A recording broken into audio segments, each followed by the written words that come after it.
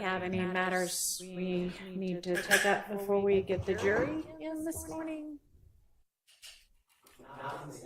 Okay. Everybody good? Hello, tell me your name. Howell? Okay, you've been with us before? Okay, welcome back. All right, are you ready with your next witness? Yes, Your Honor. Okay. Okay. All right, and is the jury ready?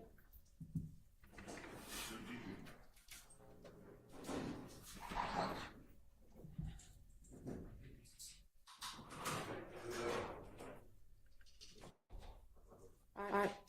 Okay, let's get the jury in.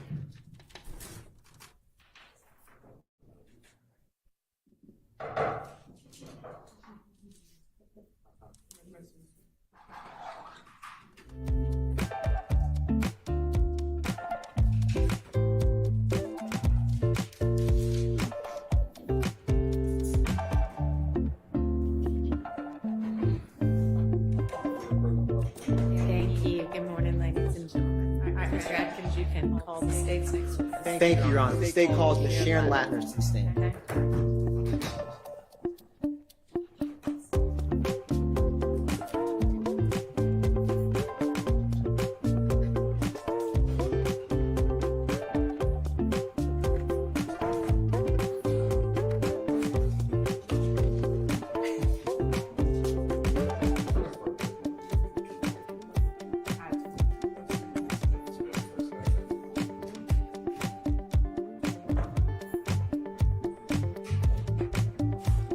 Sharon Latners, SHARON,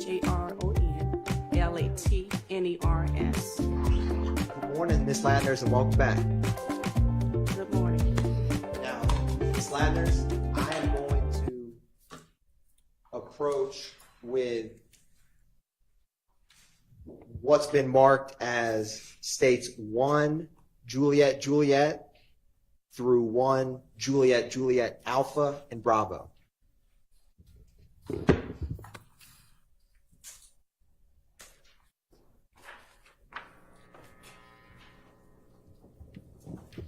Now, Ms. Latners, if you can take a minute and look through those 3 exhibits and just look up at me when you're ready.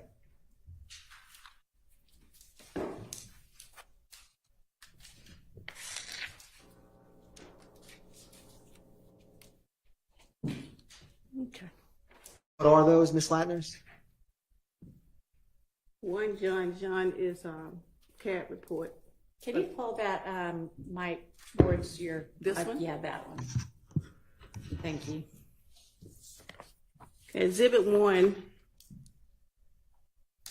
1 John, then 1 John 8 is a copy of the CAD report for the incident.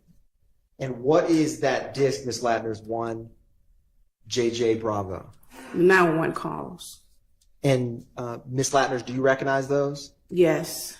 And are they a fair and accurate depiction of the CAD reports and the 911 call associated with this incident? Yes. And before testifying, Ms. Latners, did you review and mark that 911 call on 1 Juliet Bravo? Yes. Your Honor, at this time, the state moved to admit state's exhibits 1 Juliet and 1 Juliet Alpha and Bravo. You're admitted. Thank you, Your Honor. The state is publishing 1 Juliet.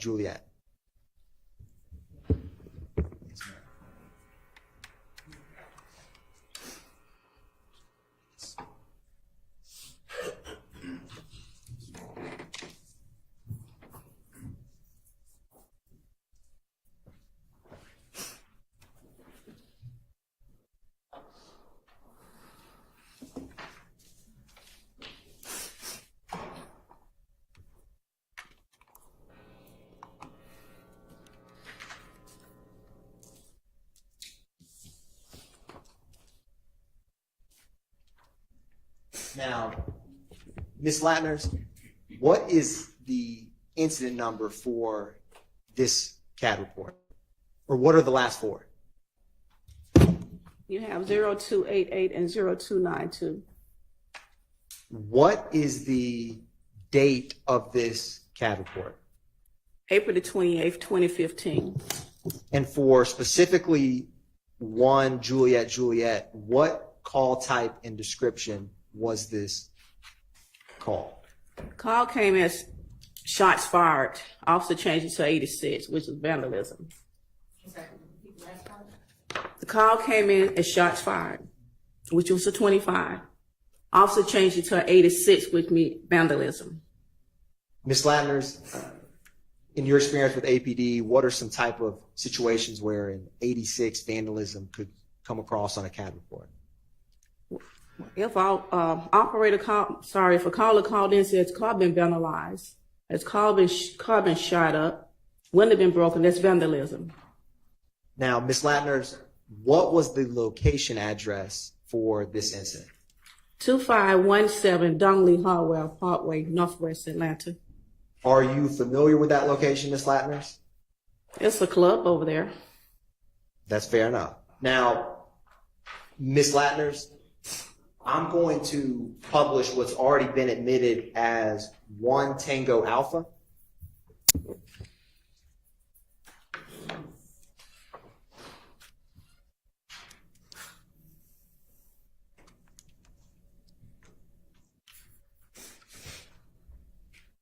Now, Ms. Latners, a couple weeks back, did you and me talk about 1 Tango Alpha?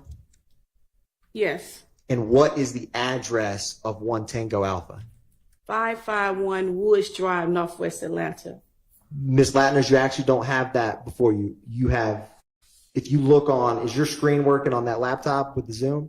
Yes. I just published an exhibit you don't have physically before you. Okay. What is the address for 1 Tango Alpha? On this screen it says 2517 Dungley Harwell Parkway, Northwest Atlanta. Is that the same address as 1 Juliet we were just discussing? Yes. Your Honor, republishing State's Exhibit 1 Juliet. Now, Ms. Latners, was this a 911 call or officer-generated CAD report? Officer-generated CAD report. What time was this CAD report generated? Officer pulled out on the call at 02:20 a.m. hours. What time was the call, and is this 1 Juliet, Ms. Latners? Say that again? Is this 1 Juliet? Yes. Is the dispatch time and the call received time the same? Yes. Is that because it was officer generated? Yes. Now, what time was this call cleared? It cleared at 04:34 a.m. hours.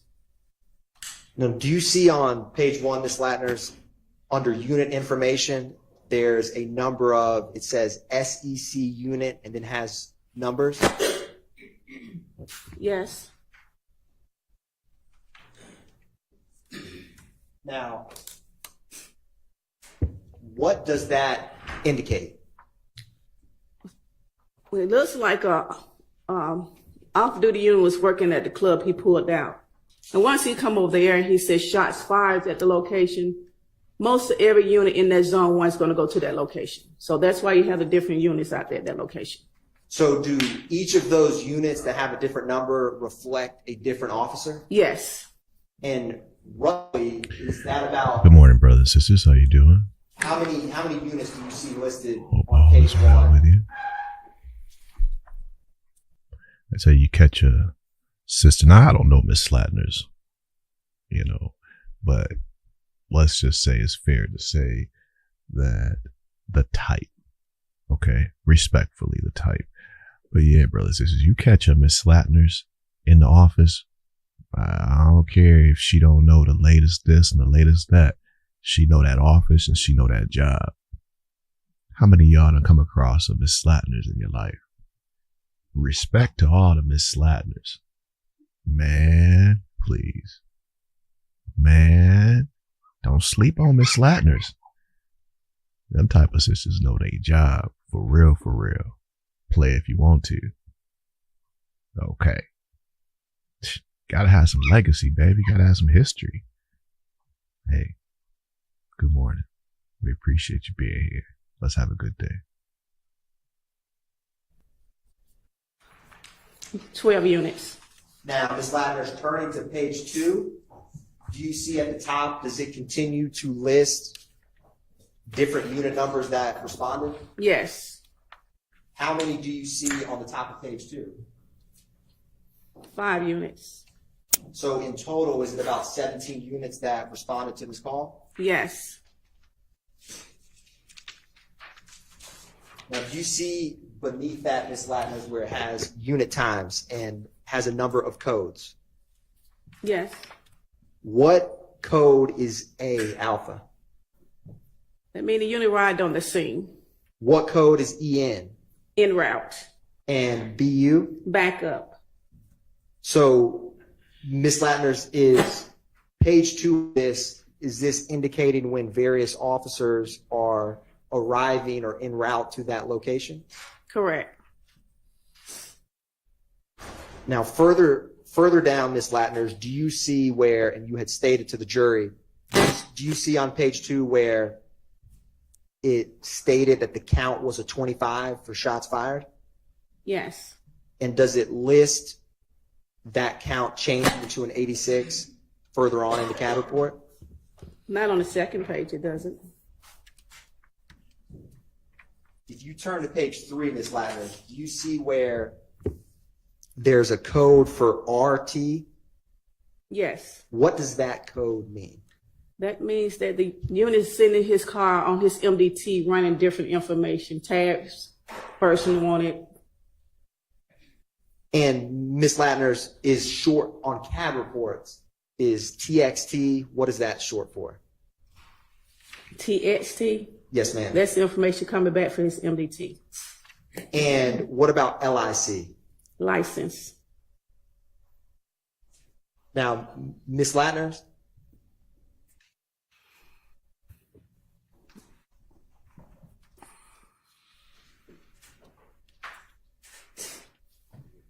one brief moment, Ms. Latners.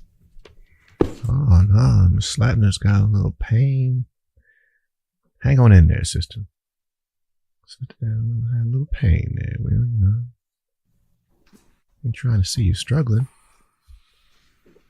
Hang in there, girl. You'll be all right, Sister Latner. One brief You'll moment, be Ms. all right. Latners.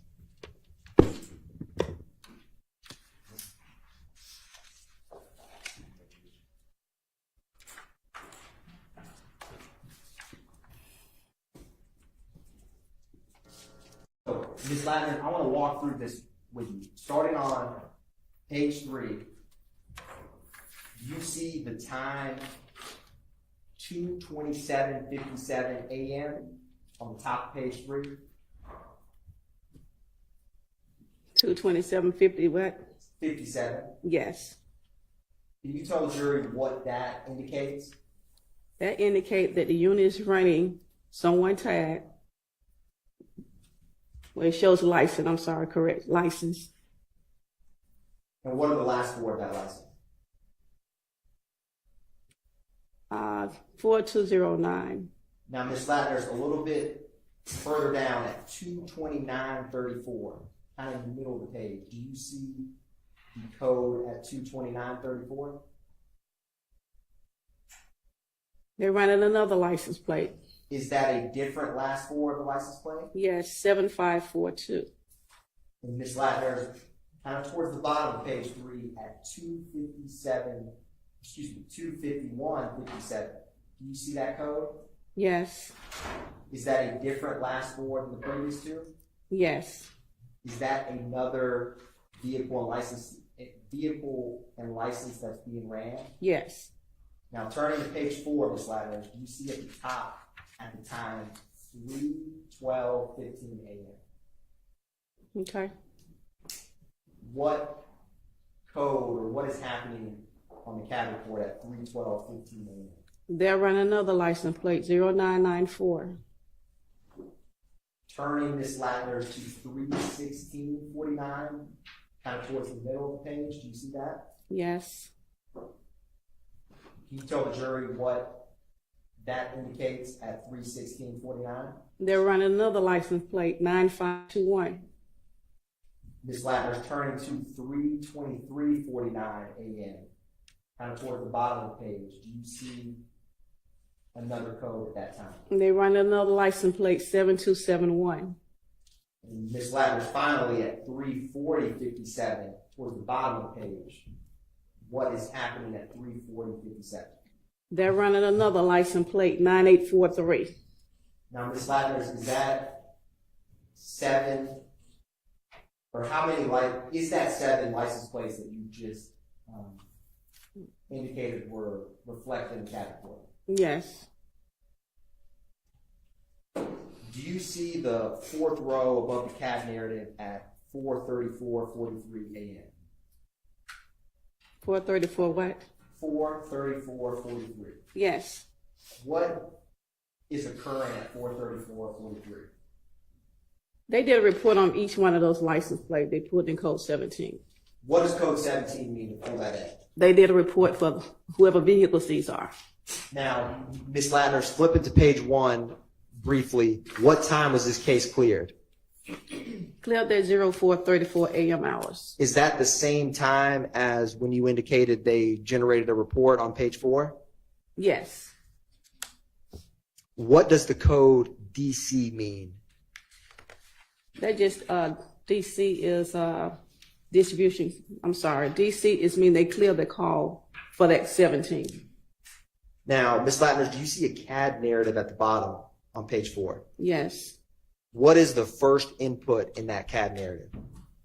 It shows 78 shots on calls, 67 vehicles shot up at location. What is it? Does it say no 78? No 78. What does that mean? No, look out on the person who did the shooting. And then it says 6 to 7 vehicles shot up at location? Yes. So with the 7 license plates that were ran on scene, is that aligned or not aligned with 7 vehicles being shot up? Yes. Ms. Latners, do you also see the second from the bottom in the CAD narrative on page 4? Is there any related incident numbers to this? Yes, it is. What is the last 4 of the related incident number? 0292. And Ms. Latners, the very last at 3:51:45, when it says M-type 25 to 86, is that what you were describing of the count changing for the jury? Yes. Ms. Latners, I want to turn to, is that the end of this CAD report for 1 Juliet Juliet? Yes. Ms. Latners, I want to turn to 1 Juliet Juliet Alpha. Is 1 Juliet Juliet Alpha related to the CAD report we just discussed? Yes. Is the last four of that CAD the same last four reflected in 1 Juliet that we just discussed? Yes. Is it the same? What date is this? April 28th, 2015. Now, what zone and beat are these two CAD reports? Zone 1, and they're on beat 109 speed. Now, for CAD report 1 Juliet Alpha, what is the address? 551 Woods Drive, Northwest Atlanta.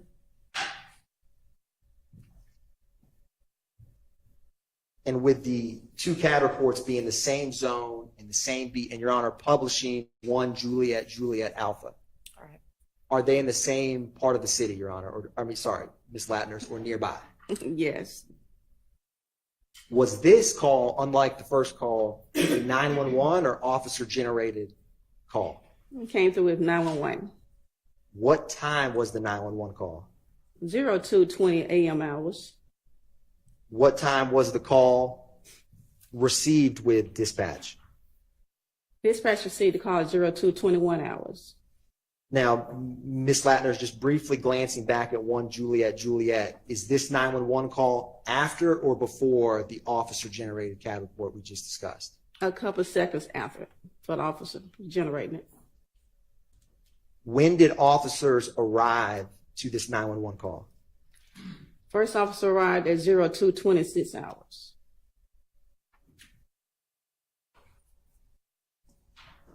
What priority call was this 911 call? A priority 2 call. Is that a 10-minute response? Yes. What time was this call cleared? It was cleared at 02:32 a.m. hours. Was it cleared roughly 10 minutes after the call or officers arrived? Yes. Now, turning to the CAD narrative on page 2, do you see that, Ms. Latners?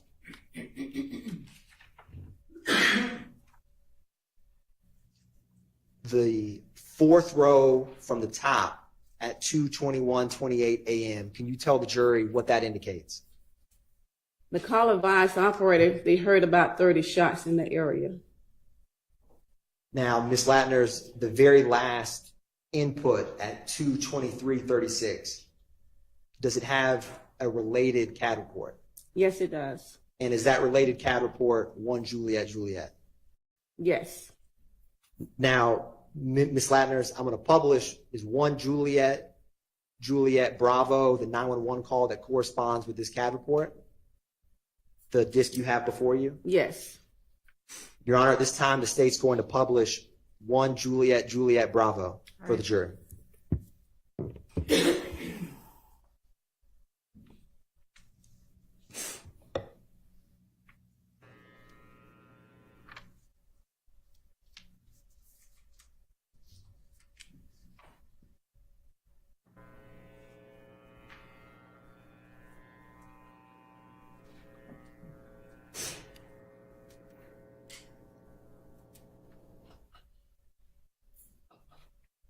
Atlanta 911 emergency operator 1287, what's the address of the emergency?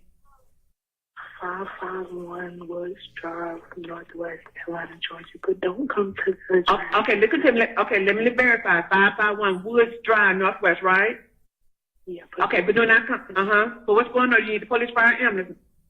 Gunshots. How many? A lot. Like 3. Heard 30 gunshots in the area of 551 Woods Drive. Yes. Okay, but do not come to Woods Drive. Did you see anybody? No. Okay, heard about 30 shots. So, okay, and your name? Don't want to. You don't. Okay, that's fine. That's fine. Can I just verify your phone number in case we have to call you back? Just ask a question. 442856734. Okay, 442856734. Okay, hold on 1 second. Man. Shout out to the brothers and sisters that live in these zones like this. Man, I'm telling you, I've lived there. Man, 30 shots. Come on, man. That's just, I mean, when you're talking to 911, I mean, you hear the experience. This ain't her first time. She gets it. The person calling They understand how things go. Hey, don't come here. I mean, you got to have a certain level of experience, right? That part of your process, you just heard 30, I mean, you just chilling, right? Whatever you doing, but it's already in your psyche that all of a sudden, if I hear 30 shots, I know what to say and not to say to the 911, and the 911 knows how to talk back to me. We're strangers. We don't know each other. I was just sleeping. I'm lying down, relaxing, had a hard day at work or whatever the case is, but it's already a part of my being that if something like that happens, when I call in the spur of the moment, don't come here though. Brothers and sisters, do you live like that? Right now, if you heard 30 shots, would that be something you would instantly say? That means you're carrying this information with you in your life. This is a part of your worldview. That's toxic, bro. But that's part of America. This is a part of America. And that stuff cuts years off your life, potentially. Years, baby. Sad, man. Kids growing up like that. Think about it, yo. For real, for real. Blessings to you.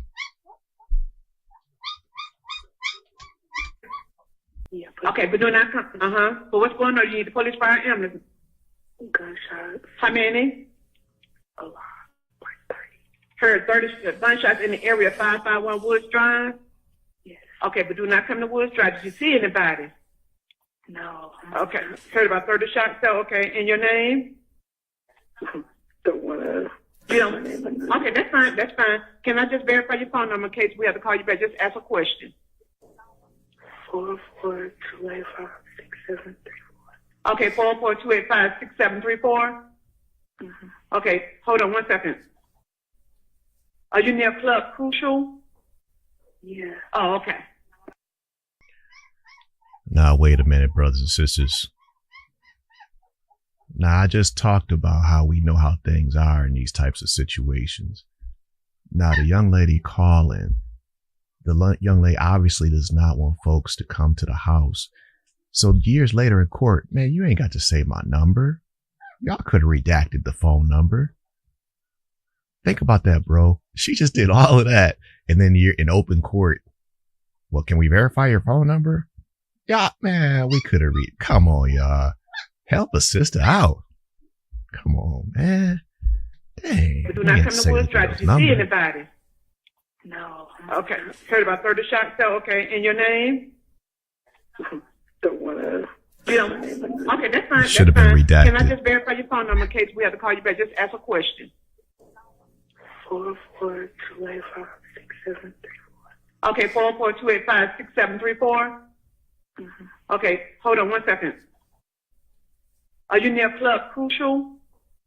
Yeah. Oh, okay. Okay, all right, ma'am. I think we've already had that reported, but thank you for calling, okay? Okay. Thank you now. Bye-bye.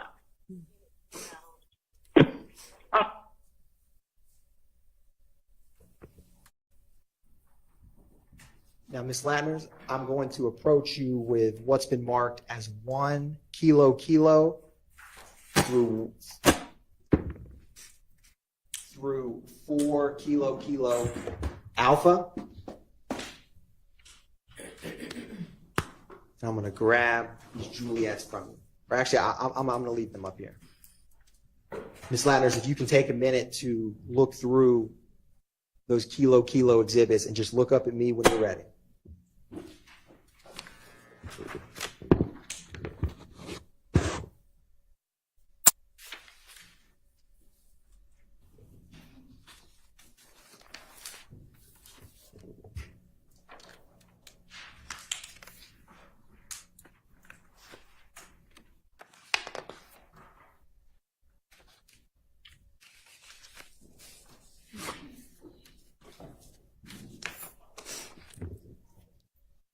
Ms. Latners, what are 1 kilo through 4 kilo alpha that I just gave you and you just reviewed?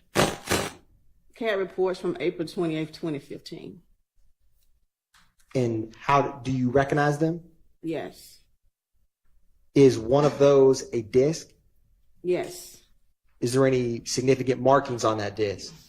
My initials. Were you able to listen what's on that disc before testifying here today? Yes. And Ms. Latners, are 1 kilo kilo through 4 kilo kilo alpha a fair and accurate depiction of the CAD reports and 911 call for this incident? Yes. Your Honor, at this time, the state moves to introduce into evidence 1 kilo kilo,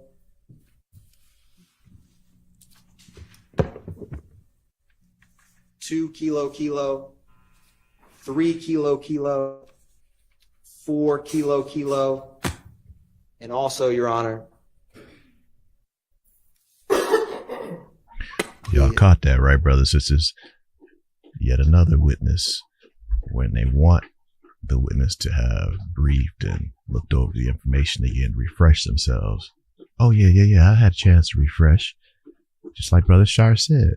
But the other cats, you don't want them to see the videos. You want them to say, I don't recall, and this, that, and the other. Man, that's a setup. It's a setup. 1 through 4 kilo kilo alpha.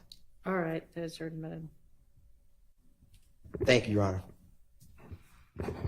Now, Ms. Latners, in publishing 1 kilo kilo for the jury.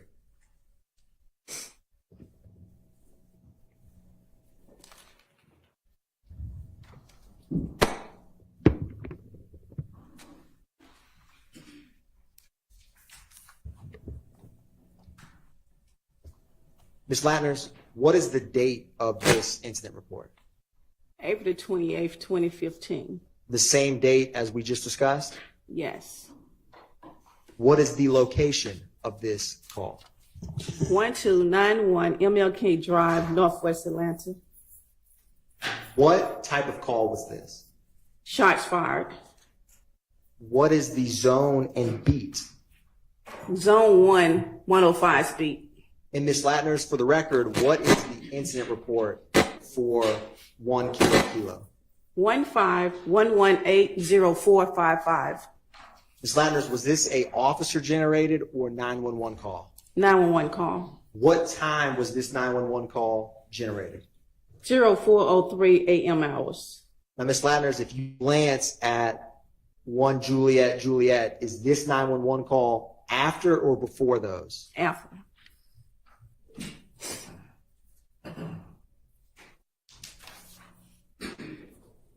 Good morning, Six Sigma. Good morning to you. Hope all is well. Thank you for being here. Appreciate you.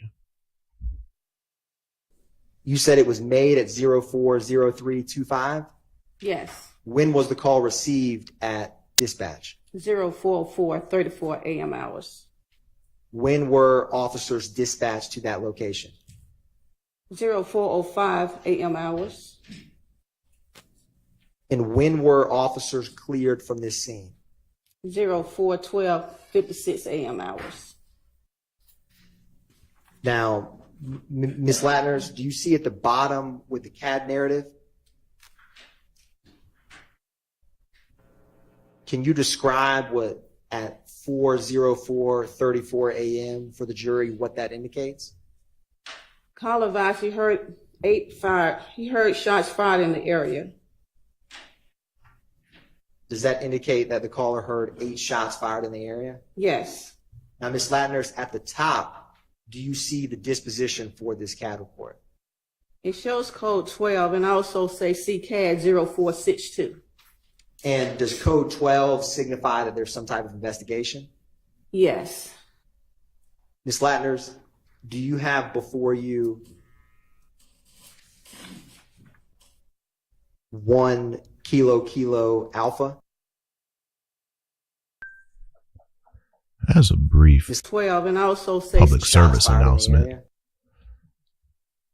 brothers and sisters, I gotta tell you, I mean, I'm not saying you don't know, I know, but when you travel this great country, you see something that's quite interesting.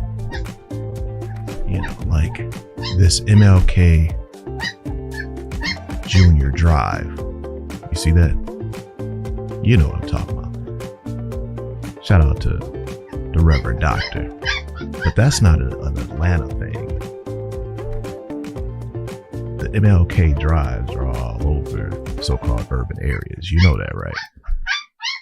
And I'm just going to say to you, it's a crying shame how many of these reports I bet you we could pull of shots fired and break-ins and this and that and blah, blah, blah. In other words, we're not even going to say that happened on those MLK drives. That's a crying shame. How much uncivil, how many dastardly deeds, how much corruption takes place on those Dr. MLK Junior drives. Is that a plan? Is that what is that? Haven't you noticed that?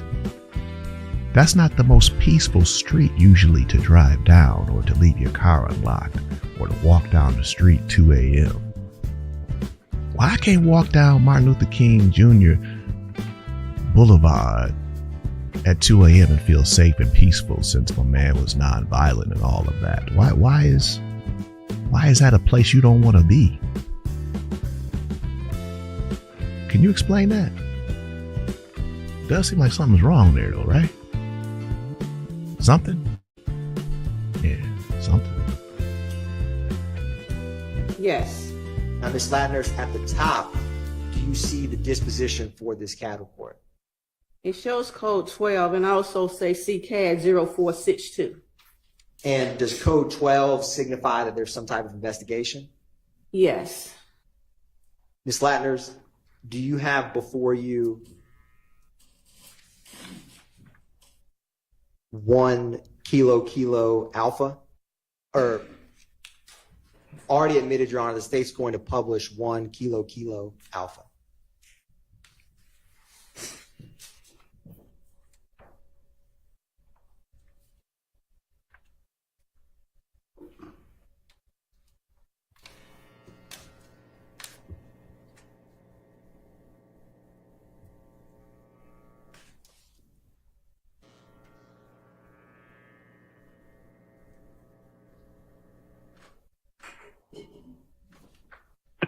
LS number 1, operator 6.73, what's the address here, emergency? 1291 Martin Luther King Jr. Drive. Somebody's firing off AKs in the neighborhood. About how many did you hear? I just heard about 17 shots. Did you want to see what the officer when they come out? Nah, I'm asleep, but I mean, dang, it's every night. Okay. And if they can check the address at 1271, it's an empty house next door to me. They going in and out that house at night. They start going in that house about 8:30 dark at night. And they go in and out the house all night. Cars parked down on Rock Mart. So I don't know. It's not this. Like I said, it can't be but a few houses away that shoot, that are random shooting. And it goes on every night in the neighborhood, but just it's kind of close that time. Thank you very much. Okay, we're going to get someone out. Yeah, maybe see a little patrols through here in the evening time. They bust caps, shoot caps every night hit around through here between 2 and 4. Okay. All right, I'll send someone out. Appreciate it. You're welcome, Mama. Publishing what's been admitted, Your Honor, as 2 kilo.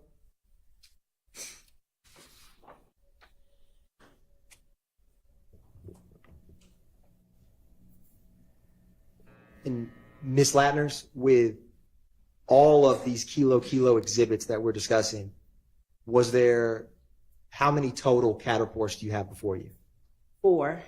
And were all 4 of those related to the same incident? Yes. Ms. Latners, in 2 kilo, what is the incident report for this CAD report? 151180456. Was 1 kilo, did that end in 455? Yes.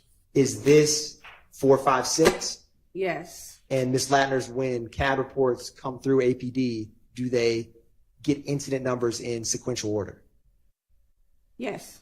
So this is the next incident report after 1 kilo kilo. Yes. What is the location for this incident number? 1469 Mill Street Southwest. What is the zone and beat for this CAD? Zone 1, 104's beat. Is that the same zone and beat as 1 kilo kilo? No, the first one was 105's beat. Is 104 near 105's beat? Right next door. What was the source of this CAD report? Was it a 911 call or officer generated? 911 call. What time was this call received? 04:03 a.m. hours. Was that after or before 1 kilo kilo? After.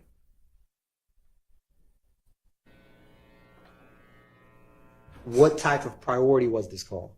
Prior to 2. Is that a 10-minute response time? 10 minutes. What time was this call cleared? 04:12 hours a.m. 04:12 a.m. hours. Ms. Latners, comparing 2 kilo kilo with 1 kilo kilo, how close in time is the clearance between the two calls? About 5 seconds off. What was the disposition of 2 kilo kilo? Code 12, investigated, CCAD 0462.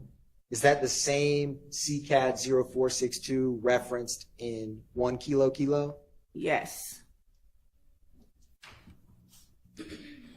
Publishing, Your Honor, 3 kilo kilo. Ms. Latners, what is the incident number for 3 kilo kilo? 151180460. Is this the same date as what we just discussed? Yes. What zone and beat is 3 kilo kilo?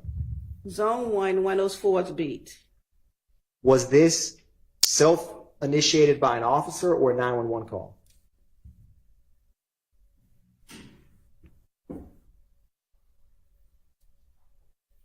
It's 911 call. Now, Ms. Latners, what time was this call received? 04:06 a.m. hours. How close in time is the 04, 06, 07 hours to 1 and 2 kilo kilo we just discussed? A couple of minutes off.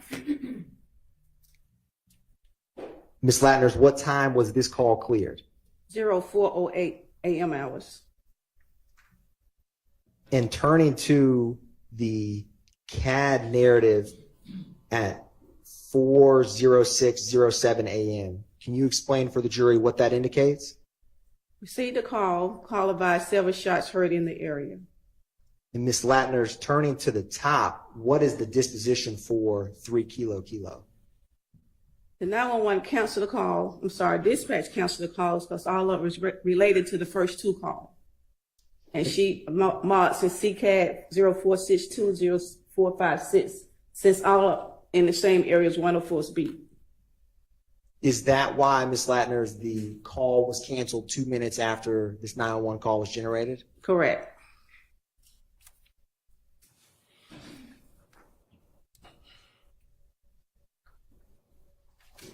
Your Honor, publishing what's been marked as 4 kilo kilo. Ms. Latners, looking at 4 kilo kilo, what is the incident number for 4 kilo kilo? 151180462. Is this the 0462 that was referenced in the previous 3 kilo kilo exhibits? Yes. What's the location for this CAD report? 1428 Adele Avenue Southwest. What zone and beat is 1428 Adele Avenue Southwest? Zones 1, 104's beat. Is that the same beaten zone or the neighboring beaten zone for the previous 3 CAD reports? Yes. And what was the source of this CAD report? Was it 911 call or officer generated? 911 call. What time was the 911 call made? 04:05 a.m. hours. What time was the 911 call received by APD dispatch? 04:06 a.m. hours. What time were officers dispatched out to that call? 04:07 a.m. hours. What time was this call cleared? 07:04 a.m. hours.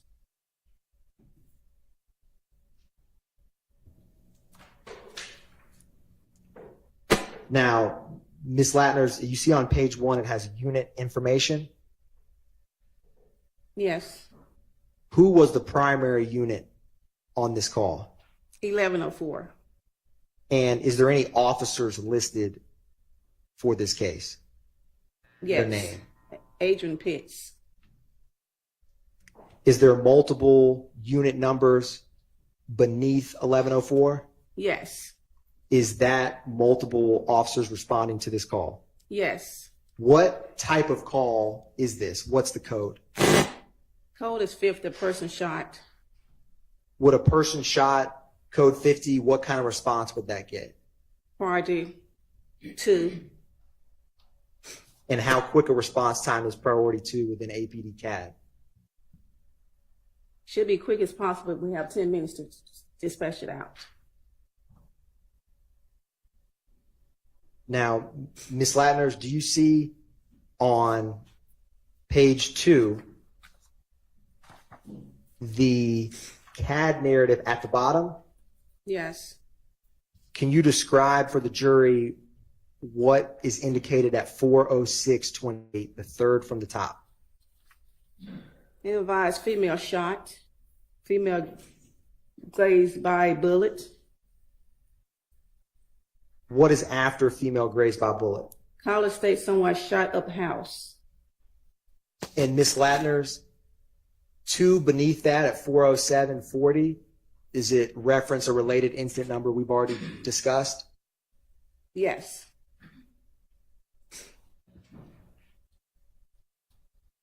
Your Honor, at this time, the state is going to publish 4 kilo alpha for the jury.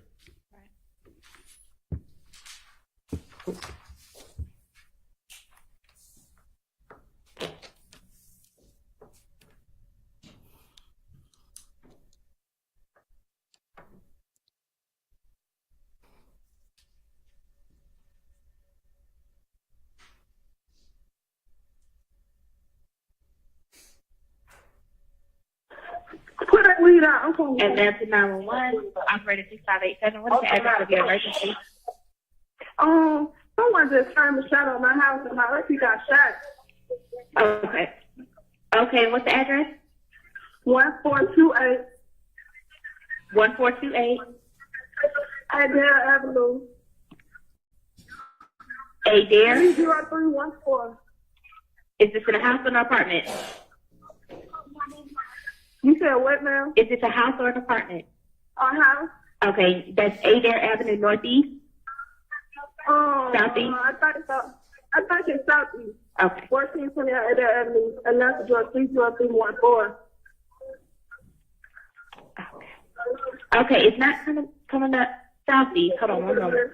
ADELE. Oh, Adele. Yes. Okay. All right, hold for Grady.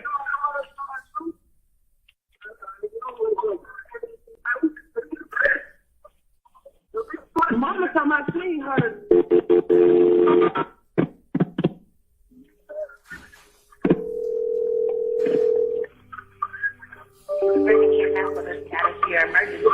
Hello? This is Brandy EMS with the address of your emergency. 1428.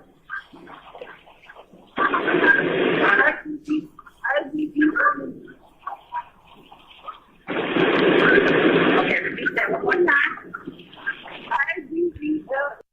All right, we got to straighten this out though, brothers and sisters, for real. Okay, so maybe I know my address, maybe I don't, but if I have a relative who's just been shot and I'm doing what I'm doing, I can't be repeating the address. There's 10 different people. Come on, y'all. Come on now. I done told the first person why y'all can't work that out between y'all from here. Right? So you could hardly understand my address, and then you finally get it and then you patch me into somebody else in the middle of an emergency, and I need to now tell them and they need to hear it now, and we wasting time. Once the first person in your system has it, it's digital now. Everybody can read the screen. Everybody can read the screen, y'all. At this point, once the first person has it, it's on and popping. What I need to know right now is teach me CPR over the phone. I need to know that kind of stuff. How do I clot the blood? I need to know that. I can't be talking to you about the address no more. Come on, y'all. Got to work faster. We do this. Seconds count. Right? Right? Well, hey, I done told the first 10 people. I can't be telling everybody. Okay, it's not coming up southeast. Hold on. Y'all get here now. Y'all take it. Oh, Adele. Okay. All right, hold for gravy.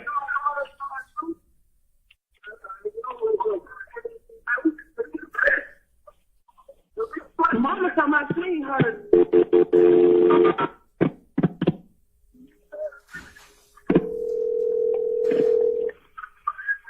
Bringing EMS for the status of your emergency.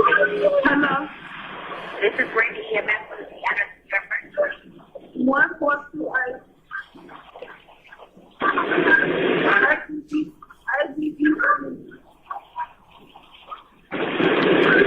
Okay, repeat that one more time. IGGLE.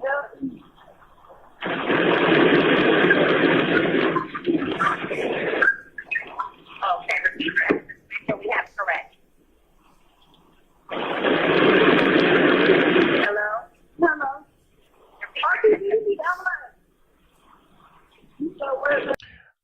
Come on, y'all. Y'all hear what I'm saying? We in the middle of emergency and I'm going back and forth. Look, y'all. Okay, we don't all pronounce words the same way. It's the middle of an emergency. You may not have a PhD. I may not have a PhD. We may not be the most eloquent. Okay. In the middle of emergency. I understand you got to get the address, but your first person, the first contact should be the best equipped to understand what's going on. The first person, they've got the computer system. They listen to people all day and night. Okay. It's their job. They should be in a very, very quiet room other than the people, their coworkers talking, and they're used to that. Right. So in that 911 room, and I know some of these people, they process very quickly, very skilled, very, very skilled. It's a stressful job, but they're very skilled. Okay. That's the hurdle. That's the person I need to hear me and understand how to get me some help, or my loved ones, or whatever the case is. It's an emergency. Okay. That's the hurdle. That's it. That person understood me. However we got there, that person has it. That's the end of it. I shouldn't be telling nobody else the address. Why? Because it's an emergency. Why? Second count. Why? Because maybe I'm not very articulate. Maybe you're driving in an ambulance or whatever you're doing now. Maybe you can't hear me as well. Maybe cell coverage is bad. Maybe I'm whispering because the dude or dudette is still in the house and there's a problem. I can't keep going back and forth with y'all about address. It's already in the system. Come on, y'all. I hope we're not just making sure extra people have extra jobs, because that's ridiculous. For real, seconds count.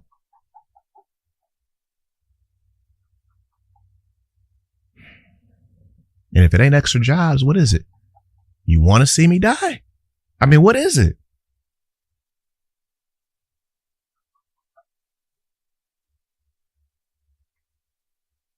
Man,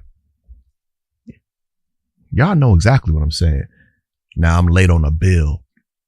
So I call one person and they verify my information because I'm late on a bill. And I spend 20 minutes on the phone because now I got to explain to the next person. And then, well, let me talk to your supervisor. Then I got to explain the whole thing over. Y'all know how it goes. 20 minutes later. Hey, this is about a bill. But what if this is an emergency? It's about somebody's life. We can't be playing all these games. It's in the system. Y'all all looking at this. Well, I can't see it on my screen. Well, then y'all need to work that out.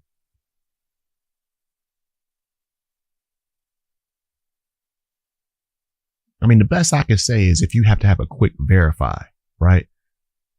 Ma'am, you're the one on Adele, correct? You're the one on Adele, correct? Yes. Okay, boom. You know, I mean, if you got to verify it like that, okay. 19347 Adele. Huh? Can you repeat that? 193492337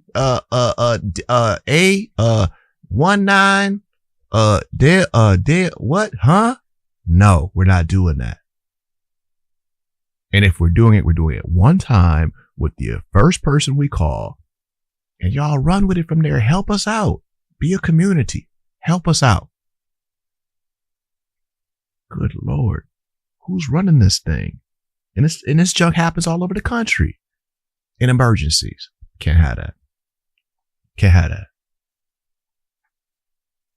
Come running.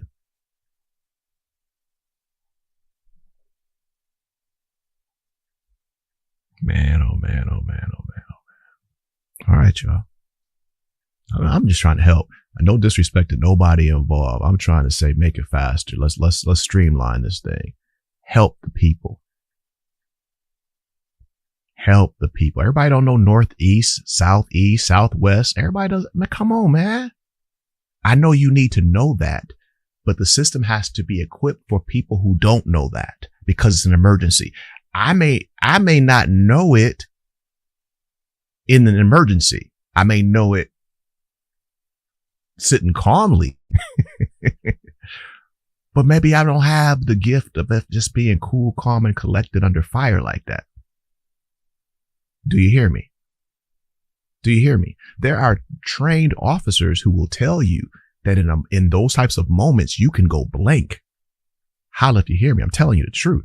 They will tell you. I mean, people who have been in real stuff downrange will tell you you can go blank in those moments, which is why they train so hard so that muscle memory takes over. Holla if you hear me. I'm telling you the truth. You can't be relying on what you think you can say when you're calm. That takes training to do that. Then don't keep putting me through it. Trying to save some lives out here. We gotta structure this crap better, y'all. I thought it's southeast. Holla if you hear me. Help the people. Okay, it's not coming up southeast. Hold on one moment. IBEME. Oh, Adele. Yes, ma'am. Okay. All right, hold for greater.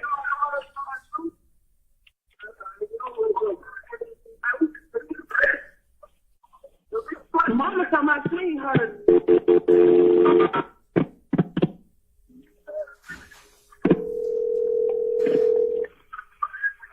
Bringing EMS for the status of your emergency. Hello. This is bringing EMS for the status of your emergency.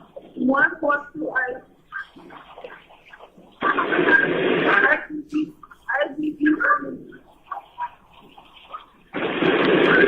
Okay, repeat that one more time.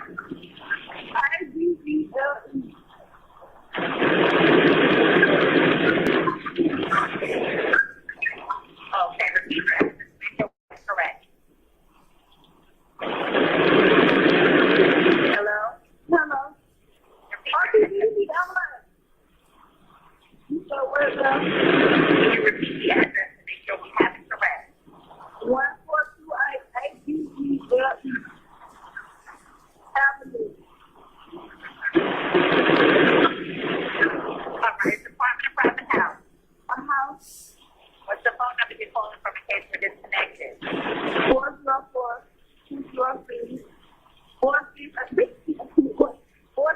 404-203-4683. All right, and what's your name? Dominique.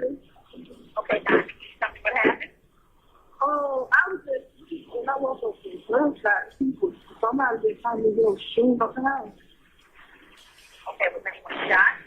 Behind. Okay. Are you with the patient right now? Oh, she's lying in the bed. Okay. Are you with her right now? You said what, ma'am? Are you with her right now, Simon? Yes, ma'am. Okay, how old is she? She is. She didn't get the really didn't go through. She got straight. But she ain't. See how you got this away?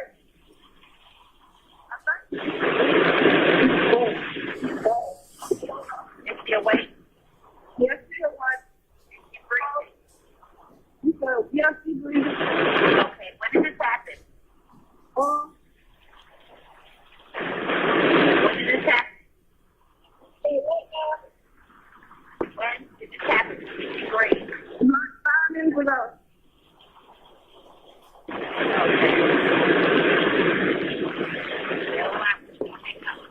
Okay. Again, if that stuff happened 5 minutes ago, y'all hear exactly what I'm saying. And again, no disrespect to the the first responders. They work hard. No, I'm not trying to disrespect at all, because y'all do more than a lot of us do. In one day, y'all do more than we might do in months, saving people, helping people. So shout out to all the first responders. That's not my point. Y'all hear my point. We got to upgrade. That's my point. Upgrade. We need more of your help. How about that? We need more of your help. Y'all got to know it yourselves. Your first responders who are taking these calls, y'all got to hear it yourself. People in these moments are not the most articulate. You know that. So the system has to be designed better for that. Now, we're just now finding out from the call, grazed, all right? But you don't know that. The system doesn't know that. So she could have been bleeding out for real. She could have been punctured several times, right? And it's already been 5 minutes, and I'm just now getting through address, name, right? What happened? So that's 5 minutes of bleeding out. And we just now getting to the point of, was she grazed? Does she have 10 in her right now? We don't know. Let alone help is actually here. We haven't even gotten to the joint. We still talking. And the fact that I'm talking is the problem. I need to be listening. What do I need to be listening to? You telling me how to help right now. Stop the bleeding, stabilize the best I can. I need to be hearing you until you get here. You understand what I'm saying? I can't keep talking about my address, my name, my dialect, my bad cell coverage, the fact that I'm not used to talking in a sanitized, quiet room. I'm used to TV going, radio, this, that, and the other, and talking and all kind of chaos on the phone. Holla if you hear me. So I'm not knowing that because that's the way I live my life, that when I call you, it'll be better to be in a very, very quiet space so you can hear me clearly. I'm not used to that. There's always noise going on in my community. There's always noise going on in my house. Word. So since you know that, hook me up. You know that. So you know not to expect that. Then we got to do better. So again, shout out to all the first responders. We need more of your help. Upgrade. We need more of your help. And with technology the way it is, come on, y'all. And with technology the way it is, come on, y'all. Let's upgrade.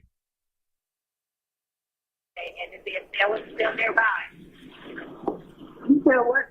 the person that was shooting, are they still in the area? Yes, ma'am. That's still in the house with me. Okay, is there any serious bleeding? No, ma'am. Bleeding at all? Yes, she's breathing. The bull's pressure. All right. Is she completely alert? You said what, ma'am? Is she completely alert? Yes, ma'am. All right. What part of her body was injured? The butt. Okay, she was shot in the buttock. Yes, ma'am. Is there more than one wound? No, ma'am. All right. Send the paramedics to help down the line. We'll play with the next Atlanta Fire Police on 792. Okay. Darren. Okay. Okay. Great. What did you say, Atlanta? You said what? We need to know if the person that shot her is still on scene. Yes, ma'am. She's standing. No, the people that were shooting, are they still around? Oh, yes, I definitely was driving. Okay, so they're nowhere in sight at this time. Oh, no, man. You know where they are or where they went? No, man. We just woke up. Okay. Okay. Does this have next to have stay on the line with like this neck? Grab a cushion, dry cloth, or a towel. Okay. Okay, and I want you to. Listen, see, now we're finally getting here.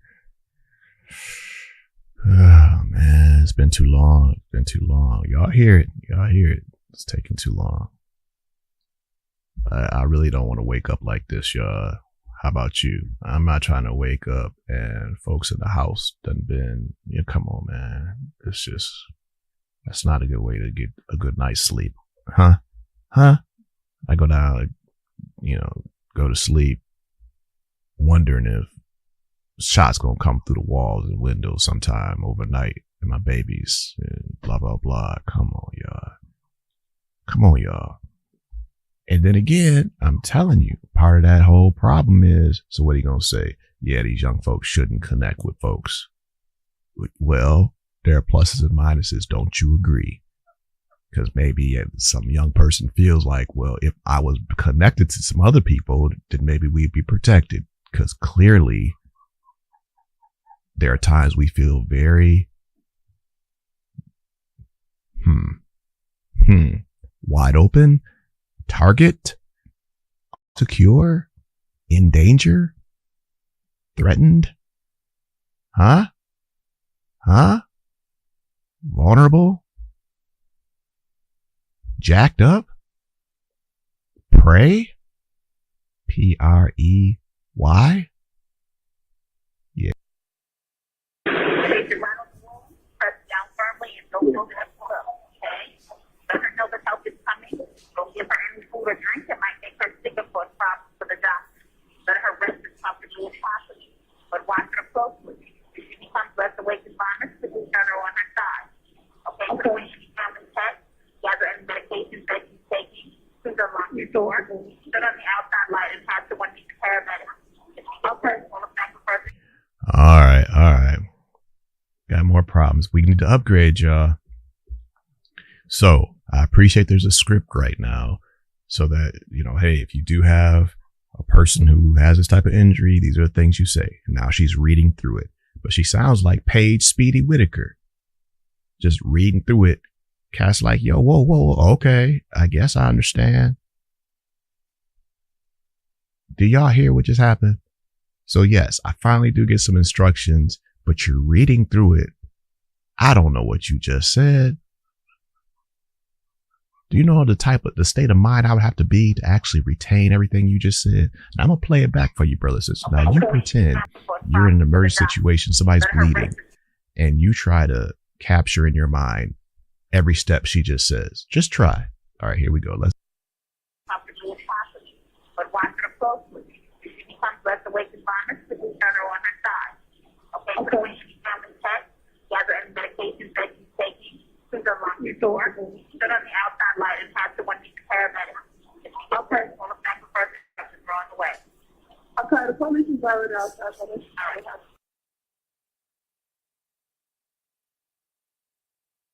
Dry cloth or a towel. I definitely was driving. Okay, so they're nowhere in sight at this time. Oh, no, man. You know where they are or where they went? No, man. We just woke up. Okay. Okay. Does this have next to have stay on the line with like this neck? Grab a cushion, dry cloth, or a towel. Okay. Okay, and I want you to place your right on the wall, press down firmly, and don't move it up below. Okay? Let her know the help is coming. Don't give her any food or drink that might make her sick or cause problems for the doctor. Let her rest as comfortably as possible. But watch her closely. If she becomes less awake and vomits, please turn her on her side. Okay, so when she becomes intact, gather any medications that she's taking. Please unlock your door. Sit on the outside light and have someone meet the paramedic. Okay, we'll look back for further instructions. We're on the way. Okay, the police is already outside. All right. Okay, thank you.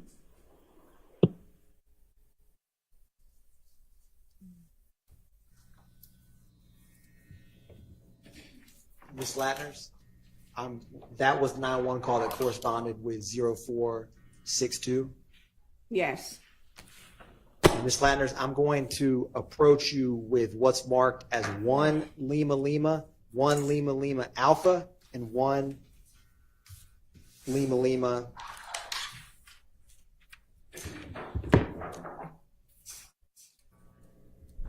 Excuse me, and 2 Lima Lima.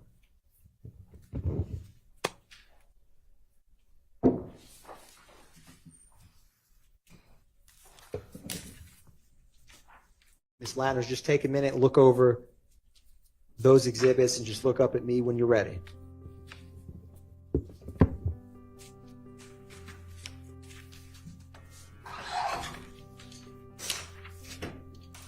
Ms. Latners, what are 1 Lima Lima, 2 Lima Lima, and 1 Lima Lima Alpha?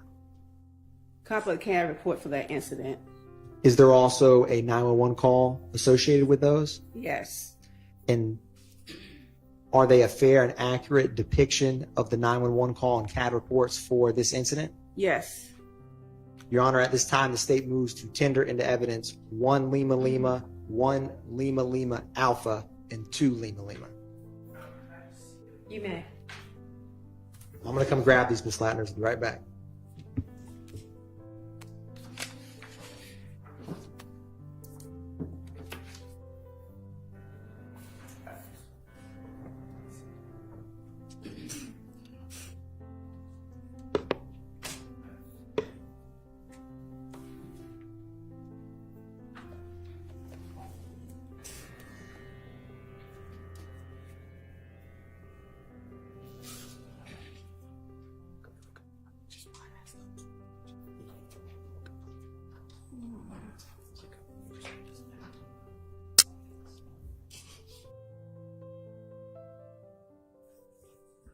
Miss Hilton getting jiggy with it a little bit? What you doing, Hilton? Oh, yeah. Pump it up. I gotta change the music for you. Yeah, I see you. Break it down.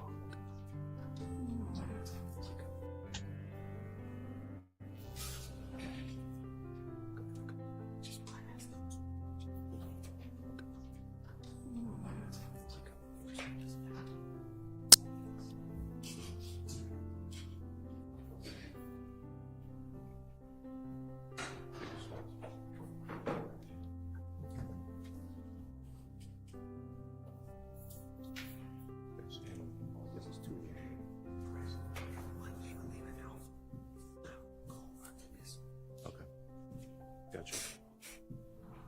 All right.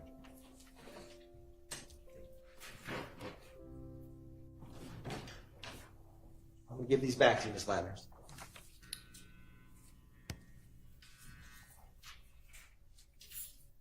So was there objection, or did y'all just need to see them? Okay, all right.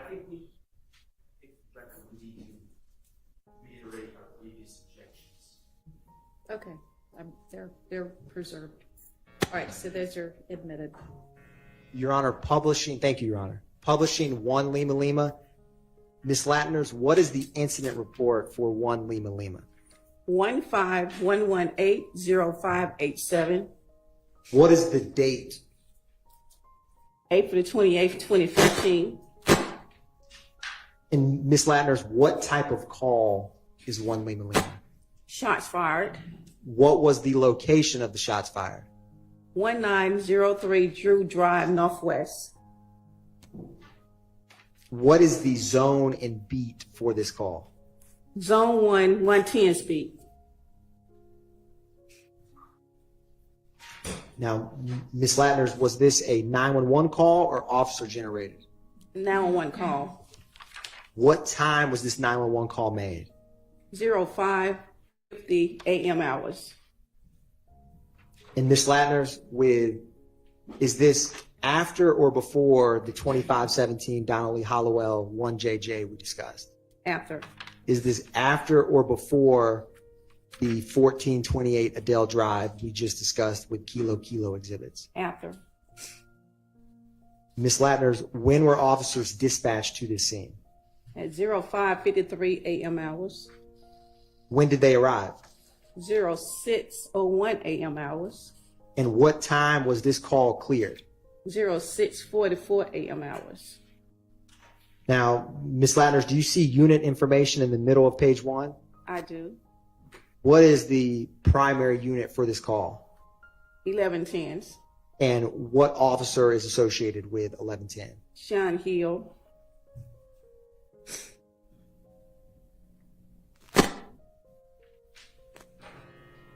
Now, Ms. Latners, turning to the CAD narrative,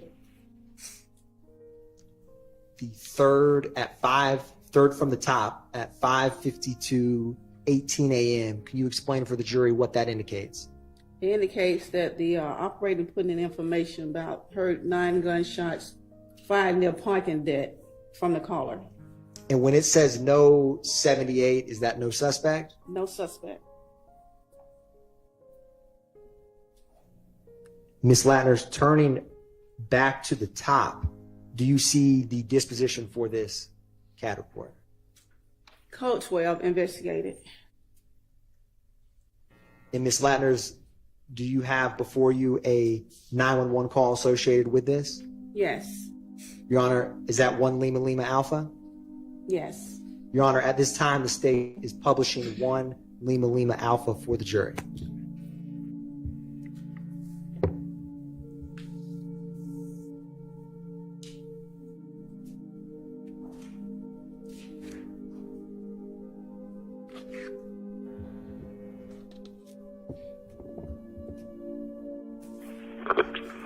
Atlanta 911, operator 6544. What's the address of your emergency?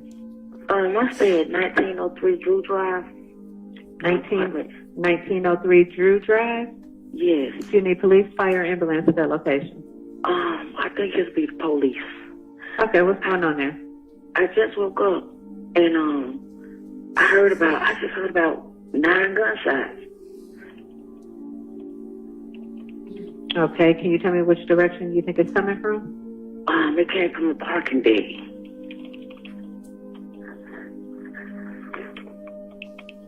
Okay. And this is an apartment? Yes. What's the name of the apartment? Columbia Crest. Is there a gate code? Yes. Can you share that with me, please?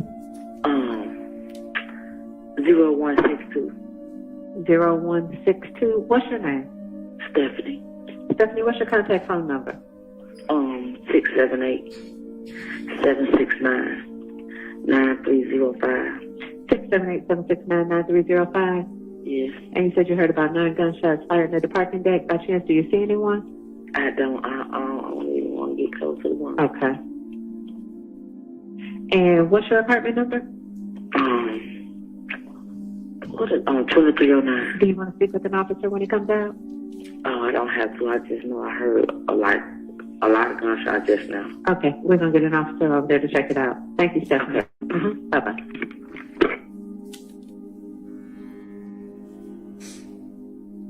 Publishing 2 Lima Lima, Your Honor, and Ms. Latners, we're going to talk about 2 Lima Lima.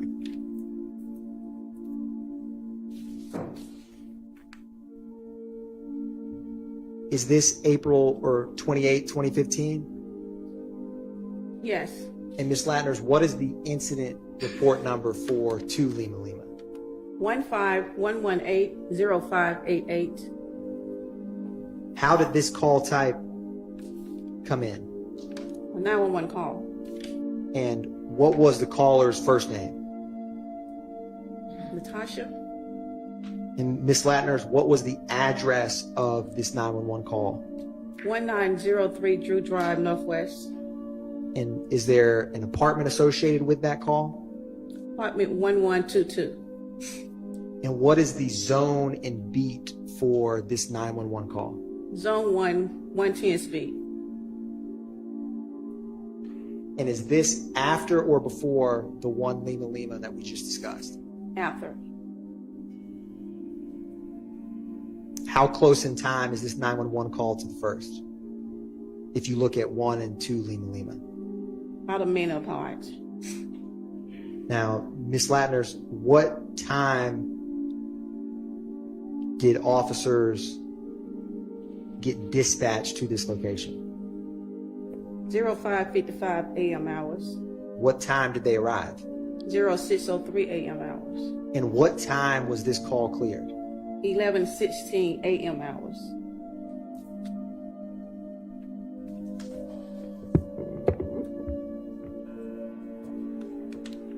Now, Ms. Latners, do you see in the middle under unit information,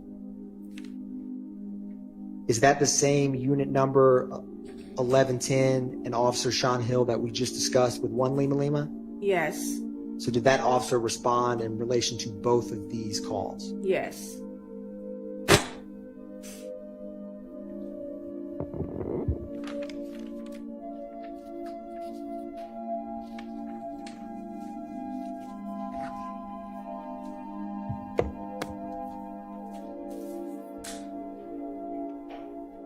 And Ms. Latners, do you see on page 2 at 6:44:05 a.m.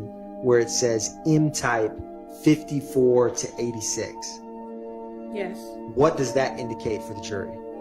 All came in as a suspicious person. That's a signal for Atlanta 54. An officer asked the dispatcher to change to 86 to vandalism.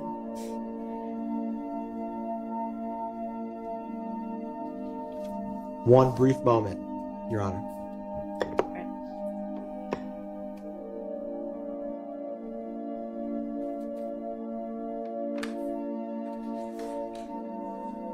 Thank you very much, Ms. Latners. No further questions by the state, Your Honor. All right.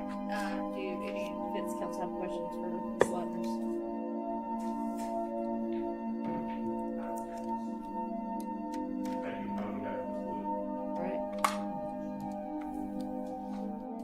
All right. Ms. Latners, thank you for your time. You are excused. Call your next witness.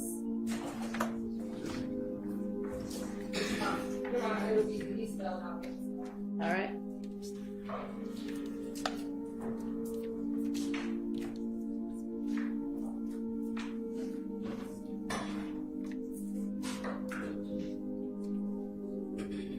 Shout out to Miss Latners. Appreciate your service. Have a great day. See you soon.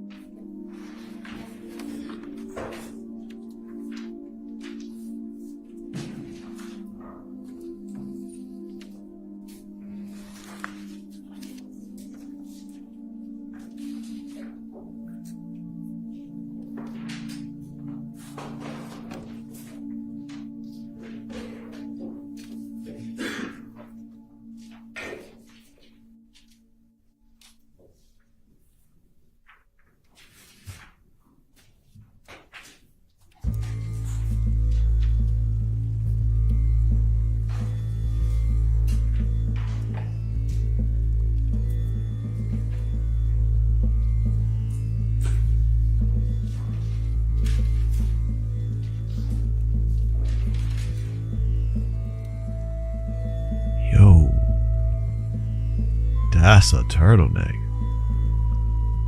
Golly. For real? Nah. That's a neck brace. What happened to my man? Oh, shucks. Crutches in the neck? Whoa, whoa, whoa, whoa. What happened to Gotti? What's going on? Y'all, I'm late. What happened? Yo, how does this happen when I'm in jail? Yo. All right, I apologize, brothers and sisters. Somebody else got the information because I don't have it.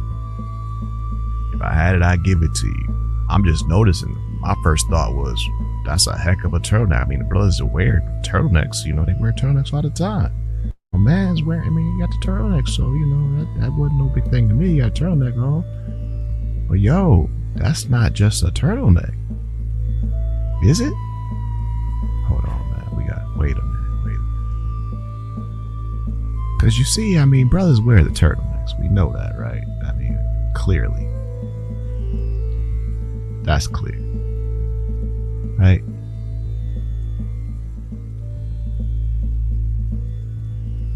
Turtleneck. What is that? It's a turtleneck. Okay, I got thrown off with the crutches and because it's just, man, come on. Where'd you find that one, bruh? Where'd you find that one? My man has the I'm climbing K2 Everest turtleneck. Lumberjack Eskimo type. My man's got the Iditarod.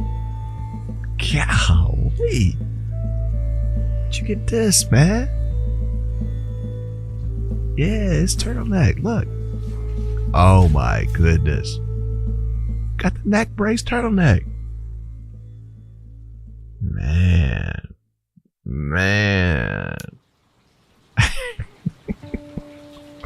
Where'd you find that, bruh?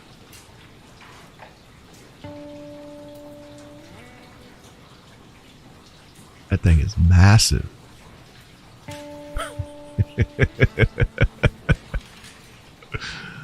Alrighty then. What do you think, bruh? What do you think? Guess he's alright.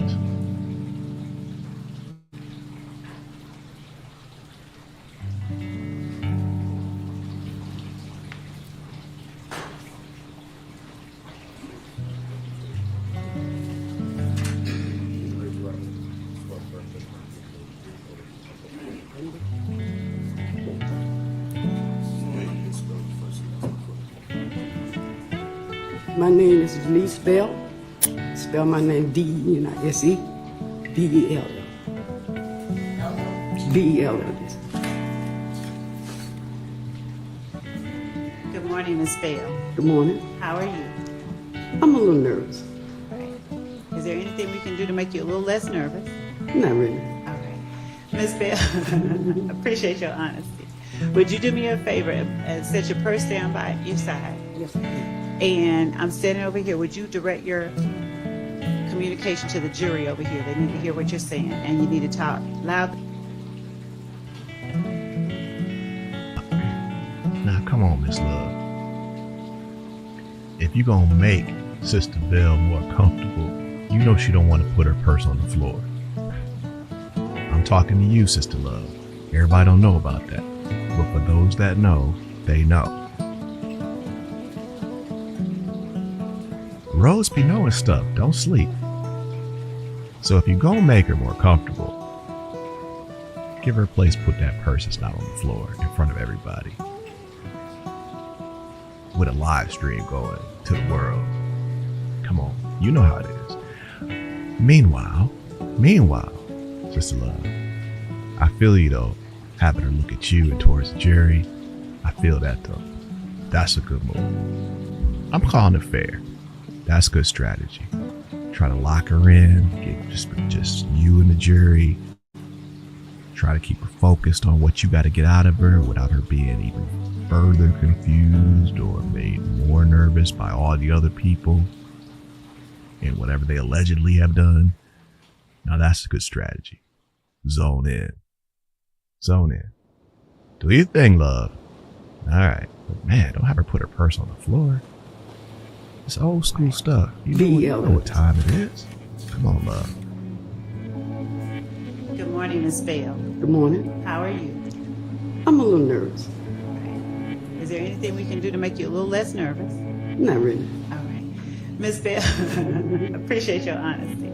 Would you do me a favor and set your purse down by your side? Yes, I can. And I'm standing over here. Would you direct your communication to the jury over here? They need to hear what you're saying, and you need to talk loudly and into the microphone if you can. Okay. Thank you.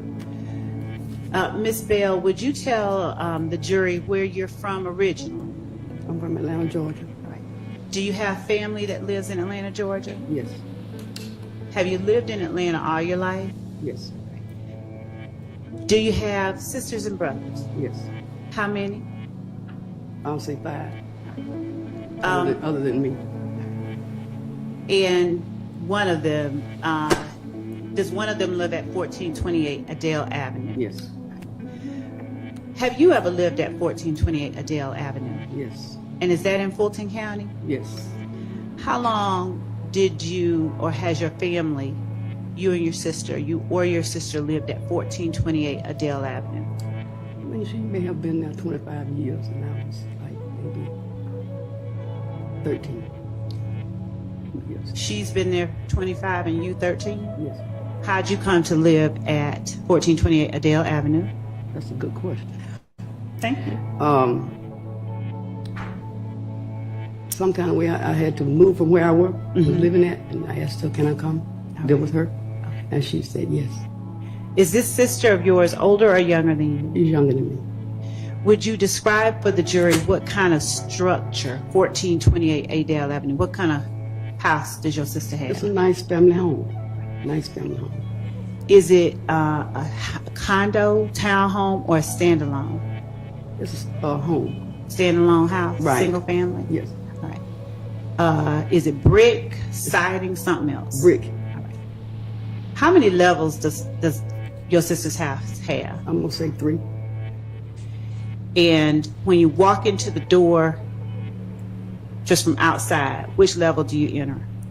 You enter on the 2nd level. Okay. And do you or your sister sleep on? Different levels, yes. Okay. Would you describe for the jury, or tell the jury, I'm sorry, who all on April 28, 2015 lived at that house? It had to be my sister, one her daughter, okay, and me. And you. Would you tell the jury a little about yourself? Do you have children? Yes. How old are they? My oldest will be 48 in next week, and my baby is 47. Did either of your kids live at 1428 Adele Avenue? No. In April? No. All right. Your sister, how many kids does your sister have? She has 4. All right. Would you tell the jury first the name and then the age of the 4 children that your sister had? Your Honor, I'm going to object as to relevance. Your Honor, this is the address that the jury just heard about. Age of the children. I can approach as to why I'm doing it that way, but I have a reason and it is relevant. All right, I'll give you some leeway. Thank you. Would you tell the jury the name and age of your sister's 4 children? I think the twins, which is Diamond and Daryl, maybe 27 now. And that would have made them, what, 18 in 2015? I suppose. Okay. And what's your sister's oldest child's name? Stacy Adams, and she's 40. She's 40. So she would have been, would she have been 31 in April of 2015? I'm thinking yes. Does your sister have a son, Philip Collins? Yes. Does Philip Collins go by the name Philo? Yes. And would Philip Collins have been around 25 in April 2015? I would say so. All right. Did your other siblings have children? Did your other sisters and brothers, did you have other nieces and nephews? Yes. All right. Did any of those other nieces and nephews at any time during April 2015 live at the house with you and your sister? No. All right. Did your sister's children, the 4 you just named, Philo, Darren, Diamond, and Stacy, did either of them live at the house besides Diamond in April 2015? No. Did they visit the house regularly? Well, you know, they come by because they want to eat, and I cook a lot for everybody. You know what I'm saying? And it's delicious. Would you describe for the jury the area of Atlanta? Would you describe for the jury? You know, they come by because they want to eat, and I cook a lot for everybody. You know what I'm saying? And it's delicious. Eat, and I cook a lot for everybody. You know what I'm saying? And it's delicious. Would you describe for the jury? Go ahead, Sister Bell. Talk your talk. And it's delicious. Go ahead. Bye. Because they want to eat, and I cook a lot for everybody. You know what I'm saying? And it's delicious. Would you describe for the jury the area of Atlanta that, let me be more specific. Do you know where the Atlanta University Center is? Yes. All right. Is 1428 Adele Avenue down the street from Morris Brown College? I wouldn't exactly say down the street, but it's not far from the home. Right. And is it also close to Spelman, Morehouse, Clark? Yes. All right. And also, please describe in the best way that you can the neighborhood that 1428 Adele Avenue is. It's a wonderful neighborhood. Shout out to Morris Brown. You know, it's a wonderful neighborhood. It was not, we felt no danger. Spent some time with the lovely ladies. Is it mostly houses like the one you and your sister Point lived my- in? Can object as to relevance. Shout out to Overruled. yo Morris Brown. I'm just saying. Does the house itself sit off of of Adele Avenue, or is it in a subdivision? Well, it's just a street with houses, you know. Okay. How often did your sister's children, either Philo, Darren, or Stacy, visit? Objection as to relevance. There's, Your Honor, I am asking. Okay. Asked and answered. Out of all your nieces and nephews, did you have any other nephew who was 18 in April of 2015? No. Okay. And did any of your other nieces and nephews visit your home at 1428 Adele Avenue as often as Cecilia's children did? No. Would Cecilia's children visit at least once a week? Yeah. All right. Overruled. But I was trying to be. seeing the relevance of this right now, so you said you would get to it. We are. Okay. Thank you, Judge. Ms. Bell, do you remember April 27th and 28th of 2015? Yes. Why do you remember that date range? That was the day that I was shot. Could you lean into your mic and speak a little louder for this jury? That was the day that I was shot. All right. On that particular day, do you remember what day of the week it was? I want to say a Monday. Okay. It was started Monday but it probably ended up Tuesday morning. All right. And did the day involve anything of note before you got shot? Did anything happen? No, everything was fine. All right. Do you remember who all was at the house that Monday? I'm gonna say, I guess, it's me, Cecilia, and her daughter. All right. Did you all have any kind of concerns for your safety that day? Not at all. All right. Do you remember about what time you turned in for the evening? Well, I usually go to bed kind of late. What's late for you? I won't say 12:30. Okay. Something like that. And was that particular night any different than any other? Did you go to bed about 12:30? Yes. All right. Sister were Bell any of be your nieces hanging and out, staying up late. I see you, Sister Bell. Much respect. Cooking. Everybody love you cooking. You up late at night, prepping, doing your thing, watching old Sapper Son reruns. I feel you, Sister Bell. Do your thing, sister. Do your thing. You was visiting at that time that you went to bed? No. Right.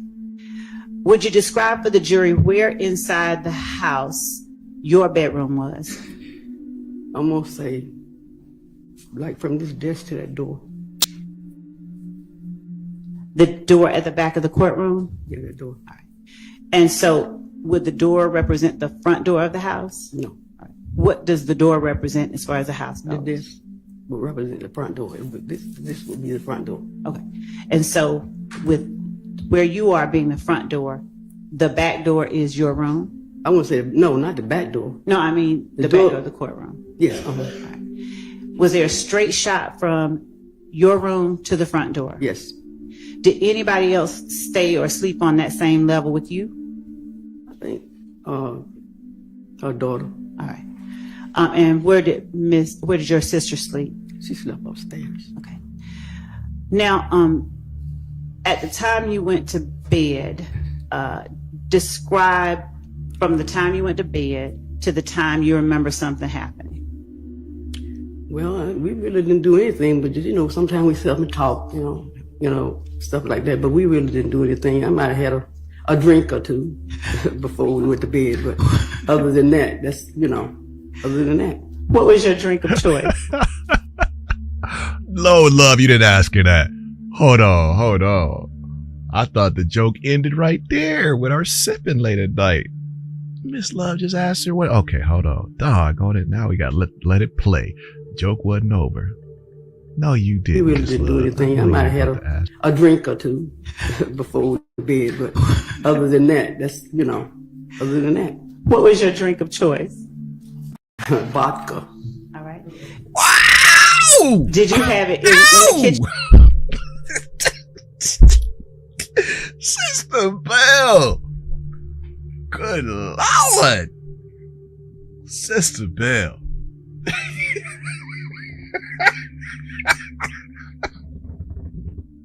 Golly. Ooh.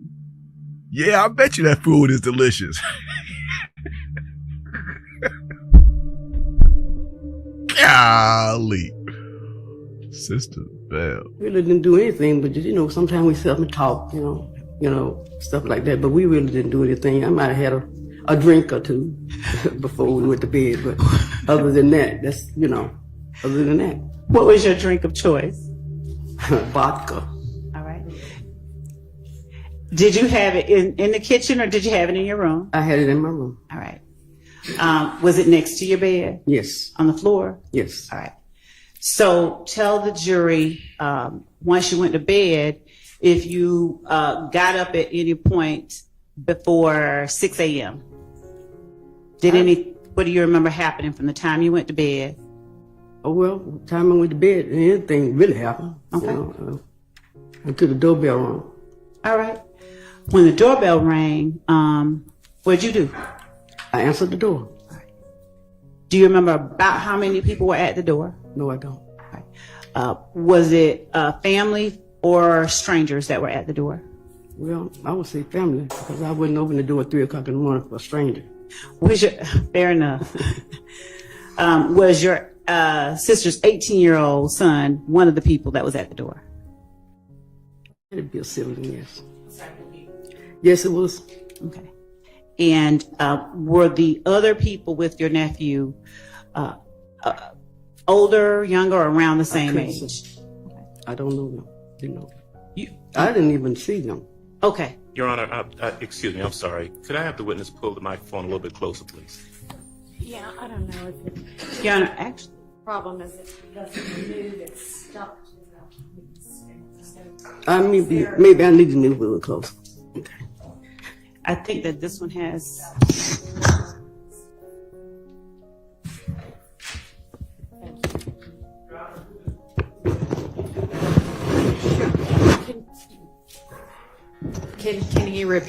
Can she repeat that last answer once So we you got the can mic just give her fixed? one of those handheld ones that the other cats have. You ain't got to worry about trying to move that one that's Try not the one on moving.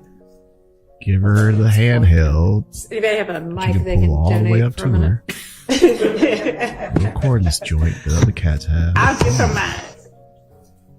There you go, Miss Love. Okay. Okay. That's fine. And I can give her. Now you go get somebody Miss Bell, else's that's I'm gonna like give that. you my microphone, and if you could just lean Yeah, into my nah, you just go get microphone, another one that's just like that one. He's back just so we don't have feedback. All right, why don't you push that mic down towards her mouth? I'm a light speaker. I used to didn't be, but I am now. All right, and ask that last question so they can hear the answer. Thank you, Judge. Miss Bell, when you Here go Love now. She don't need no 3:30 mic. in the morning, Good Lord. he said, Go get a mic, Love. 18-year-old nephew came in. Did you see the people who were with your nephew? Not recognize him, just did you see anybody else with him? It may have been, but I didn't pay any attention because once I opened the door and it was somebody that I recognized, I just walked away. I walked away from the door. I didn't really pay any attention. I just walked. It's 3 o'clock in the morning. I'm asleep. You know what I'm saying? So I didn't really pay any attention.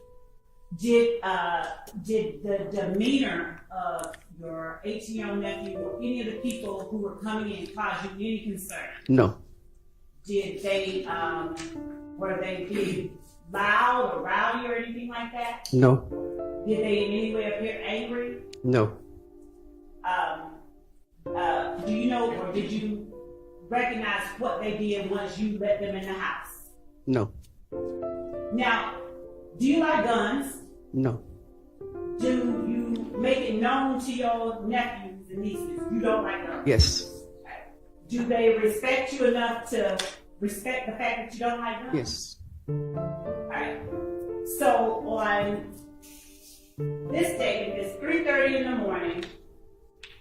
Was the previous day the Monday, or are we now in a Monday? The previous day was Monday. So if it's 3:30 Tuesday morning. Yes. Did you see any guns in the hands of anybody that you let in the house at 3:30? No.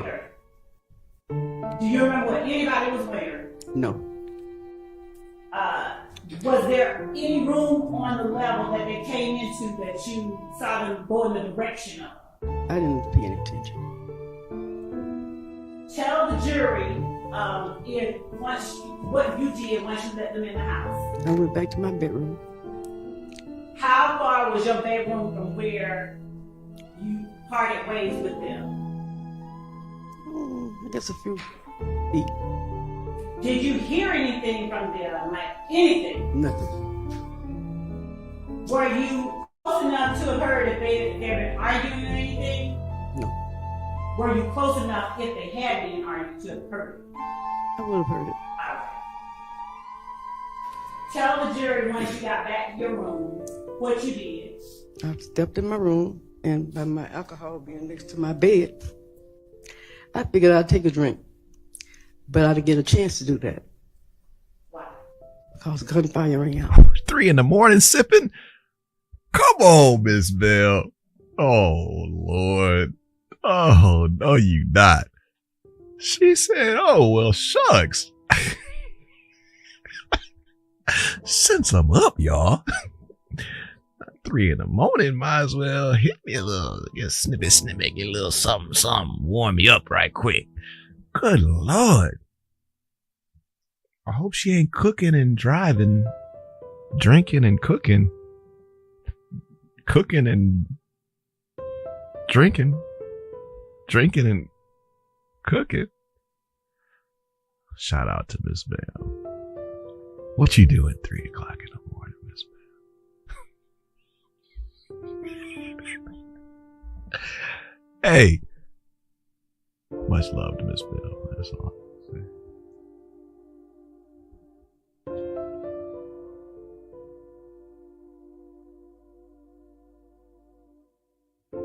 Heard it. Tell the jury once you got back to your room what you did. I stepped in my room, and by my alcohol being next to my bed, I figured I'd take a drink. But I didn't get a chance to do that. Why? Because gunfire rang out. And by then, I was hit. I was hit. What did you say right before you were hit? I picked up the ball, and then I put it back down because I was hit. Did you hear anything before you were hit? I guess I probably heard a gunfire, but nothing else. When you say you were hit, what do you mean? I was hit by a bullet. I was shot. I just said I was hit instead of shot. Did you immediately know you had been shot? Yes. What happened? How did you feel? What told you? Well, actually, I didn't really feel any pain at that time. I was very scared. Okay. First of all, blessings to you. I'm glad you're okay, Miss Bell. Glad you're okay. I know this was years ago. I'm glad you're okay. But why you didn't feel nothing could have been because of something else. I'm just saying. With the bottle by your bed. I'm just saying.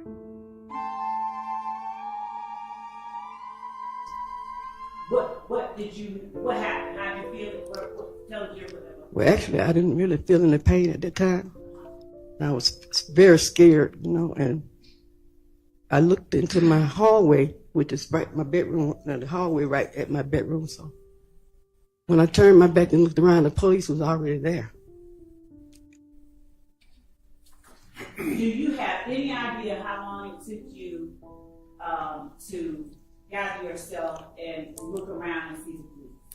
I really didn't have any time. Did you see when you realized you've been shot, were you able to see if there were any holes in the house for a bullet to have come through? Like, did the bullet, did you see where it came through? It came through my wall. Through your what? My wall. Do you remember how many shots? Brothers and sisters, do we have this straight? Do we have this straight? Y'all help me out. Because you know we gave this whole thing earlier in the stream about upgrading our response time for the first responders. Shout out to first responders. We appreciate what you do, but we got to be faster given the community that we serve, etc., etc. But are we getting this math right? Help me understand, brothers and sisters. Because it sounds like Sister Bell saying, cops, soon as she turned around, the cops were there.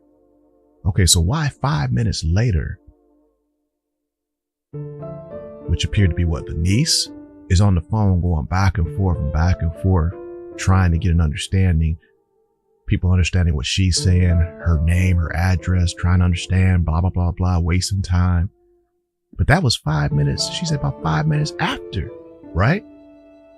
Remember that. And then when the second person, what was it, the Grady EMS, when that person, they said, well, hey, whoa.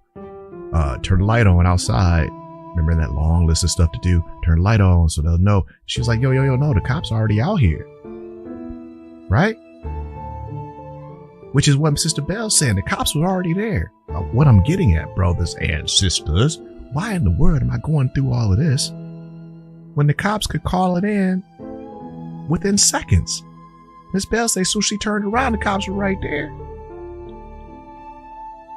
Why am I going back and forth with dispatch? They got the codes. They got the direct line. What's going on here? What? There's some major disconnect right there. I mean, the sirens should be heard in the distance already, shouldn't they? Ain't nothing moving.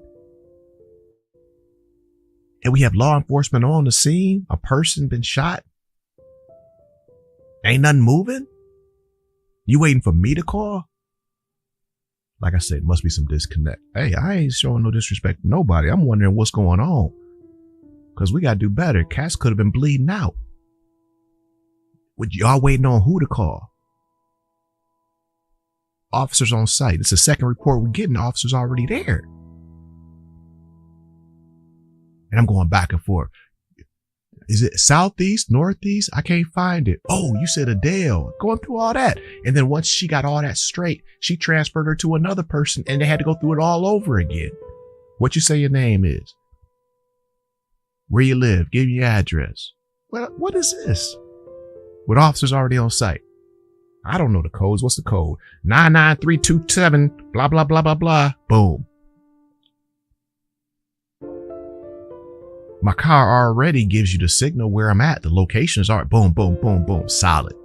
Everything on the screen. Digital. Done. Everybody can read it. We ain't got to go through all this. Send the cats. Let's go. Need a bus. We need an ambulance. Whatever their words are. We didn't watch the movies. Whatever it is. Drop the code on them. Domino's 329 pepperoni. Bam. It's on. It don't take the niece, the nephew, the grandson, who may or may not know northeast or southeast. 5-10 minutes later. Come on, y'all. You have to upgrade this stuff. But that just don't make sense right there. Did you see when you realized you've been shot? Were you able to see if there were any holes in the house for a bullet to have come through? Like, did a bullet, did you see where it came through? It came through my wall. Through your what? Wall. Do you remember how many shots you heard? No, I don't. Did you hear more than one? Yes. Do you remember what they sounded like? It was very loud. Do you remember whether they were fast? Fast. You being way more dignified than me, probably. Or something there.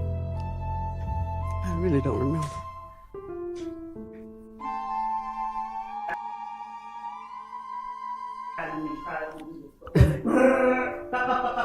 Oh, man. Oh, man. Miss Love beatboxing. Dougie Fresh. Skinny Boys. Oh, man. Fat Boys. She beatboxing, y'all. Miss Love. Skills. You being way more dignified than me, probably. Or something there.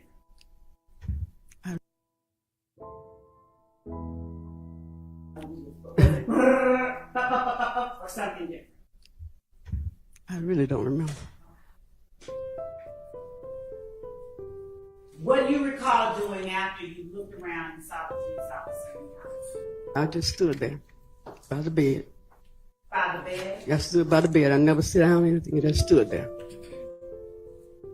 Was the police officer inside your bedroom when you looked? No, he wasn't in my bedroom. He was in the hallway. Do you recall saying anything? No, I didn't say anything to him. Do you remember who all was in the house at that moment where you noticed the police was in the house? No. Did you have any idea where your nephew and your nephew's friends were? No. What about your sister? She actually didn't even really see anything or hear anything. Without talking about what you had seen or heard, I mean, where she was. Oh, she was upstairs in her bedroom asleep. Did she come down at any point and join you in yours? No, bedroom? no. Did you see her interacting with the police? I don't recall. I didn't see that. Tell the jury the next things you remember happening. I remember the ambulance came and they put me on the gurney. And they prepped me as they taking me out the house. Once I was in the ambulance, I really did not know how serious the injuries were. You know what I'm saying? I just didn't really feel any pain until I was operated on. The pain was so excruciating that I wouldn't wish it on nobody. Were you in the hospital one time? I might have been in the hospital maybe a month and a half. Miss Bell, would you tell the jury if your neighborhood that you lived in on 14th Street, Avenue, was a neighborhood where your neighbors were? No younger people. Did she say a month and a half? Were you in the hospital one time? I might have been in the hospital maybe a month and a half. Oh, wow. Shout out again to Miss Bell. Dang.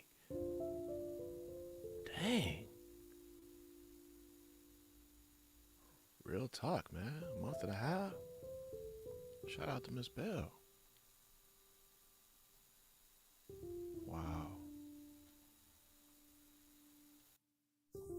Wow. And you know, there's a flip side to that, brothers and sisters. The state's calling you. You know, I ain't starting none. You know, folks are, man, this is years ago. You know, cats are already thinking it. Like, somebody owe you something. I ain't starting nothing. I'm telling you how folks, man, come on. It was years ago. And there's this high profile case, the state calling you as a witness. Well, they owe you something, girl. They done shot you and blah, blah, blah. And they blah, blah, blah. And they got all that money. You know, they got the money, girl. And you spent a month and a half and yeah, somebody owe you something. You know how folks talk. I'm just saying. Shout out to Sister Bell. But you know, think about it. You know, you're going to be a state's witness. I mean, you was an innocent bystander.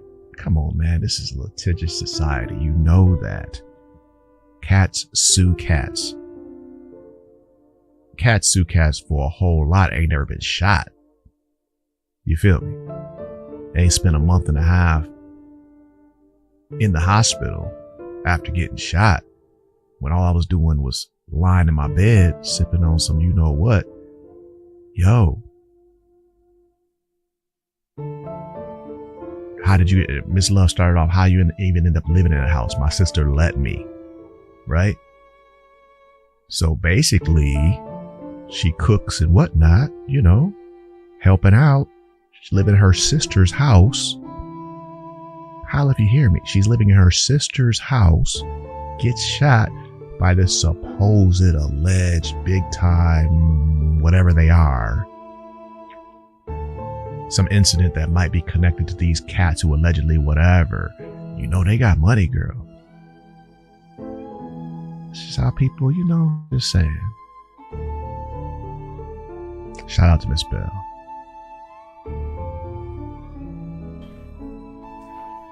Miss Bell, would you tell the jury? Yeah, I just watch out for all that stuff, you know. Gotta watch out. No younger people. No younger people. Most of the residents there were older people. They had already been there for many years. 40 or older, 30 or older? They was older than that. Did you notice whether any of them had kids that came off in the south? No. Ms. Bell, I'm going to show you what has been marked as State's Exhibit 5 KK, and forgive me for not knowing the military. Kilo, 5 kilo, through 9 kilo, and a copy Mr. Brown is providing to the defense for them to look at while you're taking a look at 5 kilo through 9 kilo. And just tell me if you recognize the area depicted in these photographs. Looking starting at 5 kilo right here. Do you see 1428 Adele Avenue? Yes. Is that a fair and accurate representation, 5 kilo of what you and your sister's home look like? Yes. In 2015? Yes. What about 6 kilo? Are you able to see the house in that? Yes. Is that too a fair and accurate representation of the house look like? Yes. In 2015. Looking at 7, 8, and 9 kilo. Do you see 1428 Adele Avenue in each of these photographs? Not in this one. Okay. But in this one, 8 kilo? Yes. All right. What about 7 kilo? Do you see y'all's house in that? Yes. Does it look like it did in 2015 and 8? Yes. What about in 9 kilo? Yes. Now, do you see Adele Avenue in 8 kilo? No. So,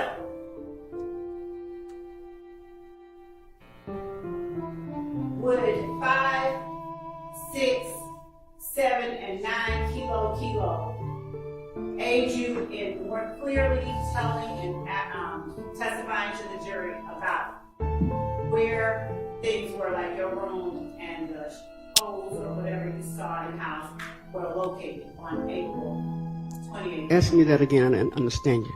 All right. Do you see anything different about the house at 1428 Adele Avenue, these pictures, than the way the house looked in April 2015? No. Your Honor, the station is 5 kilo, 6, 7, and 9 kilo as evidence. All right. Admitted without objection. Ms. Nye, are you able to help us publish? Okay. Starting with the court's permission, may I publish 5 kilo?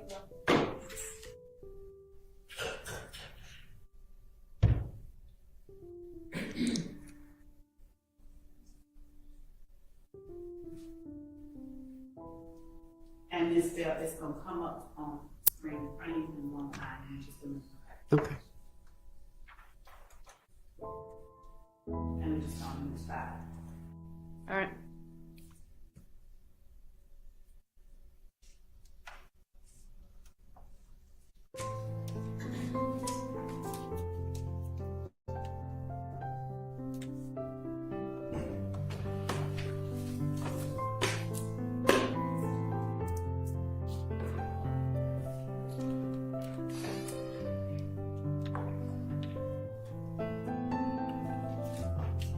once we blow it up,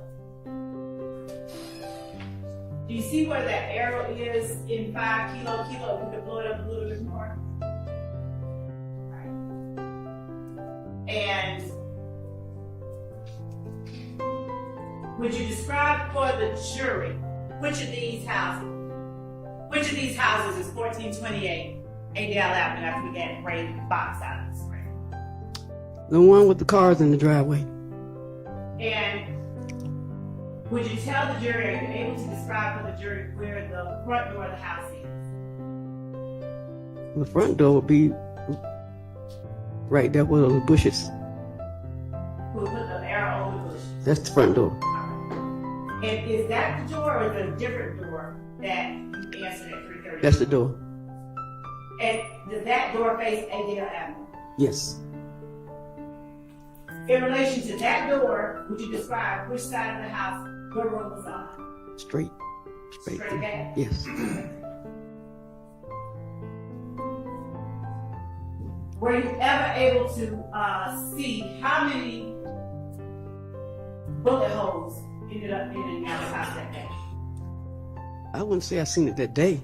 I mean, later on, were you able to see how many bullet holes? Yes. Approximately how many did you see? I never counted them. Was it more than 3? Yes. Do you know if it got up to as many as 10? I'm not sure. Do you know if that house had any bullet holes in it before? No. Can I have a tissue? Yes, ma'am. I'm sorry. Thank you.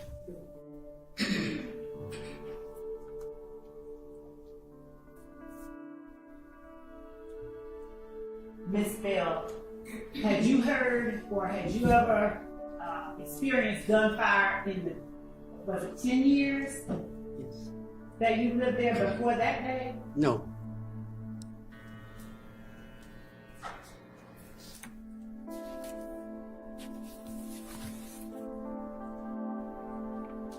Did you know, or did you call 911? No.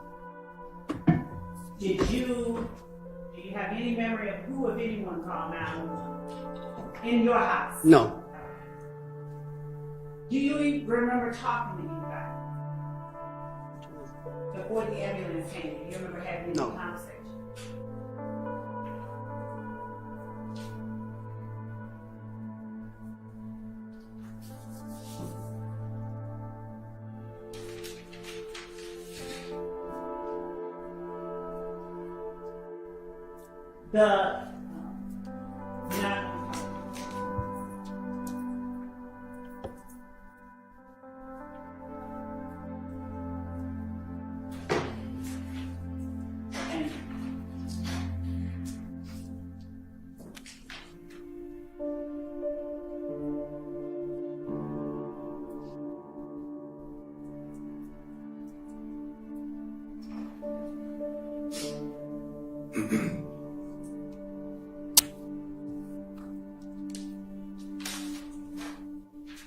Does your nephew, who at the time was 25, at the time in April 2015, did he have a child himself? Yes. Did you know the mother of your 25-year-old nephew's child? And by no, I don't mean like had a relationship with her. I mean, did you know who she was? I may have seen her. Did she live? Did you know where she lived? No. Had you ever visited her house? Do you know if she lived in an apartment house like y'all's or something different? I'm not sure. Are you at all familiar with Drew Drive? Yes. How are you familiar with Drew Drive? Well, everybody knows the old Perry. It's the old Perry homes. And had you ever driven or gone to that area generally? No. All right. Do you have any idea how far it was from where you lived on Adele? No. Do you know whether your nephew's child's mother lived? Objection, Your Honor. Ask the answers. Your decision.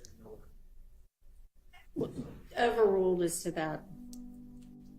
Do you know whether your 25-year-old nephew's child's mother lived in that area?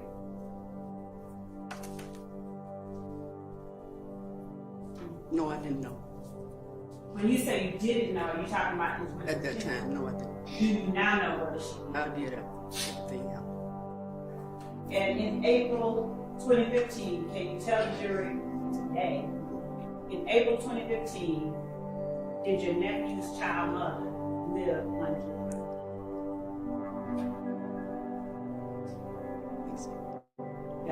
Yes.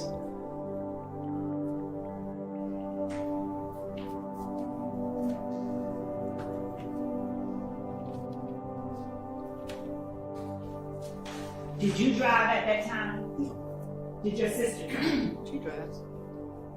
Now, the cars in the driveway of States 5KK, are those, that's not your car? Is No. that your car? No. All right. Is that your sister's car? No. All right. Do you remember what kind of car your sister drove? April 28, 2020. Pacifica. Pacifica. Yes. Is that a van Chrysler Pacifica Yeah. or something? Do you remember what color it was? It was like a blue. Blue? Yes. Any idea of whether it was dark, light? It was like blue. Okay.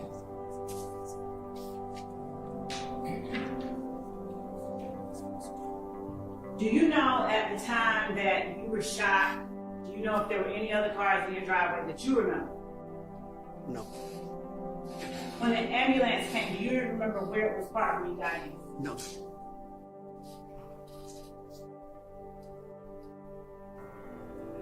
Did you ever see any shell casings outside the house?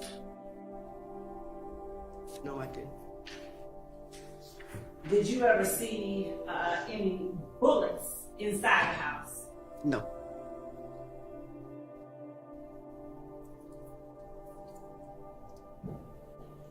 Are you able to tell the jury where in the house you saw bullet holes? Generally speaking, not necessarily exact places. I'm gonna say a picture window, we can call a picture window. That's old, but it was a picture window in my bedroom wall. Do I have it as a picture window like over the sink in the kitchen or something? No, the picture window, the first window, First window. at the front door. Thank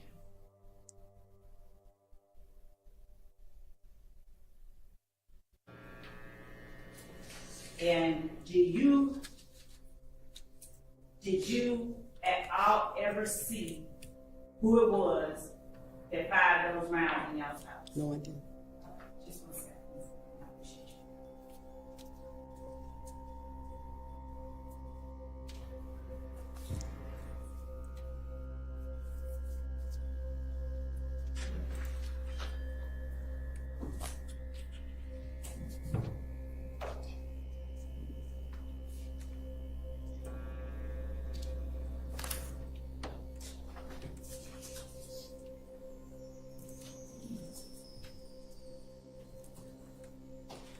I'm going to play for you, Ms. Bell, what's already been admitted as Stacey's exhibit. 4KK, 4 kilo alpha. And if you could tell me if you recognize the voice of the person speaking first after the option.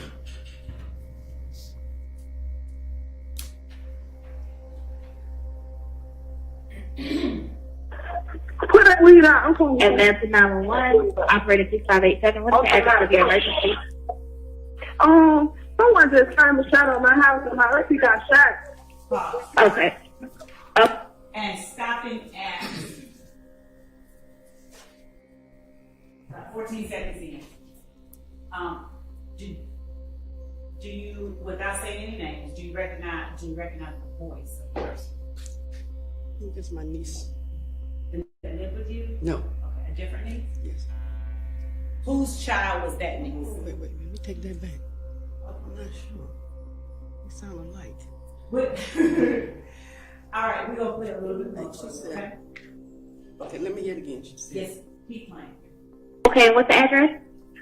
1428 1428 Adele Avenue. I'm looking at the boss. You nod your head. Is that Denise that live with you or just Denise to deal with me.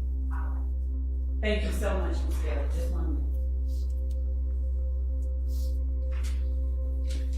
I think that's all I have. Thank you. All right, do any of the defense attorneys have questions for this witness? On behalf of Ms. Williams, we have no questions. Anybody? All right, Ms. Bell, thank you for your time, and you are excused. Thank you. Yeah, thank you, Miss Bill. We need a break. Glad you're all right. Let's take a restroom convenience break, Certainly entertaining. and y'all have your next witness Appreciate lined you. up, okay?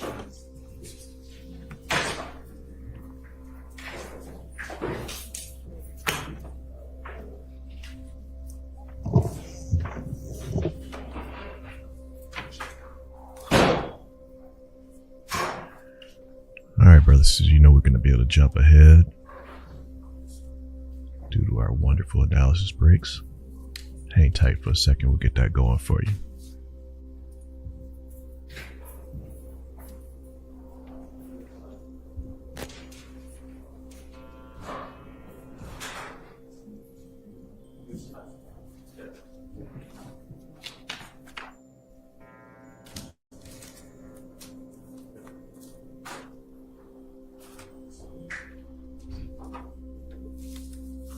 Well, I'm not sure where Mr. Adkins went, but I just wanted to make sure that the redactions that we talked about previously on those CAD reports got made.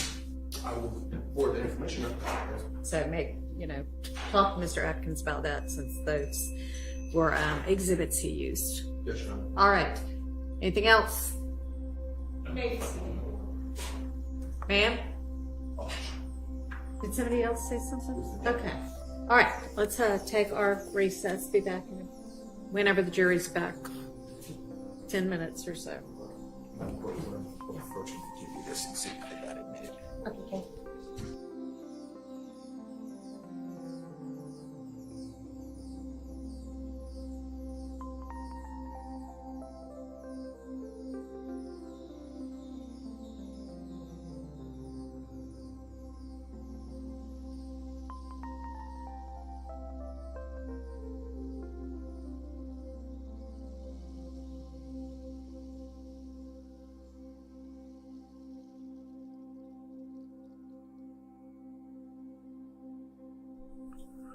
Six Sigma in the house. Yeah, apparently around 3 o'clock ish, Six Sigma. The question is how this happened, how she got injured like she was. So apparently around 3 o'clock, she hears a knock at the door. She goes and opens the door because it's her nephew and his buddies, presumably. Okay. So then she goes back into her room. There's a bottle of the vodka or something by her bed. So now she's back in her room, and her room is, per her testimony right there, seems like it's directly front door. You keep walking in the front door. Her room is somewhere in that vicinity. That's the proximity of where it is in the house. Straight back from the front door, looking from Adele Street. So she opens the door for her nephew and his buddies. She goes back into the bedroom, and that's when she gets ready to get back into bed. She decides she's going to take a sip of the you-know-what, and right before she takes a sip, per her testimony, that's when the shots rang out. So, came from outside, is the testimony.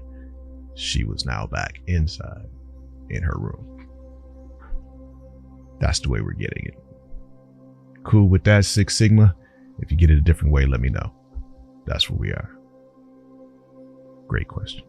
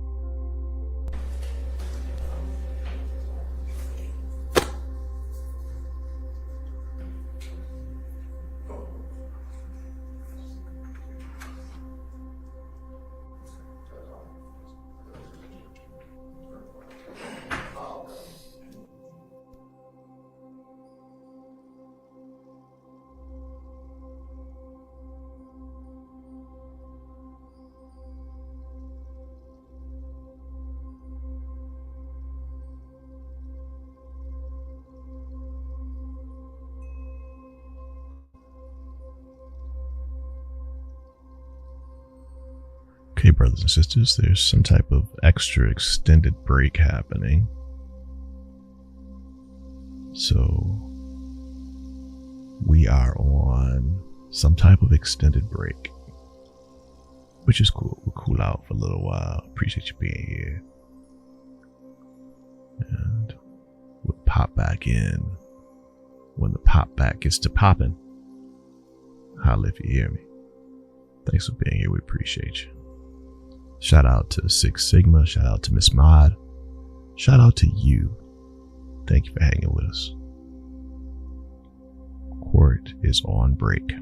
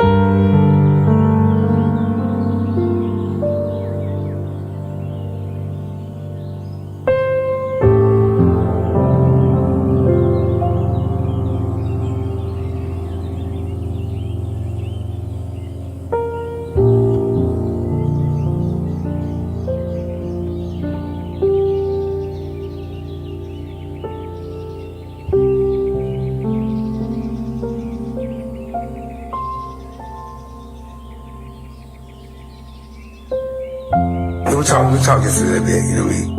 Yeah.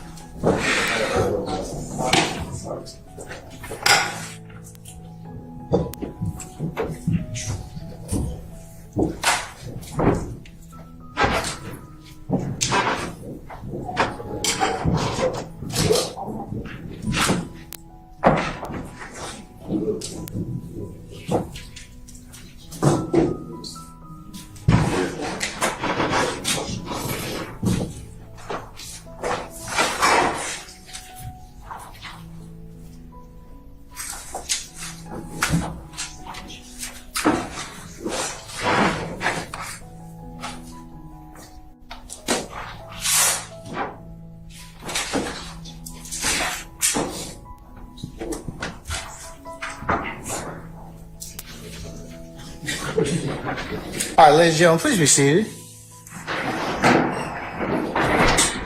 All due respect to counsel. All right, thank you, Sergeant Ingram.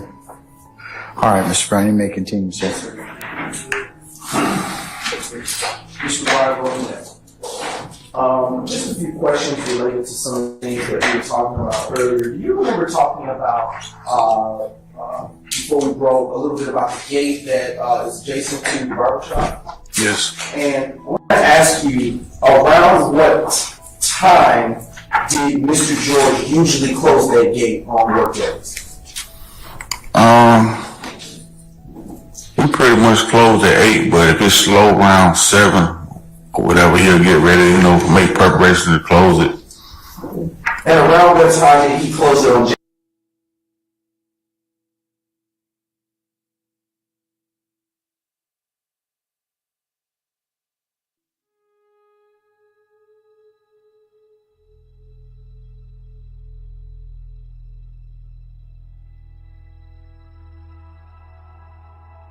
January 10, 2015? It could have been close to 7 or a little bit out. Okay, and would the time that Nut moved his vehicle would have been around about that time just before the gate was closed? Yes. To be sure, what would you say it was about for him to move his car, time-wise? How long it took him to move his car? About what time you think he moved in relation to when Mr. George closed that gate? I don't know the exact time, but like I said, anywhere between 7-ish. Okay. Just a few more questions. About how long would you say that it takes for you to cut guys' hair at the barbershop?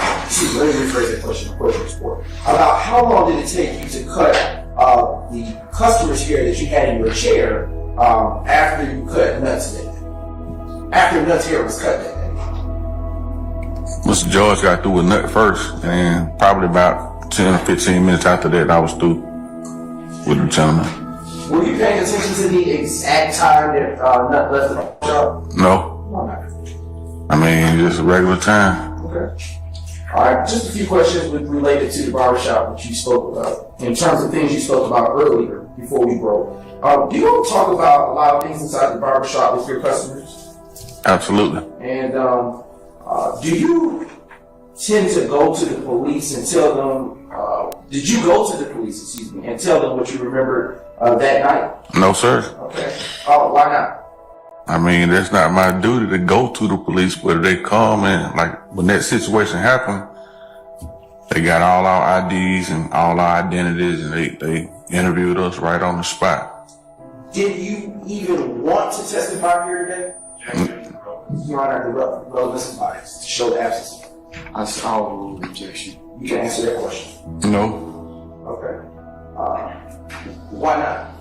I mean, because I just felt like I didn't see anything and I didn't participate in it until just me being a citizen, just trying to render aid. But I didn't want to stop my money to come down here, but when y'all subpoenaed me, I had to come. Is talking to the police something that is popular to do amongst your patrons? Objection. I was Mr. Short, Mr. Adams, Ms. Weaver. I sustain the objection. Why did you tell Reverend Parker to lock the door behind you when you left out? Reverend who? Why did you tell Reverend Foster? Okay, Reverend Foster. Apologies. Gotta put some respect on his name. Yes, sir. I will put all of it. Reverend who? Why did you tell Reverend Foster? Okay, Reverend Foster. Apologies. Gotta put some respect on his name. Yes, sir. I will put all of it. Why? So you can answer the question. Why did you tell him to lock the door? Lock the door? Yes. What do you mean? Did you tell Reverend Foster to lock the door at any point during this incident on January 10, 2015? No, when I went out the door, Reverend Foster came behind me out the door to go render some aid and see what's going on. I am going to now show you what has been previously marked as State's Exhibits 292, Yankee Alpha 1, 292, Yankee Alpha 2, 292, Yankee Alpha 3. And there's an amendment that needs to be made here.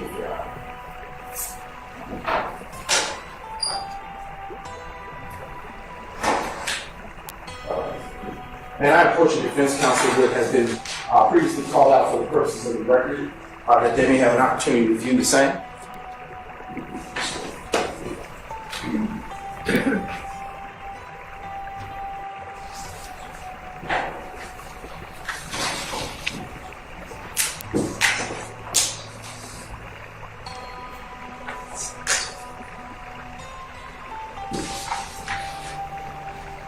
Thank you, sir. I'm now approaching the witness with 292 Yankee Alpha 1, 2, and 3. Mr. Wise, please take a moment to look at what I've handed you, and then once you have had the opportunity to do so, please look up at me so I know you have finished.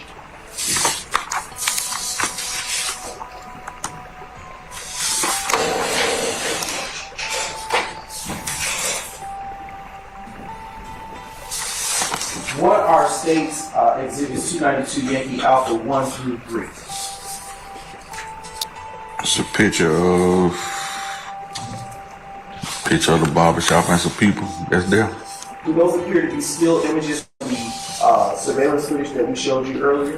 Yes, still footage. And does that, do those pictures that have been appropriately labeled State's Exhibits 292 Yankee Alpha 1 through 3 fairly and accurately depict the area where you were located on January 10, 2015, around or about 330 McDaniel Street, Southwest Atlanta, Georgia? Yes. Your Honor, at this time, the state now moves to admit State's Exhibits 292 Yankee Alpha 1 through 3 and request permission to publish the same subject to your ruling.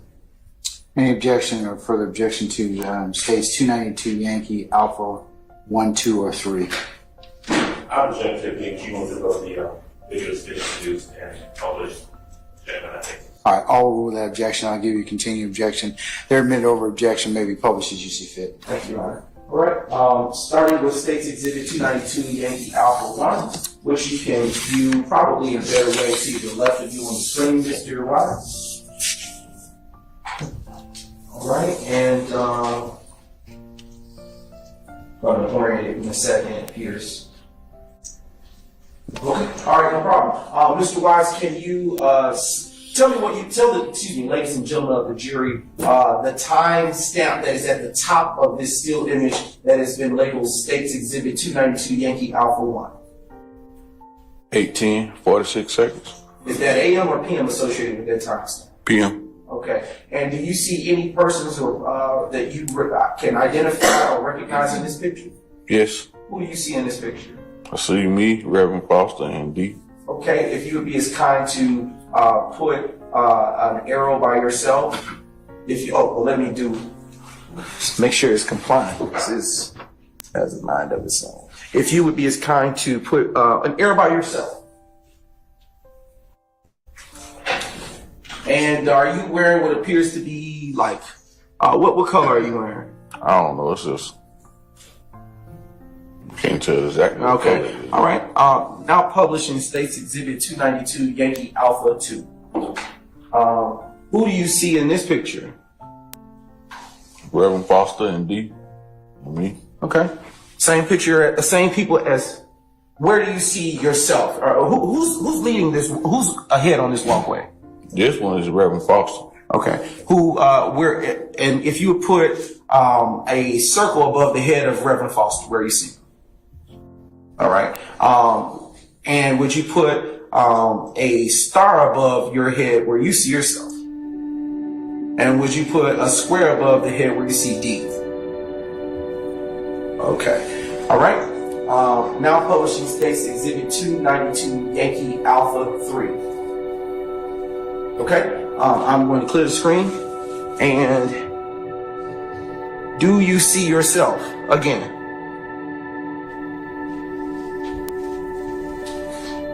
Not really in this one. Okay. Who else do you? Who else? Oh yeah. I see me. Okay. Yeah. All right. Put a circle above your head. Who else do you see in this picture? D. Where do you see D? Put a square above his head. And where do you see, who else do you see, if anyone? That's all that I know, Okay. Yeah. All right. And Mr. Wise, I want to ask you, did that conclude your involvement with this matter here? Yes, rendering aid and making sure. Yeah. All right, the state now passes the witness, Your Honor, to the defense for any subject cross-examination. All right, Mr. Weinstein, anything? Mr. Matthews, anything?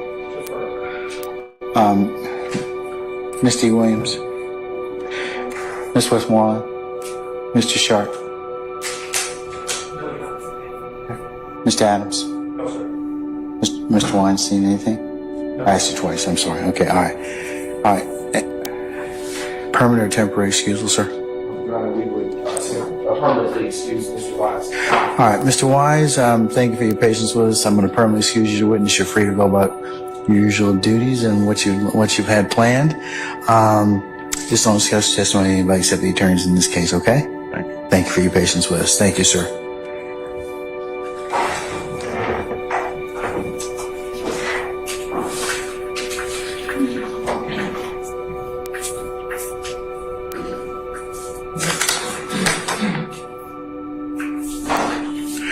All right, State, call your next witness. Your Honor, State calls Mr. Reginald Hendricks to the stand. Reginald Hendricks. Summon Mr. Hendricks, please.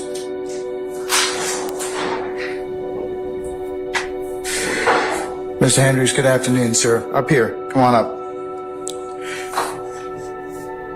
Sir, if you would please approach the witness stand, and once you get there, before you sit down, turn and face Deputy Ham to be sworn as a witness, sir. This verified testimony is about the report of the truth and whole truth and nothing but truth to happen. Yes, sir. You may be seated. Scoot close to the microphone, please. Please state your first and last name and spelling of both please for the record. Reginald Hendricks. Good afternoon, Mr. Hendricks. How you doing? All right. Can you tell the jury where you're from? John Paul. Atlanta, Georgia. Okay. What part of Atlanta is it John Hope? Castleberry. Castleberry? Yes. What are some other neighborhoods around Castleberry? Mechanicsville and Pittsburgh. Okay. Now, what was the street that you grew up on? Northside Drive. Okay. Is there a McDaniel Street near Northside Drive? Yes, sir. Where did you go to school in that area? I went on John Kerry. I went on Kennedy Middle School. Okay. And do you have any siblings? Yes. How many? 5. Are you the oldest, youngest? Or The youngest. Youngest? Now, do you still live near that area today? Yes, I'm close by. Growing up in that area, did you get to know a lot of people that live in Castleberry near Northside Drive? Yes, sir.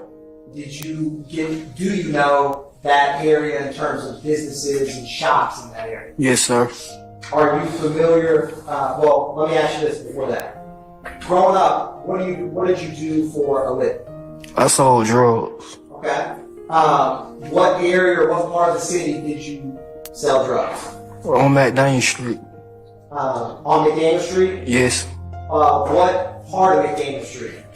Right there by the Texaco. Okay. Now, how often would you be out at that Texaco on McDaniel Street back then? By 8 o'clock to around about 7 or 8 o'clock. So, is that 8 in the morning till 7 or 8 at night? Yes, sir. How many days a week? Probably about 5 or 6. Being out there 5, 6 days a week, did you get to know other people who frequent that area? Yes, sir. Now, do you have any convictions in the past 10 years? Yes. What do you have? Criminal damage. So property and a theft by taking, does that sound right? Yes, sir. Is that from 2023? Does that sound correct? Yes, sir. And do you have a 2018 possession of marijuana with intent to shoot? Yes, sir. Now, how many years would you say that you sold drugs or spent time at Texaco? About 10. 10. Orienting back to January 10th, 2015, was that a time that you frequented that area a lot? Yes. Did you ever know the owner of that Texaco gas station? Yes, sir. Remember his name? Gary. Did you ever know any of the barbershops near that Texaco? Yes, sir. And I'm going to publish case exhibit, which already admitted is 90 Yankee. So, Mr. Hendricks, there's going to be a photograph that comes up on your immediate left. And you tell me if you recognize that location. That's McDaniel Street. Is that the Texaco you were just discussing? Yes, sir. Now, what barbershops are nearby that Texaco? Mr. George and Noah Barbershop. And which barbershop did you go to in either of those? Mr. George. How long did you go to Mr. George's barbershop? Since I was a little boy. Now, who would cut your hair at Mr. George's barbershop? Mr. George. Why did you go to Mr. George? He always all cutting my hair since I was a little boy. Did you get to know people that also went to Mr. George's barbershop? Yes, sir. Would you ever spend any time other than Texaco in between the Texaco and the barbershops in the parking lot or sidewalk? Yes, sir. Did you get familiar with people who would hang out in those locations? It wasn't nothing but the regular people from the neighborhood. If someone who wasn't a regular person from the neighborhood was over that way, would they stick out or not stick out? They won't stick out like that. Cause really everybody from the neighborhood gonna be right up. So if you had someone who was from outside the neighborhood, would you recognize that? Yeah, you'll recognize them quick. I get to looking like who that is. Whatever. Are you familiar with Cleveland Avenue in Atlanta? Yes, sir. Are you familiar with any street gangs from that part of the city? Yes, sir. Which ones? Rock Crew. Any others? YSL. Did you know any Rock Crew or YSL members in your time in the streets? YSL. Did you know any Rock Crew or YSL? Any other city? Yes, sir. Which ones? Rock Crew. Any others? YSL. Rock Crew. Any others? YSL. Which ones? Rock Crew. Any others? YSL. Did you know any Rock Crew or YSL members in your time in the streets? Yes. Who? Little Buck. Buck? Yeah. How did you end up knowing him? He from University. A lot of, when they tore down on University, we went there and walked. Did you know anyone else other than Buck? Wilbur, that's his brother. Okay. Now, would people from Cleveland Avenue or anyone in Rock Crew or YSL ever hang out at Texaco? No, sir. Would they ever hang out at the barbershop, Mr. George's, or Hair Unlimited, 330 McDaniel Street? No, sir. On January 10, 2015, would people from YSL Rock Crew ever hang out at either of those 3 locations? No, sir.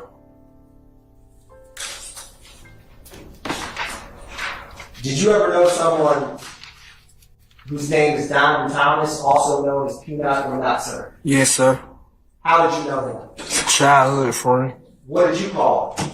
Nut, Peanut. Did he have any nicknames for you? Guido.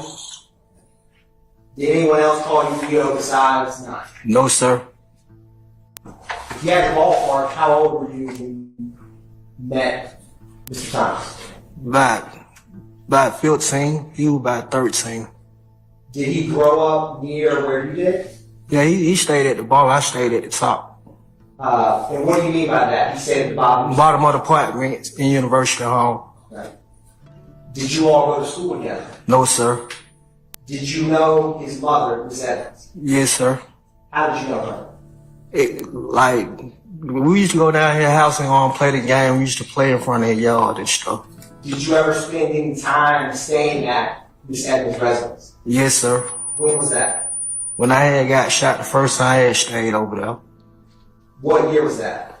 2012 or 13. And? No, it was about 2010 when I first got shot. And real briefly, what kind of situation was that? What happened? I had somebody tried to rob with him. Wait, there's an objection. That's relevant. Your Honor, it's relevant to explain. You just mentioned being shot, so that's... Okay, all right. I'll overrule the objection. Mr. Hendricks, you may answer that. Sir. Mr. Hendricks, you may answer that question. I didn't hear what he said. He said basically he overruled the defense counsel's objection. So when you were talking about being shot the first time, what was the circumstances of that briefly? What happened? Somebody tried to rob me. And after that, did you spend time in Miss Ed's house? Yeah, when I had got shot, I had left the house because I went on straight over their house. And they let you stay there? Yes, sir.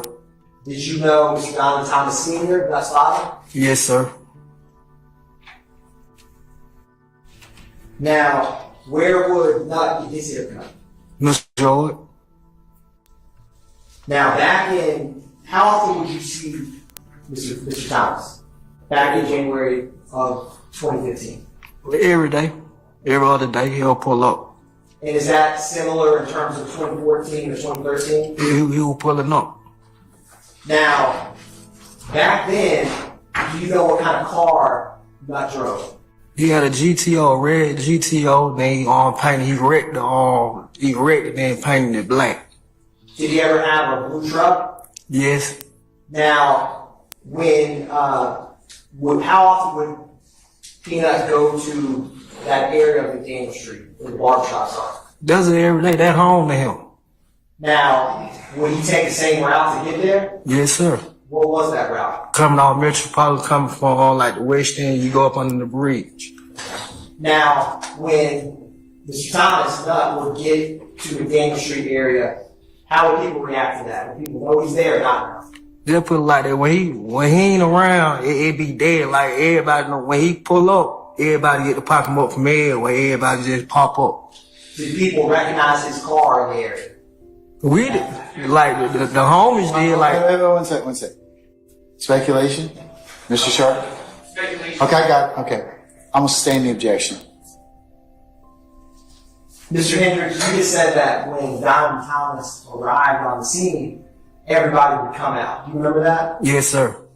How is it that everyone was come out when he arrived on the scene? How did they know he was there? Like when he pull up, overruled. Now he can answer the question. Thank you, Your Honor. You may answer, Mr. Henry. Well, like it'll be, won't nobody be outside. Soon he pull up, like everybody know he there. And with you being in that, you would be in that area about 5 or 6 days a week. Is that what you testified to? I sustain the question as to form. Mr. Hendricks, were you out in that area often when Mr. Thomas would? Yes. How would people, would you be the only person outside, or would other people? Other people be out there too. How did they react when Donovan Thomas arrived to the location? We gonna smoke. You know, they're gonna be outside smoking. We gonna get some blunts, go to the barbershop, get our haircut and stuff. Would people other than yourself recognize his car when you drove up to the location you went to frequently? I sustain it. Like when hold on, you can't answer the question when I sustain it. Okay. All right.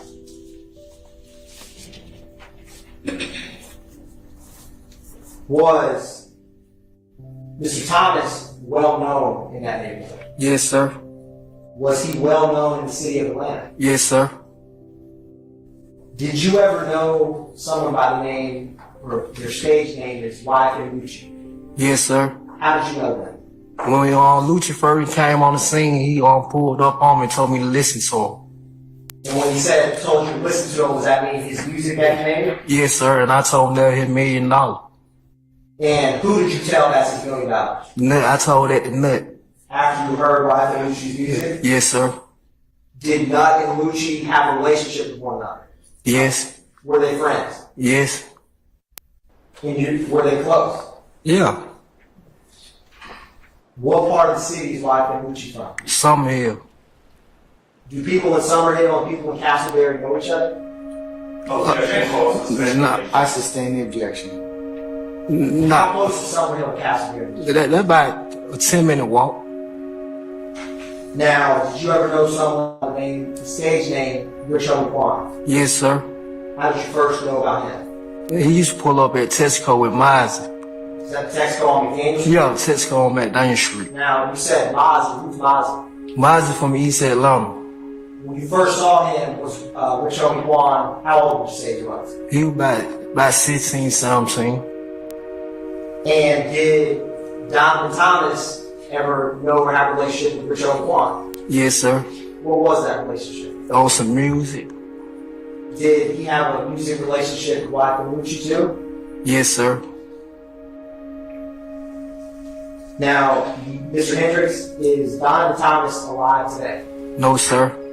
Where were you the day that he passed away? I was right there on McDaniel Street. Can you tell the jury how that day started for you? I was just leaving my rooming house, and I was going to get me a haircut. I supposed to be going to the movie that night, so it was about 50 people out there. Everybody rushing in the barbershop. Why were people rushing in the barbershop? To get a haircut. Did you, when you got to the barbershop, do you remember around what time you got there? Around about 6 or 7. And when there's a lot of people at the barbershop, how does it work when you're waiting for a haircut? You have to take a ticket, you have to take your name, how does it work? You got to just wait on your turn. Now, did you wait inside or outside the barbershop? Outside. I'm going to publish what's already been admitted as 6 Yankee, Your Honor. Mr. Hendricks, in a couple seconds, photographs are going to appear on that same screen.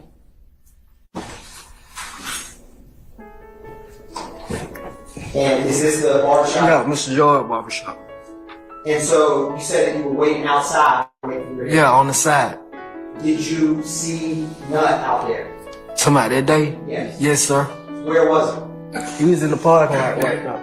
I'm going to publish what's already been admitted as 12 Yankee. Mr. Hendricks, another photograph set up appear to your side. Do you see the area where you saw Nut at after you came out of the barbershop? Right here. And Mr. Hendricks, I'm going to show you something real quick. Touch screen. And so if you touch it, there'll be a red line. Can you circle where when you first saw Mr. Donovan Thomas, you knew his gut at the barbershop that day? Or outside the barbershop? Do you see his truck? Where are you? And did you walk up and greet him when you saw him? Yes, sir. What were you doing with him while you were waiting for your haircut? We were smoking. We had got some, I had walked to the store and got some blunts. What was the move? Did you go to Texaco to get those? Yes, sir. Did you, when you got back, what was the mood like outside? It was some bad, you could tell it was something in the air, how everybody was moving. It was some bad movement going on. You weren't feeling it. What do you mean about that? How everybody was like this. They know what something was going on. Folk pulling off, they moving all funny, the bad movement. How was, back at that time, like in the weeks and months before the day that Young was killed, would you see him often? Yes. Was he moving any different in that time frame? Yes, like he felt something, like he wasn't acting like himself. Like he knows something, it was something in the air. Now, I'm going to publish, Mr. Hendricks, what's been marked as, and already admitted as 292 Yankee Golf. Another photograph is going to come up on that screen. Now, I'm going to help clear this. I'm going to ask you if you see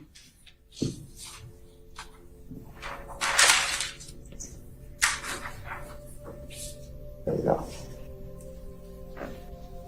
Now, what were you wearing that night, Mr. Hendricks? I had on a black, leather coat. I probably had on a t-shirt. Do you see yourself in this photograph? Nah, I can't really tell, but I was in the area. I know I was right there somewhere because he was right there. Do you see Donovan Thomas in this? Right there. Can you draw a circle around him?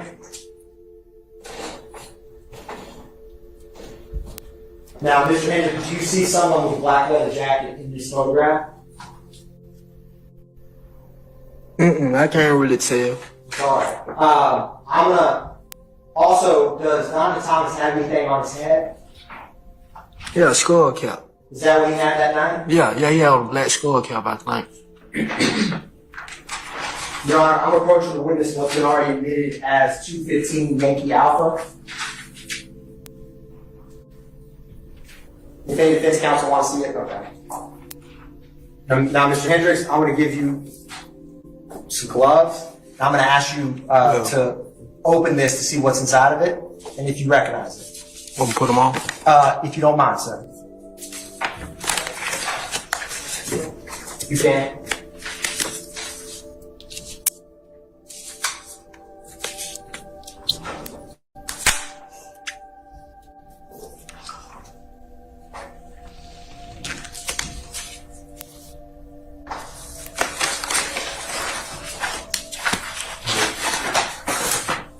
Put some on with you, James. Oh.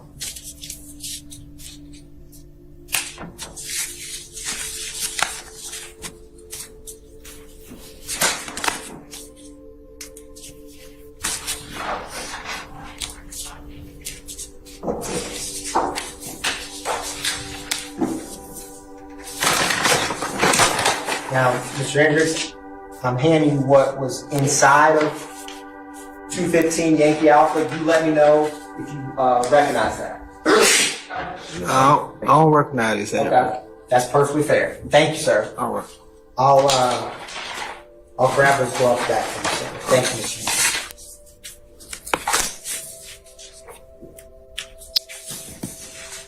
Now,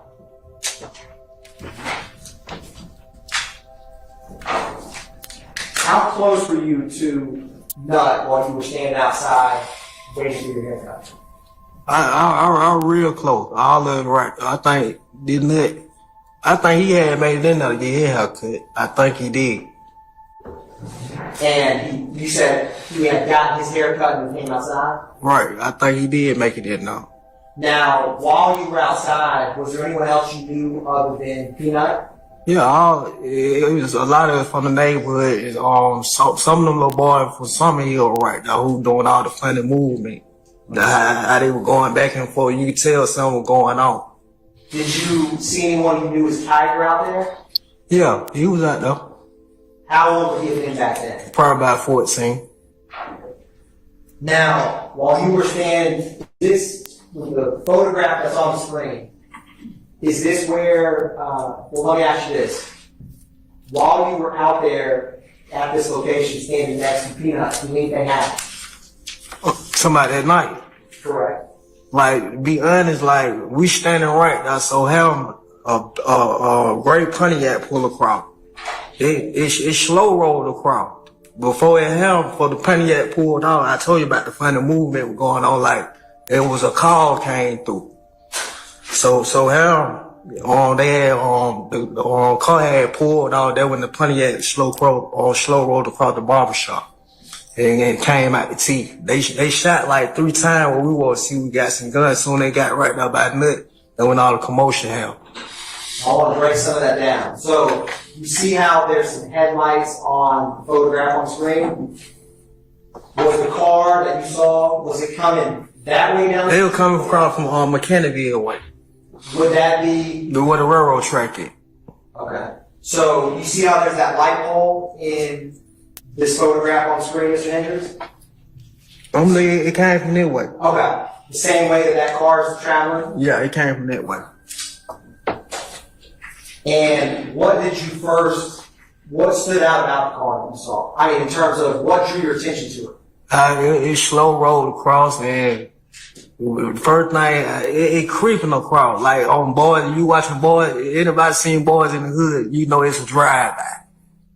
Were you able to get out anything before? I tried to get it out before I get ready to tell them drive-by. They was already at the one, at the T.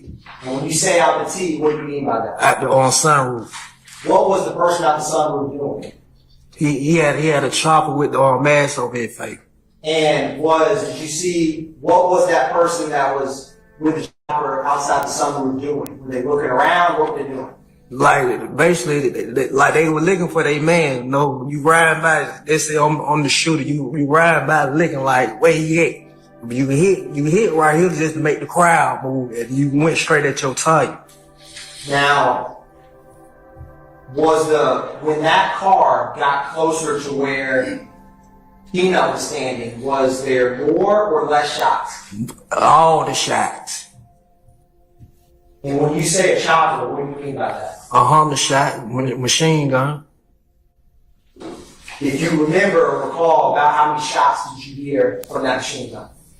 Probably about 100. Now, after the shooting starts, what did you do? What did you get shot? Let me ask you that. Yes, sir. Where did you get shot? In the back. Do you still have a scar there today? Yes, sir. Did you initially realize that you got shot? I didn't know I was shot at first. What did you do immediately after the shooting? I had laid, be honest, I had laid down that little Tiger. I told him to play, don't move. Play dead, you feel me? I had said him like, he gonna get back up and hop and try to run. And so you told little Tiger to stay down? Yeah. Was he shot as well? He got shot in the leg. Now, I'm going to publish what's already been admitted as 15 Yankee. Mr. Hendricks, another photograph is going to come up. I'll clear this.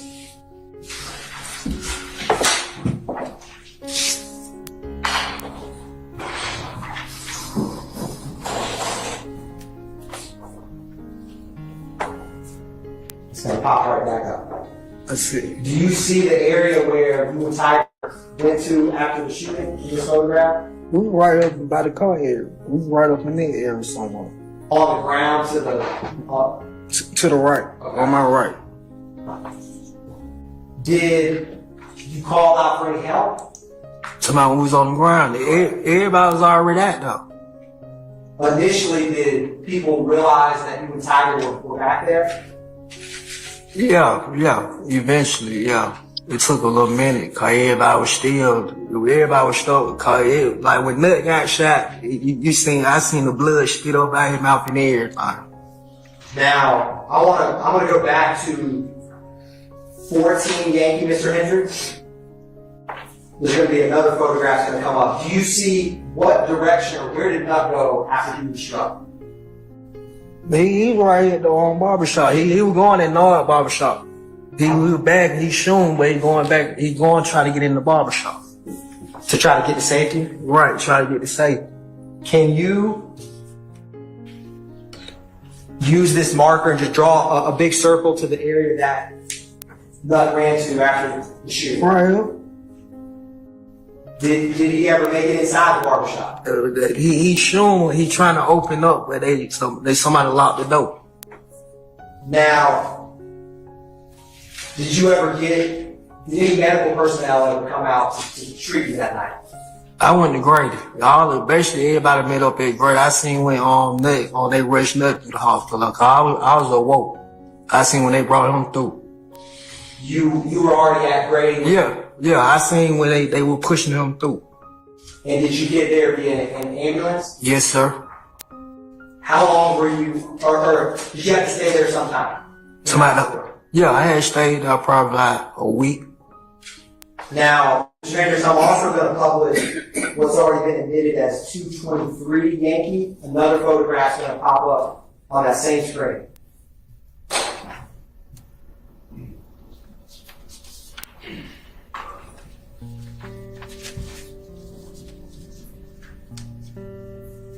Do you recognize what that is, Mr. Hendricks? Phone? Look like my phone. It looks like your phone? Yeah. Did you lose your phone? Yes. I'm going to also show you what's already been admitted as 216 Yankee. Another photograph is going to come up. Do you recognize that phone? No, I don't know whose phone that is. Now, after you got out of the hospital, did you still hang out or frequent the McDaniel area? No, I think I had went on my baby mama house.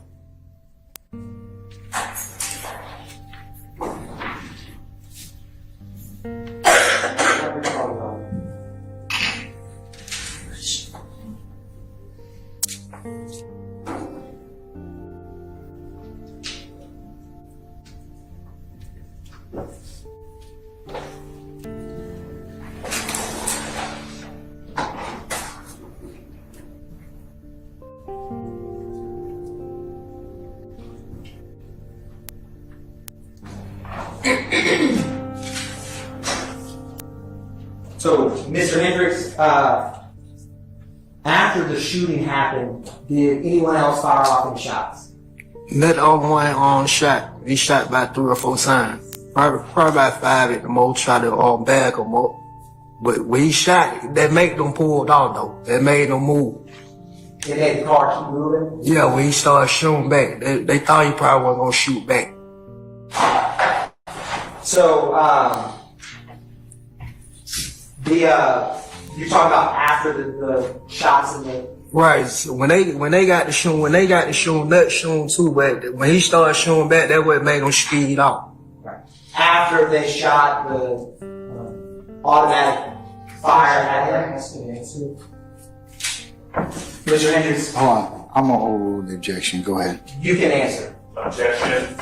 That's not a minute. I sustain that one now. Mr. Hendricks, did you testify about what a chopper was? Yes. Did you say it was a machine gun? Yes. I apologize. I said automatic weapon is after you heard the machine gun fire, you said about 100 rounds. Was it after that you're saying Donald Thomas fired back? Like when they shot, he started shooting too. That what made him speed off fast. So when they shoot, he had to shoot too, cause he don't have a gun on. After they shot him. Right. They shot first. Hold on. Hold on. Ms. Westmoreland, what was the base for your objection? Mr. Shart, asked and answered. Mr. Shart, what's the base? Okay, both objections are overruled. Thank you, Mr. Hendricks. State passes the witness. All right, cross. Let's see, Mr. Weinstein? Mr. Matthews. All right. Ms. T. Williams. Miss Westmoreland. Mr. Sharp.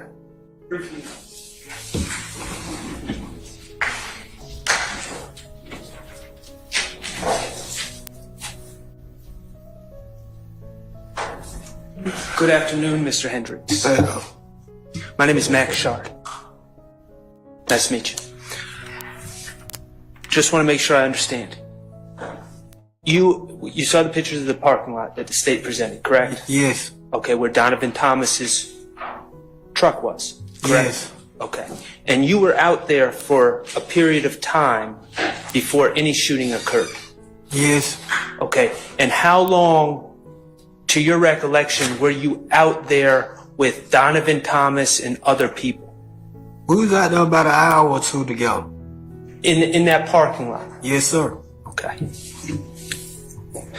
And during that hour or two, did anyone go into the barber shops, and did you go get your hair cut during that hour or two? It was about 20, 30 of us out there waiting on a haircut that night.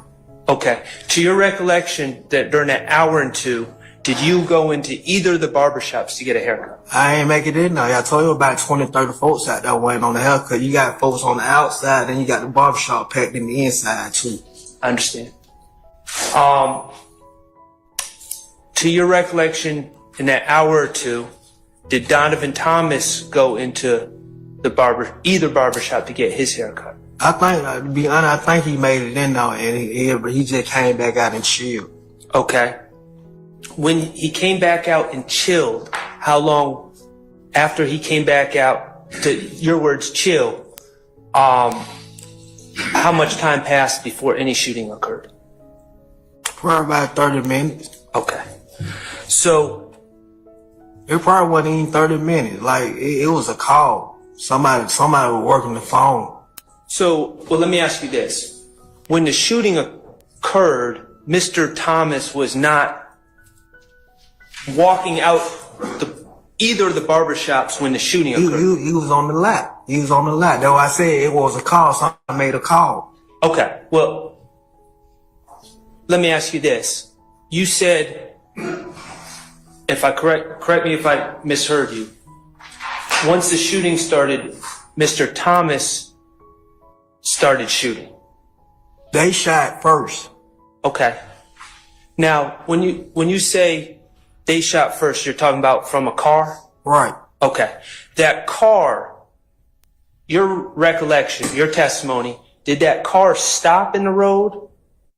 Like, when they first came from the railroad track, when they got right up by Mr. George, right there in the first little cut, it's an empty building right there. That Mr. George shot right there. We standing right there. They shot bow, bow, bow like a handgun. As soon as they got right there in front of it, they let all the own shots go. Oh, okay. But did the car stop? Yeah, it stopped. It stopped about a second or two. Okay. I ain't gonna say a second, probably about 20 seconds, then they let all the shots at me. The car stopped, your testimony is the car stopped for 20 seconds and that would have been in front of the barbershop? Not exactly, like in the parking lot. There wasn't that one. In between the two barbershops? Right. The car stopped for 20 seconds. Okay. And Mr. Thomas, I understand that you're saying shots were already fired, but Mr. Thomas started firing shots as well. After they shot first. I understand. Do you know what kind of gun Mr. Thomas was shooting? He probably had a 9. Do you know that for a fact, or are you speculating? You said he probably had a 9, so I seen it. It was a handgun. Okay.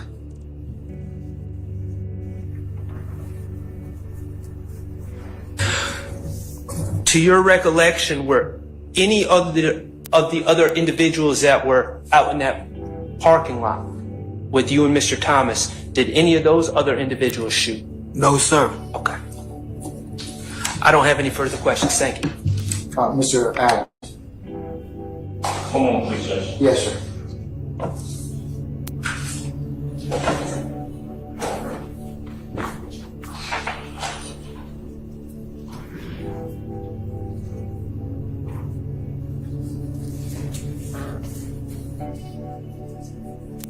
John, can I ask one more question? As long as it's just one, it's not more.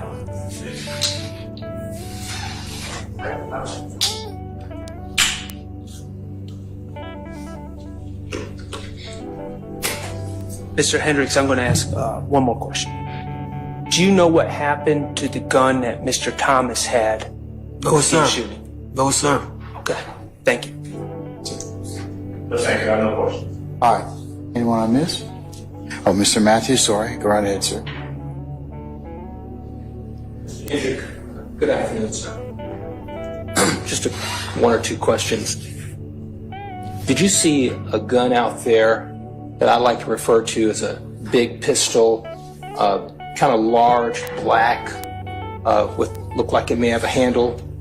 No, sir. Did you see that gun? Objection, Your Honor. No, sir. What's the basis? There's no facts and evidence of that. Let's ask him, did he see it? Only big gun I seen. Wait, just wait a second. I'll sustain the question as to form. You might be able to rephrase, sir. You were out there for some time in this. He asked me, did I see a big pistol? Only big gun I seen when they came out that Bonneville at the Chief. That's the only big gun I seen. Okay. That's all I have. Thank you. All right. Mr. Weinstein.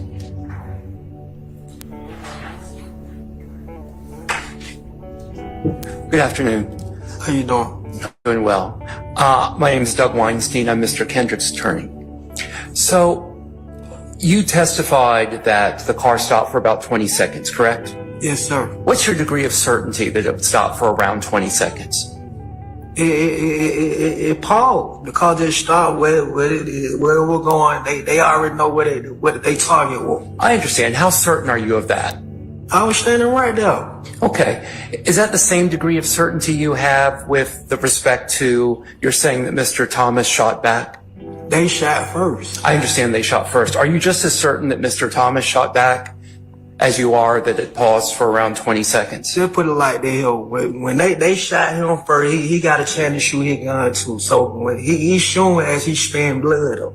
Because you're standing right there, correct? Yeah, I'm right now. He's showing as he's spitting blood up. He getting his shots off too. Okay. Is that your same degree of certainty that it was a Pontiac? It was a Bonneville. Okay. Thank you. Great. Thank you. No more questions. All right. Bonneville. Yeah. All right. State how many, you have any redirect? No, Your Honor. All right. May Mr. Henry be permanently or temporarily excused the witness? Mr. Hendricks may be permanently excused, Your Honor. All right, Mr. Hendricks, sir, thank you for your patience with us. I'm going to permanently excuse you as a witness. You don't have to come back. And just don't discuss your testimony with anybody except the attorneys in this case, okay? All right, thank you, sir. Thank you, sir. Appreciate you.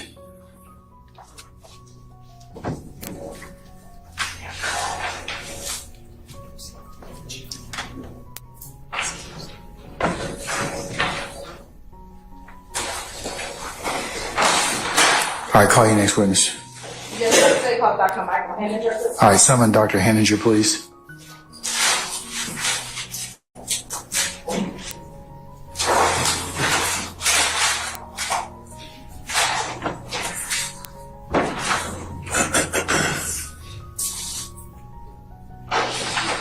Dr. Henninger, good afternoon, sir. Sir, if you please approach the witness stand. Once you get there, if you'd be so kind to turn and face Sergeant Ingram to be sworn as a witness before you sit down. Yes.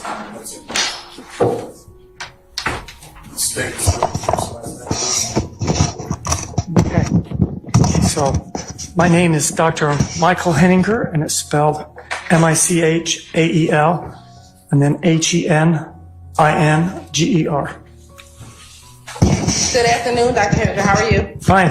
Are you currently employed? I am retired, and I have kind of part-time job doing a little bit of what I've always done. Okay. So let's first talk about your part-time job. Where's your part-time job? Okay, my part-time job is over at the cab, at the cab county medical examiner's office, and I work about maybe 7 days a month. And how long have you been with the DeKalb County Medical Examiner's Office? Since I retired from the Fulton County Medical Examiner's Office, which was in January of 2023. And when you retired from the Fulton County Medical Examiner's Office, how long had you worked at the Fulton County Medical Examiner's Office? I started in 1995 in July, and so it was about 27-something years. And if you could tell the jury about the responsibilities of the Fulton County Medical Examiner's Office. Okay, so the medical examiner is a government agency. It's fairly small, and we are charged with investigating suspicious deaths or violent deaths. And so we have a process and a team that does that. There's about 40 people that work there. This team includes investigators who go out and collect information. And some of them are cross-trained, either, we're police investigators and now work for us, or, there's a lot of overlap. There are physicians like myself who conduct autopsies and other examinations on the remains of deceased individuals. And then we have a lot of administrative people that help us prepare the information that we gather. And then the biggest part of this is sharing that information with interested parties, which one of the top of the list of that is the attorneys, the prosecuting attorneys and the defense attorneys. Then also there's family members that are interested in this information, or life insurance companies or public health departments. So all that information has to be shared. So that's what my role in that. I was a physician, and I did the examinations and then also reviewed all that information and summarized that into generating a cause of death and a manner of death for the death certificate. And if you could tell the jury, what is forensic pathology? Okay, forensic pathology is the subspecialty of medicine that I practice. It is a branch of the specialty of general pathology. General pathology is it's kind of a visual type of specialty, and it's basically looking at tissues and determining diseases or injuries. And in the general pathologists work in hospitals, and they're looking at tissue, often under the microscope, to see if it's cancer or not, or if it's inflammation, or diagnosing diseases. The forensic part of that, forensic means of interest to the public or the court systems. So forensic pathologists are involved in this kind of pathology. It's likely to come to court. And so we do autopsies and we investigate violent deaths, homicides, suicides, traffics, overdoses, drownings, any kind of non-natural death. And we also get involved in some natural deaths, especially in younger people where the death's unexpected and they don't really know what's happening. So and it's a small specialty. It's probably 500 people doing this in the United States, and almost all of us work for government, county or state governments. And if you could tell the jury about your educational background training in the field of forensic pathology. Yes. Okay, I started out at Utah State University, and I was a biology major, and I received a Bachelor of Science degree in biology.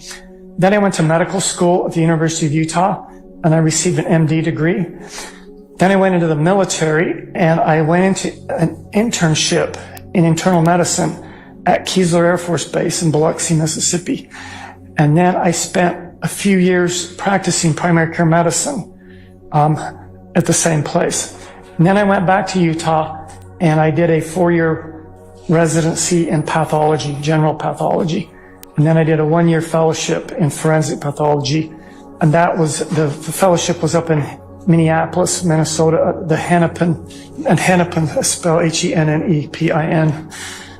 They usually ask me anyway. So I Hennepin County, and in Minneapolis, I did a 1-year fellowship.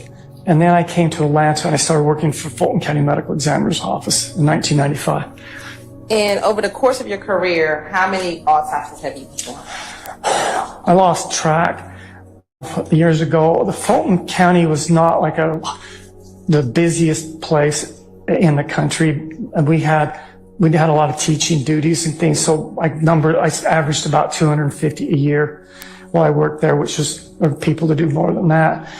So if you multiply that out by 27 years, it's past 6,000, maybe 7,000, something like that. And have you been qualified as an expert in the state of Georgia? Yes. And do you know how many times you've been qualified as an expert in the state of Georgia? No, hundreds of times, and I've lost track since I retired. It's over 30 times since I retired. Jerron, this time the state would like to tender Dr. Michael Henninger as an expert in forensic pathology. Anybody wish to award Dr. Henninger or have any objection? All right, the court will designate Dr. Henninger as an expert in the area of forensic pathology. Thank you. Dr. Henninger, can you please tell the jury what does it mean when we talk about the manner of death? Okay, manner of death. That word manner has a general usage, which everybody knows, but we've kind of hijacked that meaning. Okay, and so for us, in our little field, manner of death is where we look at a case of death that we've investigated.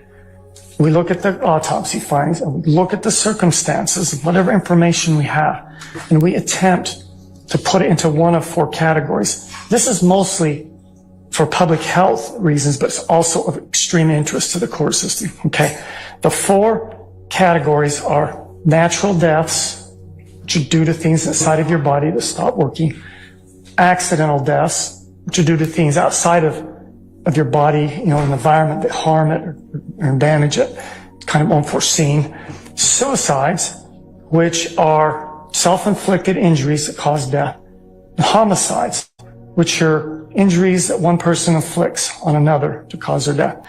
And then we have a 5th category, which is undetermined, which is when we have competing, contradictory information or whatever. Okay, so when we say what is the manner of death, we're saying one of those 5 things.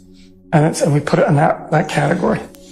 And what about the term cause of death? What does that mean? Yeah, cause of death is more kind of what you would think.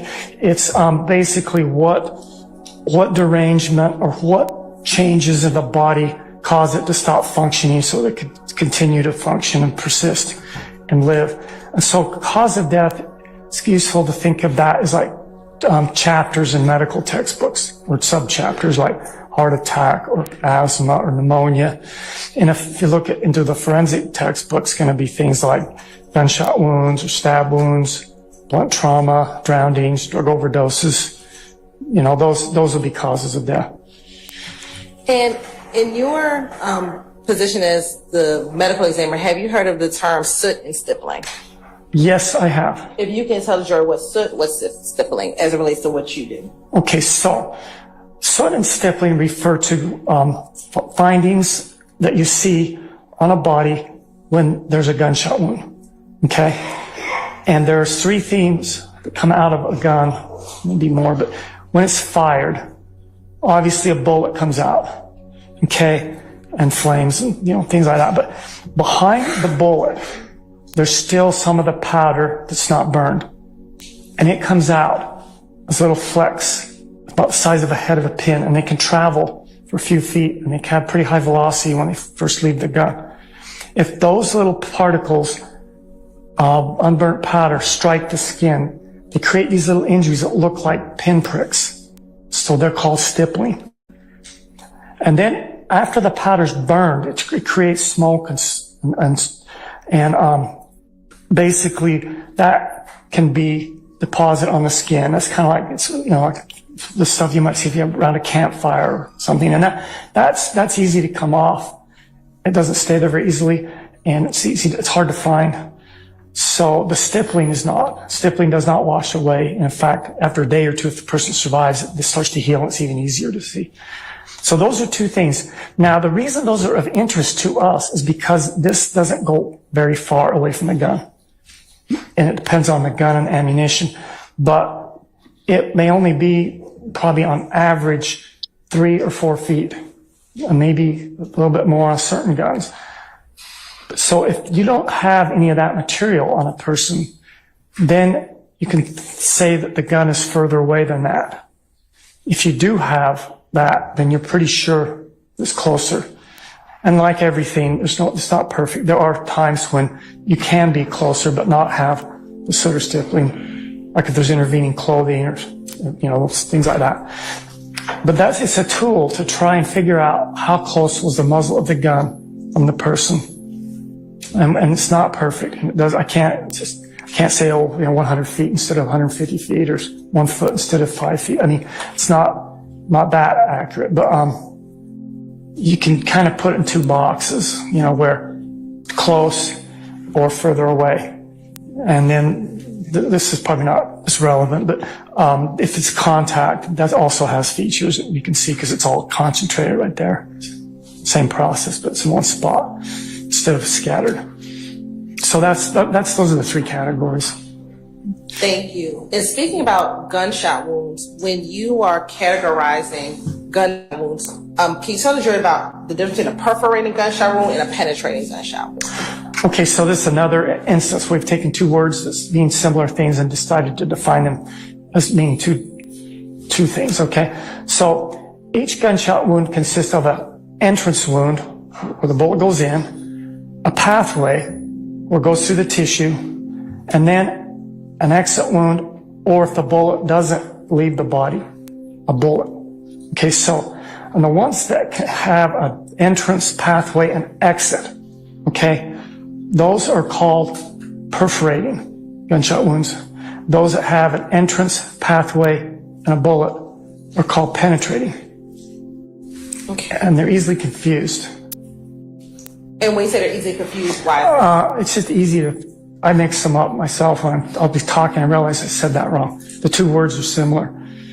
So, but they're useful because they tell you where they're really useful. So when you start looking at a case and you got a bunch of holes, you don't know if they're entrances or exits. So you got to figure out the entrances and exits. So then that's where they get to be more useful. But once you get to the end of the case and you've got this all figured out, then they are what they are.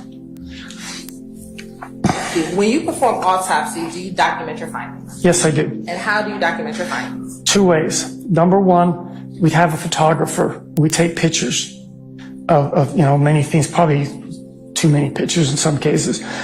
And then number two, the way I do this, I have a dictation device and that I talk into it as I'm doing the case.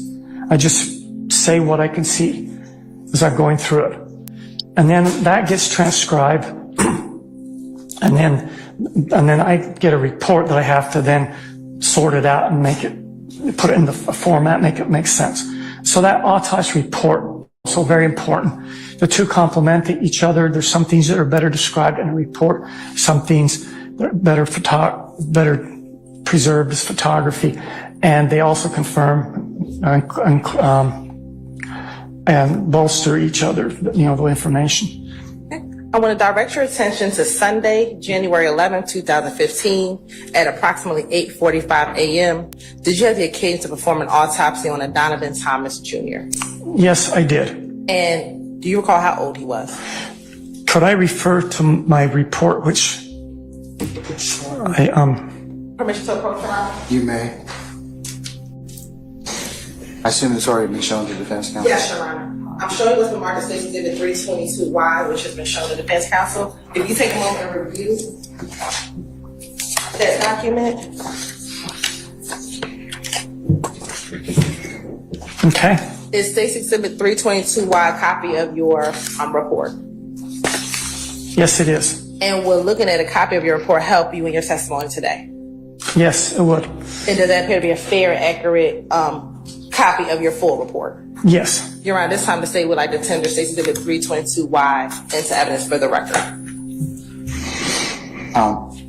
Counsel, is there any objection, not dealing with any issues that we'll take up later, but any other objections as to 322 Yankee? Okay. All right. 322 Yankee is admitted. Obviously. How old was he? Man is talking about. I mean, he's autopsy, right? That's what he does. He does the autopsies, and he's retired now, but he did handle Brother Thomas. So I'm not trying to be insensitive about what the actual real reason for him being here and what he's testifying to. But a side note, brothers and sisters, there's a place for everybody. Can you dig it? There's a place for everybody. I'm watching this brother. and his mannerisms. And, I mean, look at him. Yes, it would. And does that appear to be a fair and accurate copy of your full report? Yes. Your Honor, this time to say would like to tender State's Exhibit 322Y into evidence. Okay, but for what he does, there's a place for everybody. Be encouraged by that. Respectfully is what I'm saying to you. Wherever you find yourself in life, you know, you have a gift, right? I mean, how many people are going to do his job to the point where, like he said, you know, he's been brought in to testify umpteen times, expert witness in this field, travel different parts of the country, you know, he teaches, he does all this stuff, right? How many times has he, all by himself or with just a photographer or assistant, you know, he's dealing with very, very sensitive issues and recreating what happened to the person? You know, how much praise does he get? Plenty of times he's probably people upset with his findings. You know, it didn't turn out the way they wanted to. Even law enforcement could, you know, hope that he came with one cause of death versus another cause of death. There's all kinds of things that people don't even think about, don't even talk about, right? I mean, we get most of it just from watching movies. You dig? But this man's dedicated a big portion of his life to this. But if you just watch the idiosyncrasies of him, it's like, man, you know, I mean, you might overlook this guy or feel like this guy couldn't handle too much of anything. And really, he's handling your family's, some of your family's most sensitive moments. And it's because of his report that maybe you have peace or maybe you don't, you know, but he's the one getting to the bottom of it. A guy like that. Place for everybody is the point. Hopefully you hear it in the most positive way of what I'm saying right now. Just be encouraged. The things that make you, you, the things that make you, you, there's a place for that. So explore that, manifest that, develop that, explore the things that make you, you. But that doesn't mean, oh, well, just accept me just as I am. Like, you don't need to upgrade and refine that and make it the best it can be. You understand? I mean, just because you have the talent to, let's say, play the piano naturally, you still have to practice, don't you? Don't you still have to develop that? So don't mistake what I'm talking about. I ain't talking about no lazy stuff. Oh, just accept me. This is the way I was born. Just accept me how I am. No, I ain't talking about no ridiculous, foolish type stuff. I'm saying take that natural, but develop it. Explore a high level, the highest that you can get. We spoke about Dr. King earlier. Don't you remember the speech when he was saying, hey, even if you sweeping a floor, man, ain't nobody gonna ever sweep this floor better than me. You feel that? Paraphrasing my brother. You feel that though? Yeah.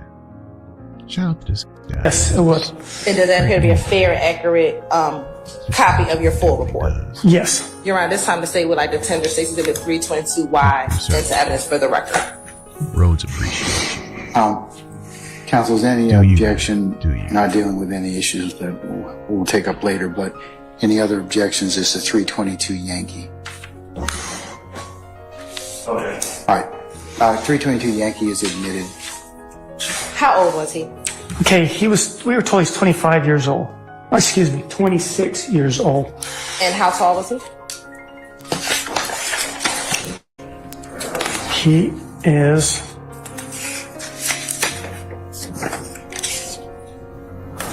okay. We measured him at 75 inches, which is 6'3", and he weighed 332 pounds. And did you document his autopsy in the same manner that you just discussed with photography? Yes, I did. Your Honor, permission to approach? You may. And I'm showing Dr. Henninger what's been given to the defense counsel as State's Exhibits 299 through State's Exhibit 321. Dr. Henninger, you can take a moment and look at those exhibits. Tell me if you recognize State's Exhibit 299, Yankee, through 321, Yankee. 299. 299.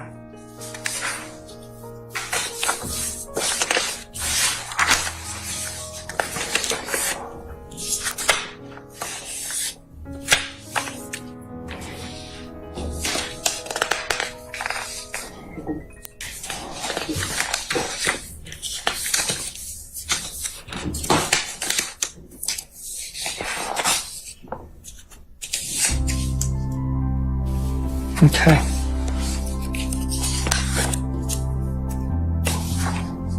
Okay, yes, I recognize these.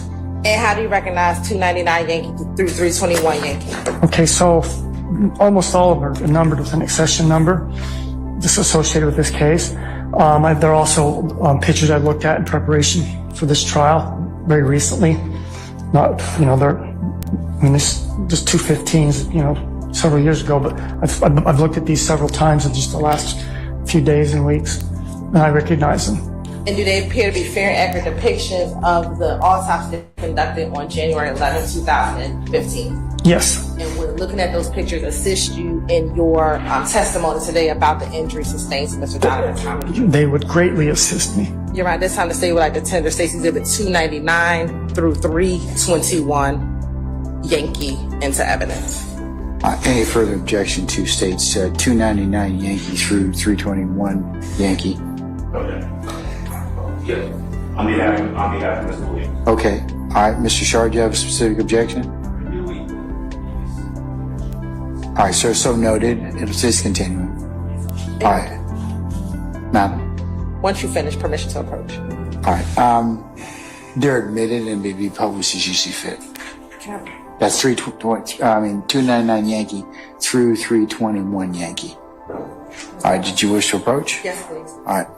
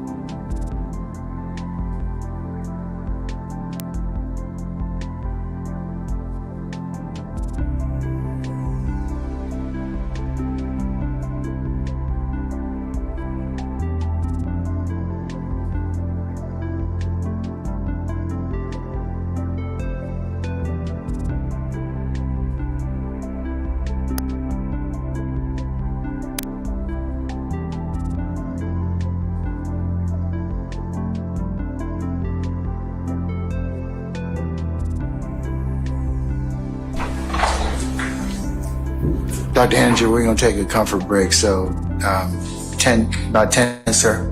Okay? All right. Ladies and gentlemen, comfort break, 10 minutes. All right? All rise. Yeah, you know about those. Remember those? Remember those comfort breaks? Those 10-minute turn into 45-minute comfort breaks. Shout out to Brother Glanville.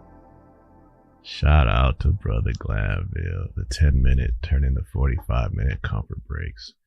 We hear you, bro. Well, I'll tell you what. We gonna bypass your so-called 10-minute comfort break, though. Get on back to the get on. Shout out to Brother Glanville. Good to see you again, man. How you been? You doing all right? Brother Glanville making an appearance. Didn't think you were going to see Glanville today, did you? It's all good. Thank you for being here, brothers and sisters. We appreciate you.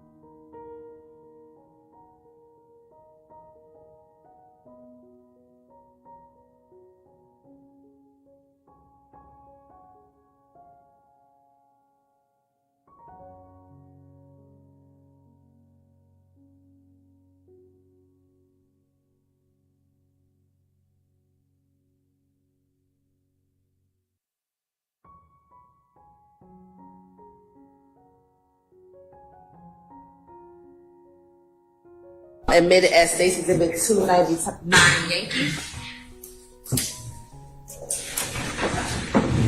Now, when we talk about 299 Yankee, is this one of the shirts that came with Mr. Thomas in that bag that you just referenced? Yes, it is. Now, looking at 299 Yankee, there's a number at the bottom, 15-0062.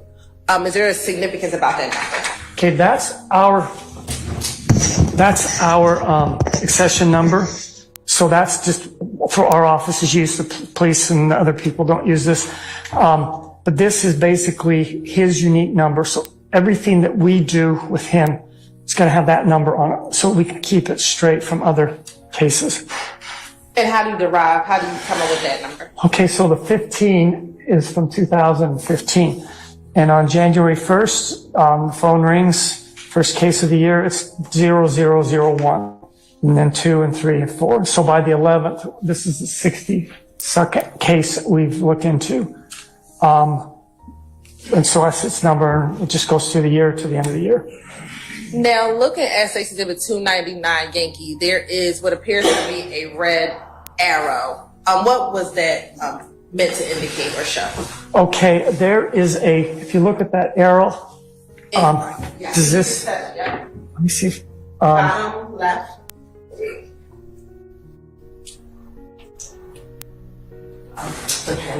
To the left. I've done this before, but I don't. You sure have. There. There you go. Okay.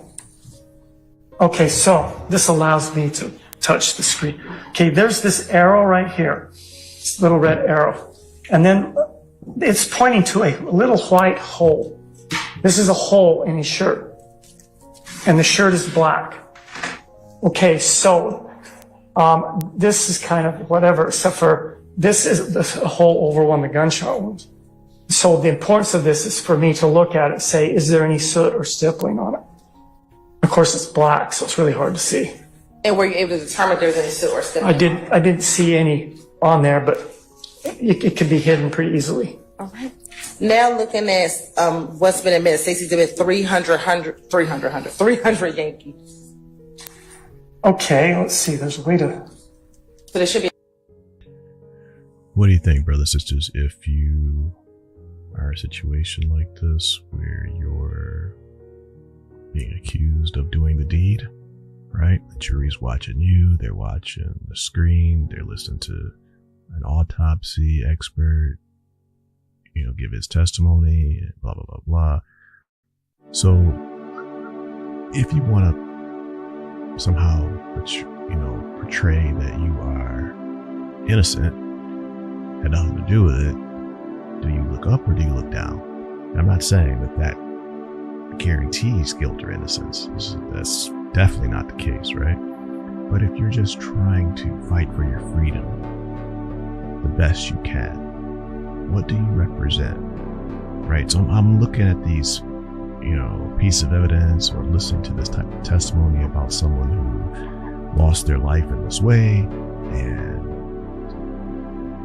these people are being accused of this, and I'm on the jury stand, and I'm looking at that, and I look over there at you, and let's say your head's down like you don't want to look at the screen. What's my first natural reaction? Are you afraid to look up? Or is there guilt? Is that why you're not looking up? See, what I'm saying is, don't you want to give the best light possible? I mean, there are other things, other type of testimony. Maybe it doesn't matter. Look wherever you want to look, right?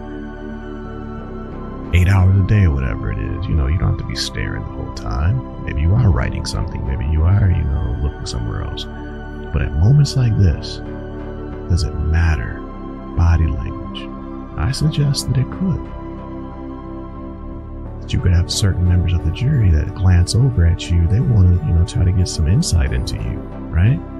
They want to see. It's got to matter. Why do you dress the way you dress in court? Why do you stand for the jury? Why do you do certain things? Why? Because the jury's going to decide. And what they see and what they think matters. The subjectivity of it all, remember? Right.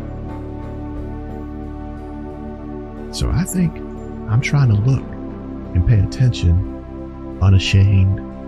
I'm an innocent man. And I'm looking at this for the first time because I definitely wasn't there. I'm seeing this for the first time. I'm learning about this like y'all learn about this because it wasn't me. But I'm not bashful about it. I'm not tucking my head down or not even giving you the impression of such. And again, these are all alleged charges, and the body language does not guarantee guilt or innocence because you can fake it. But I'm fighting for my freedom. What else do I have to do today? I ain't got nothing else to do today. I might as well stand here and look confident. Might as well sit here and, show some, give off the type of vibes that put me in the best light. I might as well do that. I ain't doing nothing else. Shucks. Try my best. Do the best I can. What am I telling my client? Hey, certain moments coming up, this is how we want you. We want you to look relaxed right now. Other moments come up. We want you to look like this. Other moments come up. It's not going to matter as much. These types of things. Because justice is not blind. So since justice is not blind, then what do? We do all we can do. We do all we can do. So again, you just check. Of course, it's black, so it's really hard to see. Asking yourself. And were you able to determine if there was any soot or skin? I did see it. Right now, what do they see?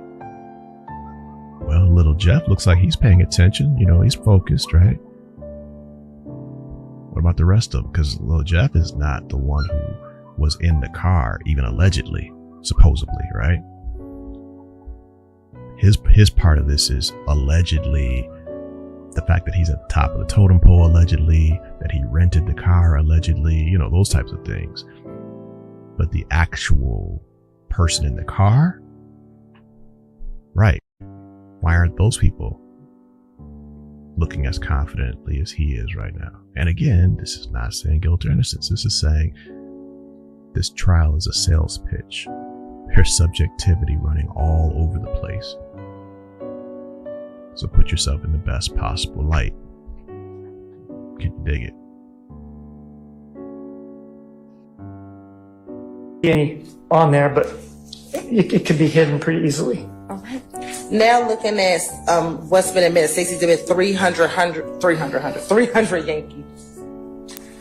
Okay, let's see. There's a way to. So there should be a trash can Right there. Okay, so now there's another. This is the same shirt. This shirt is this is the back of the shirt that we're looking at. It's been cut in like here. Okay, and that's if you think about when you go to the emergency room and they're gonna take people's clothes off in like seconds. When they're in trouble, and so they're gonna cut in front. Okay, so this is the back of the shirt. So think about the back of my shirt. This is the left side, the back of the shirt, and there are two holes right here, but they're in kind of the axle area or the armpit area where imagine clothing it can be folded. So if you have one bullet going through, it might go through two places. Okay. But there are two holes over there in the left part of his shirt. Now looking at 301 Yankee. Okay. Is this the front of that same shirt? Yeah, so you can see the front. You see where it's cut right here. And you can see over here on the left, the holes aren't as evident there, but it's kind of this reddish color. There's blood on this shirt also. And it's hard to see, but that's kind of over there on the left side near where those other holes were. Looking at 302 Yankee. What, if anything, was significant with 302 Yankee? I think it's the back of, no, it's not. It's Show 303 Yankee? Yeah. Okay, this is a close. This is the other shirt. There were two shirts, and they're both black. This is the other shirt, and so the other shirt is similar to the first. It's got holes on the left axilla. And do you know which shirt he had on over the other at this point? I don't. Now I want to look at State's Exhibit 304 Yankee. When we're looking at Stacey Exhibit 304 Yankee, describe to the jury what we're looking at. Okay. So after the body bag is opened, this is moments after the body bag was opened, and we take a picture. This kind of shows us where we start. Okay. So I can see there's medical intervention. There's tubes in his mouth. There's some incisions on him that are closed up. Other devices. This thing on his arm is just a sheet wrapped up on his arm. And there's no clothing. So he didn't, if he had died or he was at the scene of where this happened and not taken to the hospital, they would leave the clothing on. So that kind of all fits together. It tells me where to start. These medical intervention things are very important because they can mimic injuries. So it's good to know, they're there, be familiar with typical ones. And what are some of the medical interventions? You talked about the face. What are the medical interventions? Okay, there's this incision that goes like this, comes across his chest. And that is for what's called a thoracotomy, or your thorax, going into the thorax. And that, they open that up so they can kind of reach in and grab the heart and kind of squeeze it and try and get it to keep beating. Buy him a few more minutes so they get blood going. It could also be something they go in to try and fix anything they could see in there. There's another incision that goes vertically along here. And that's if they've got any kind of indication that there might be injuries in the abdomen. So they open that up and try and correct any injuries there. There was the ones I mentioned on his face. There's at least 2 tubes there, one for breathing, one into his stomach to take any stomach contents out. There's this right here is a oxygen monitor for his fingers, how much oxygen in his blood. And I think it's just hooked onto the rest of that. And those are the ones you can see in the picture. I have like 10 of them listed on here. Now, after you open up the bag and you see the medical intervention, what do you do next? Okay, well, we kind of, there's Should we go 305? Oops. 305. Okay, so this is kind of a process. You start kind of on the outside and work in. So you start with the clothing and then the medical intervention. Then you look at the body, the surface of the body. You're looking for trace evidence. You're looking for where the injuries, looking for blood patterns. Because the next step, you're going to wash the body. So you want to not have lost any information from doing that. So you inspect it, make sure there's no really useful information. And then we wash the body. And then we examine it again, external surface. And we look for injuries, and we look for, disease processes, whatever we can see. So that's the first part of it. The second part is we open up the body and in our standard excisions, and we look at the organs inside of the body, and then we take them out, and we see which organs are damaged, which was, diseases. And did everything you just testified to, did you do that in this case? Yes. Now looking at Stacey Exhibit 306 Yankee, what's the purpose of this picture here? This is the identification photo. Okay, we take a picture of his face, and it's got that accession number. And the real purpose of this is to kind of keep in mind, this is not just a project. He's a human being. This personalizes the case for us. This is who he is. It's like his picture. And sometimes it's used for identification, but there's not always. Now, earlier you talked about seeing 2 holes on the shirt, the one on the back and then the one on the sleeve. How many entrance wounds did you find on the body? I found I found 2 entrance wounds that were clearly entrance wounds. Okay. We want to look at Stacey Exhibit 307 Yankee. Looking at Stacey Exhibit 307 Yankee, what is being depicted in 307 Yankee? Okay, this is his back. Okay, he's kind of rolled up on the table. And there's this little tag right here. This tag is got 2 inches, so it's 2 inches long. It's a ruler, and it's also got the accession number on it. Right above that tag is one of the entrance wounds. Okay, and you can see it's on kind of the left lumbar back here, this part of the back. there are some artifacts in here that are distracting and don't mean anything. There's these, you can see these round holes here, little round things. This is the table. It's a stainless steel table. It has holes for fluids to drain off the table and down the sink. And so those, when you lay if you lay a body on those holes, sometimes they make little red spots there. So they're not injuries. They're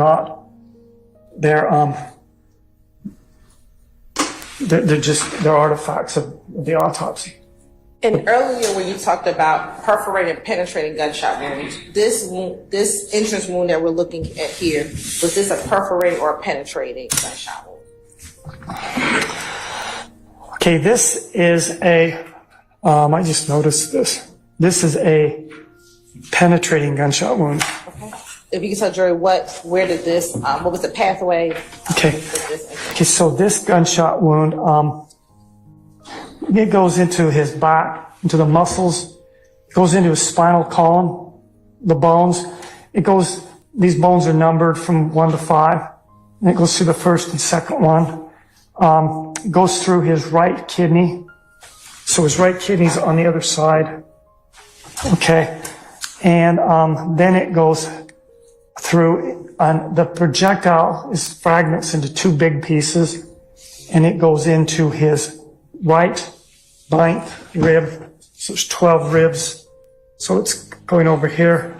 And then the other one is just kind of moving about freely within his abdominal cavity and is down by the bladder. So it just got into his abdominal cavity and didn't get stuck in any tissues. So those are the 2 fragments. And you talked about injury to his kidney. I want to show you what's been admitted as Exhibit 310, Yankee.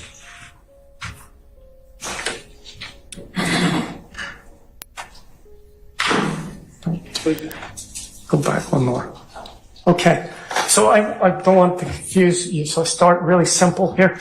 This is just pictures of kidneys, kind of like sitting in a body, like this, okay? So they're kind of bean-shaped, and they're about this big, and they have blood vessels that attach to them, and these tubes take the urine down to the bladder.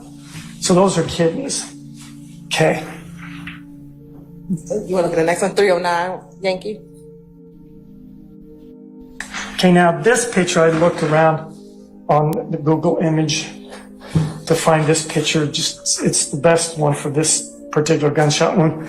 It's a picture of his back. Now, it's in the front. We're looking at him from the front in this picture.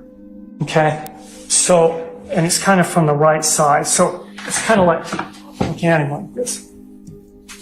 Okay, and you can see these kidneys, okay, right here and here, okay, and you can see this spinal column here.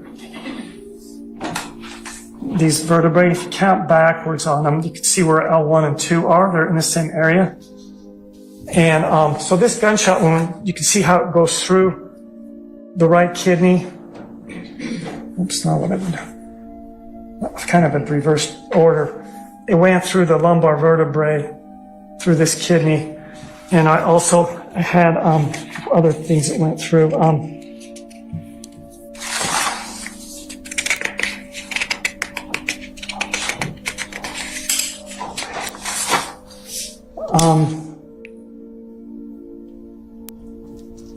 And let's see, I think I know what I was trying to remember.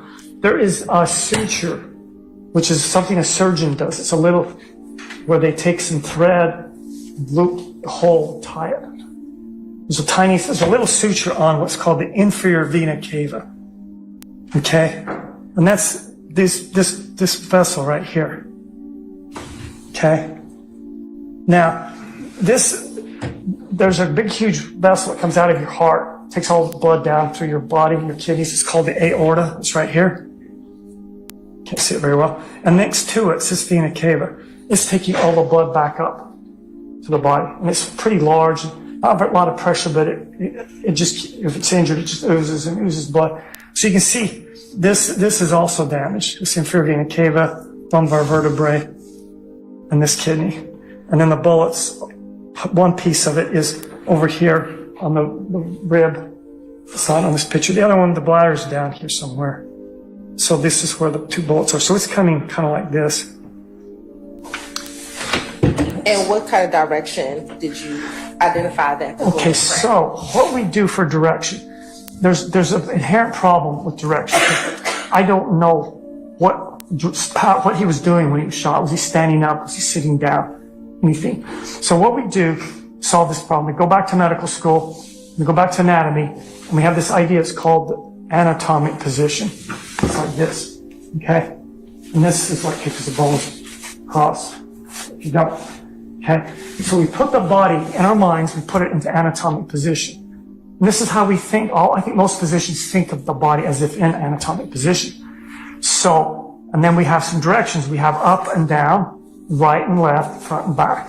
So in anatomic position, this bullet goes through him from back to front, okay? Starts out on the left side, goes to the right side, and then it's slightly upward, okay?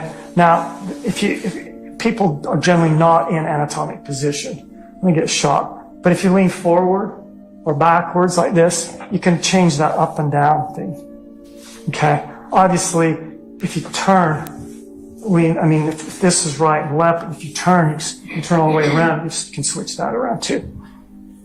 You know, right, left, back, and front. So that's the direction of that bullet. All that tells us is, it's like a snapshot. But for one instant, while that bullet traveled through his body, it was coming from his left to his right. Like this. And that's what you can learn from the direction. And looking at State's Exhibit 311, Yankee, and when you talked about the kidney, is this what the damage was done? Okay, so remember that picture with the 2 kidneys, the beginning? This is his kidney. This is his right kidney. They're on there as if, I'm sitting like this, okay? And this right here is damage from the kidney. It's torn it just about in half. There's little pieces of tissue hold it together, and morcellated this tissue in here. So that's the injury to the kidney. When this injury occurred, would Mr. Thomas Jr. have immediately died at this point based off this injury? No, not right off. The problem is this kidney is getting each kidney gets about 10% blood supply. You say kidney is about 20%. I mean, these are numbers or averages. But this is a big, huge hole that's bleeding. Also, that inferior vena cava is big. So what's happening is he's bleeding a lot internally. These kidneys are pretty deep back in the body. They're hard to get to surgically.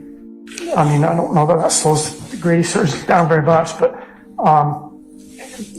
this is going to bleed.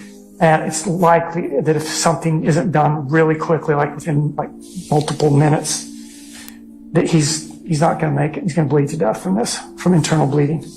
Would this injury cause Mr. Thomas to fall to the ground immediately, or will the body's kind of designed to survive for a while.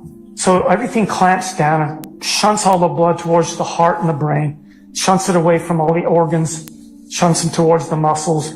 This is, I guess, from some remote, or primitive history or whatever, so we could keep fighting for as long as possible. Those kind of reflexes will kick in. But within a few minutes, the blood drains out of the blood vessels and into the abdomen, other places. It's not doing any good. You start to lose blood pressure, you get dizzy, you collapse. And then a few minutes after that, there's not enough blood to keep your brain cells alive, and your brain cells die. Each group of cells dies at different times, so it's not like an instant, but within a few minutes, he's gonna collapse and basically die. You talked about some bullet or fragments being found inside of this pathway. I'm going to show you what's been admitted as Exhibit 312 Yankee and also 313 Yankee. Looking at both 312 Yankee and 313, are those what you found inside of this pathway? Yes. The 312. Yes. And this is what I do with bullets. It's most people do something similar. But I got this sticker that's got his name, our accession number on it, and the date. And I write in my handwriting where I got this bullet from, right lateral 9th rib, and I put my initials on it. And this is it's an irregular piece of metal. It's got a jacket on it. It's kind of pointed. It looks kind of like this instead of like this. So that, and I'm not a bullet expert, but I've seen a lot of these, but those tend to be higher velocity bullets, but it's pretty small.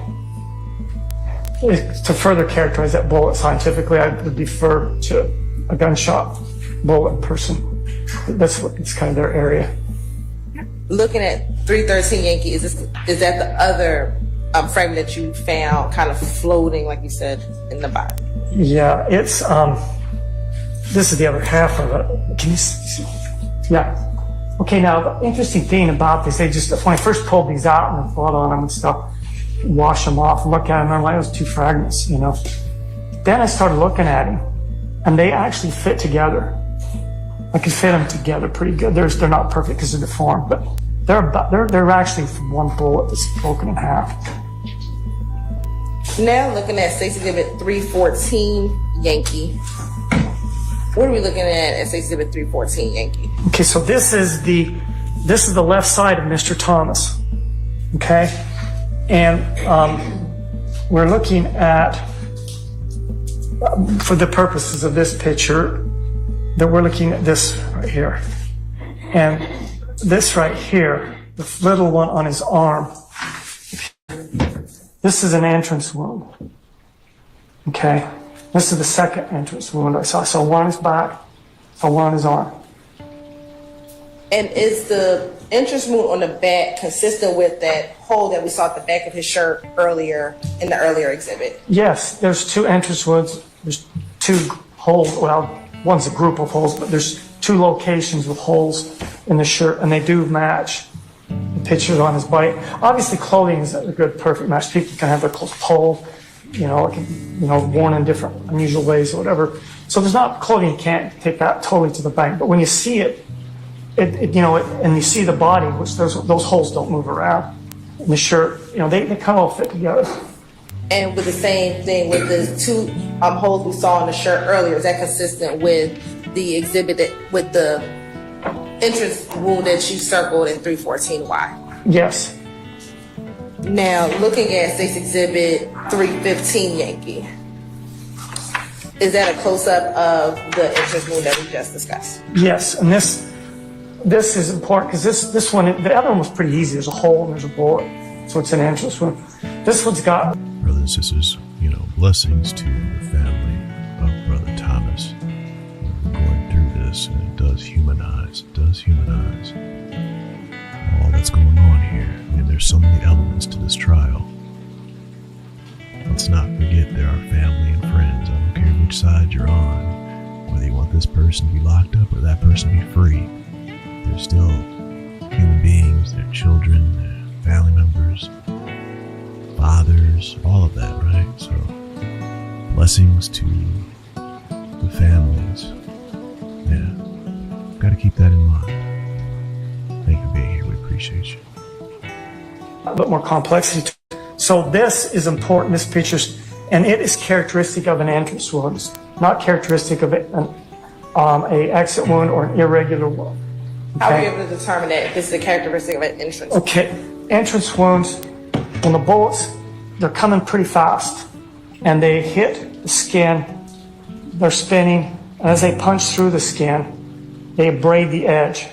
And if the bullet is coming through, use this. This is an arm. The bullet's coming straight on.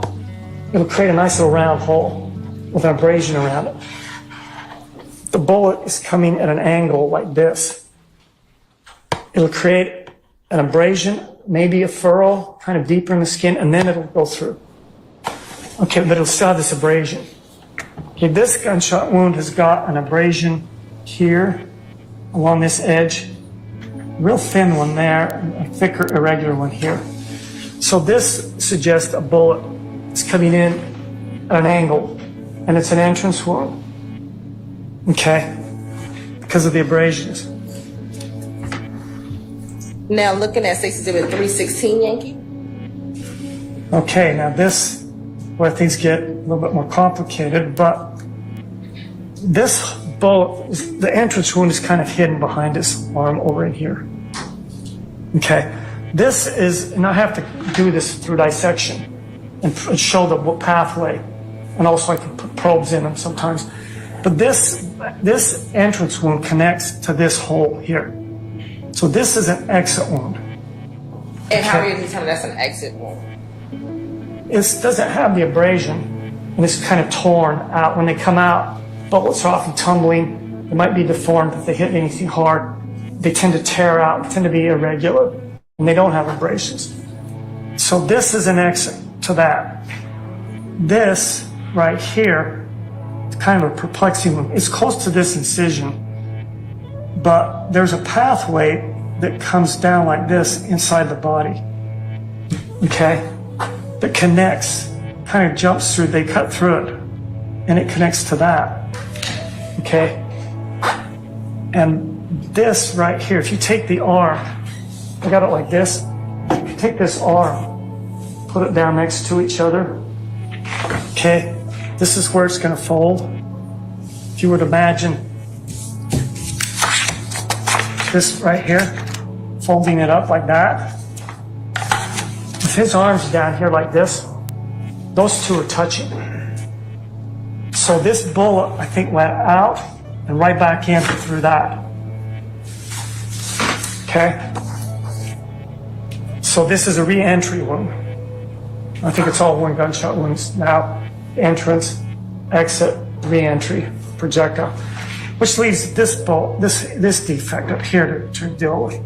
Now, when a bullet is going at a high velocity and when it's damaging skin and tearing skin, you can see this made this huge hole. It's either tumbling. And Dr. Henry, I don't know if the circle came out. Which hole are you? Listen, there's a lot of energy associated with that. And I think if that arm's kind of held against his body like that, I think this is kind of like collateral damage. There's like concussive waves of energy that tear things. And this is characteristic of higher velocity bullets where you get a lot of damage, particularly where they come out and, you know, tissue gets torn. So I think this is is due to it's just in the, collateral damage basically. It's part of the injury, but there's no pathway through this. It's just a tear. And there's I guess you could try and think of other ways to get a tear, but it kind of seems like there's this going on right there within a couple of inches. Probably all related. And from this entry, exit, and re-entry, what was the pathway of the bullet once it re-entered the body? Okay, this, usually when I see these, I'm thinking about internal organs. In this case, he's pretty big and thick. It didn't get inside of his ribs. It stayed out of his ribs. It stayed into his soft tissues all the way down through him. And this one was the one that was recovered down here in his abdomen. It's actually come down pretty steep. Okay, now, so it didn't get into his body, but again, this is a high velocity bullet. It has a lot of energy around it. There were bruises on his heart and his lungs. And some of those you could maybe blame on the trying to resuscitate him when they're trying to squeeze his heart. Maybe they squeezed it too hard or whatever. But they don't squeeze lungs. Okay?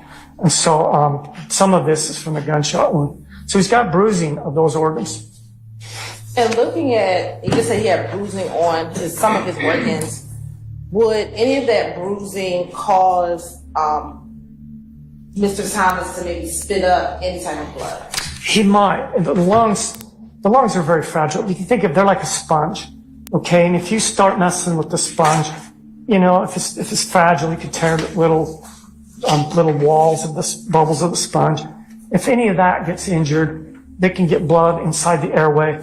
And when you're breathing in that, you might breathe some of it out. It might be enough to spit out. It might not. I don't think it'd be very much. So I don't really know for sure. I think it's like a definite maybe. Maybe it could, maybe it couldn't. So there is injury to the lungs that could cause it, but on the other hand, it might be not that much. So I don't know. Now, looking at Exhibit 317, Yankee. Okay, of course. What is this 317, Yankee? All right, so this is the other bullet. It was recovered on his left lateral abdomen. So it didn't ever get over to his right side. Although there was bruising on the liver, but some of the liver's on the left side too, whatever. And this bullet looks a lot like the other one. And it's got this kind of pointed look to it instead of like this look to it. So I think that's important. I'm not the one that decides what kind of bullet this is. They have people that, I don't know that much about bullets, and it's like, when you start studying this, there's like hundreds of different kinds of bullets, and you have to be pretty obsessed with bullets to be good at saying this is this kind of bullet and this is that. So I defer that to the crime laboratory. That if anybody wants to know where that bullet came from, what kind it is. I'm looking at 318, Yankee. Now, are those the 3 items that you recovered from Mr. Thompson's file? Yes, I like to do these kind of pictures, or in this case, maybe, just a little bit extra information, but sometimes you'll have like 15 or 20 of these. So it's nice to have them all in one place. You can kind of see in this view how these kind of fit together. And then this is the one. So this is the one from our first gunshot wound in the back, or these two. And this is the second one. And when you recovered from the body, what do you do with the projectiles? Okay, first thing I wash them, get all the blood off of them. And then I put them on these little these are 2x2 inch gauze pads. We have these little stickers that we make we make like about 30 or 60 of these, multiple pages of them that all have these stickers on. And I put a sticker on each of them, and I label where they're from, put my initials on them, photograph this, and then individually. And do you box them up and put it in a... Oh, I do all of that. Yeah, I forgot it. Finished. I'll just run off and leave them. Then I have to put them, I get these little plastic boxes, put them in the boxes, tape them up, and then put them in a box. And even then I don't just leave them. They go into a evidence room, into a safe box that's locked. So you got to get through 2 locks, and you can't really get into that safe box without special permits. And then periodically, the people from the crime lab come over, and our administrative people transfer the bullets, and that they maintain chain of custody. And when you say the crime lab, is that the GBI crime lab? Yeah, the GBI crime lab. I'm your honor, permission to approach. You may, ma'am. And I'm showing you, Dr. Hender, what is in marked as Exhibit 318 Yankee Alpha, 318 Yankee Bravo, and 318 Yankee Charlie. Do you recognize 318 Yankee Alpha, 318 Yankee Bravo, 318 Yankee Charlie? Yes, I do. And how do you recognize those exhibits? Okay, there's multiple things. I have a date written on them in my handwriting, 1/11/2015. Probably didn't do 2 cases with exactly 3 projectiles in the same day. Got my initials on it. I can see, if I look through these packages, I can see all of them. And they all have this Donovan Thomas. And if I look at the right end, I can see the left, this is left lateral abdomen, and, behind bladder, or posterior to bladder. That means behind the bladder. And this right rear, I can I look at them carefully, I can see those labels on it. And then I can do this and see what they look like. Let me actually just open it and help you. Oh, that would help a lot. It's okay. And there's some gloves here for you. Do you want me to take them all the way out? Yes, please. Okay. No, I can do one glove. This is be tricky, but no, I'll be good. Let's see. So while Dr. Hennings is doing that, can I see you and maybe a representative or 2 from the defense, please? Dr. Hennings, you can keep cutting. You don't have to go in.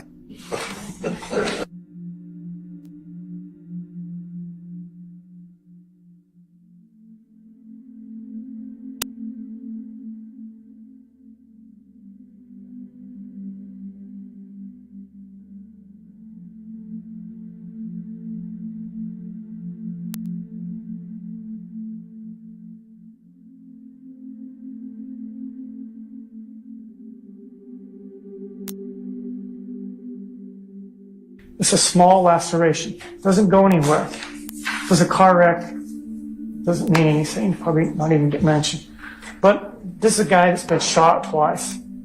And it's not exactly what you see with like fighting before or after, or bruises and no big abrasions. They're tiny, but they are pretty long. So they seem to have a direction and they seem to have velocity to them. So I think that's similar to the previous ones on his head. Probably came from some similar process. So if you're hitting a bullet's hitting a building, it may fragment a lot of these pieces in a lot of different directions, and only a few of them would hit a person and hit it in just the right way to cause an injury, kind of skim along. Now, Dr. Hendra, are you able to tell from the gunshot wound the order of the gunshots? No, there's very rare situations where you can tell that.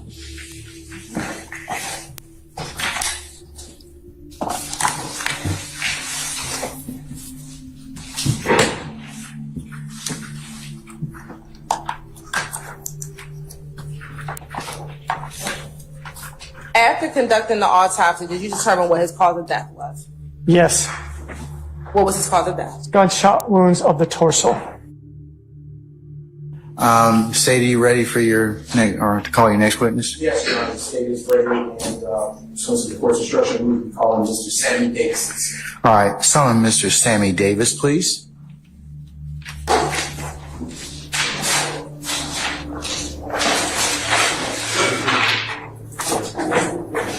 Mr. Davis, good morning, sir. Sir, if you could please approach the witness stand here. Once you get there, if you'd be so kind and turn and face Sergeant Brown and be sworn as a witness before you sit down, sir. Raise your right hand. Do you swear or affirm that the testimony and/or statement you're about to give will be the truth, the whole truth, and nothing but the truth? Will. Have a seat. Give it just to the microphone. State your first and last name with the spelling of both for the courts. All right. Sammy Davis will be with S-A-M-M-Y. Davis, D-A-V-I-S. All right. Pull yourself up as close to the microphone as you can, Mr. Davis. All right. Wonderful. All right. All right, sir. Good morning, Mr. Davis. Come on, sir. All right. Where are you from? I'm from Atlanta. Okay. And what part of Atlanta are you from? I'm really from the east side, but I was living on the west side for a substantial amount of years as well. Okay. So, I'm going to do something so that you can be heard clearly. All right. You can just take your time for Madam Court Reporter, as I'm trying to do today. All right. She would appreciate it. Okay. Where do you live today? I live on McDaniel Street. How old are you? I'm 59 years old, sir. How many children? Yes, 42 and 43. And when you say 42, 43, is that their ages? Yes. What do you do for work? I detail cars and also park cars as well. Were you doing that type of work in 2015? Yes, sir. And how much were you charging to wash and park cars in 2015? $20 a car. Still doing that price today? Yes, it all depends. It all depends what kind of car it is. The exotic car, I go up a little bit. I got you. Yeah. So where about would you wash cars at that time in 2018? I'll be right there in the parking lot right there by on McDaniel Street, right by the barber shop. Next time to the barber. Okay.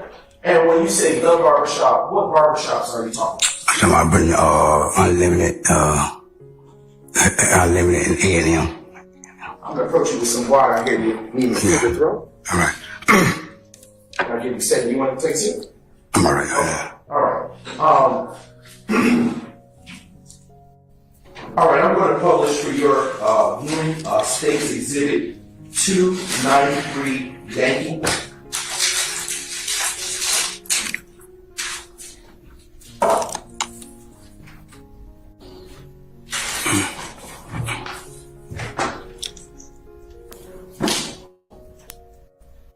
Just 1 second. Right.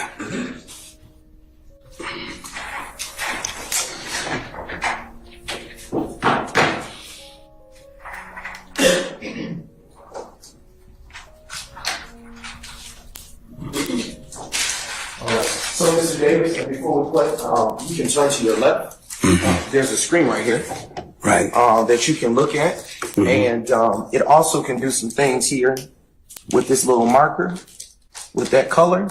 And when you touch it and put a marker on there, it'll put a identifier or something on the screen, okay? All right. So looking at that screen, can you tell the ladies and gentlemen of the jury what area are you familiar with this area? Yes, sir. Yes, sir. And what street is this running horizontally at the bottom of the screen? Northside Drive. And what street is running here vertically on this side of the screen? McDaniel Street. Okay. And is McDaniel Street the area that you indicated that you work at? Yes, sir. And just briefly.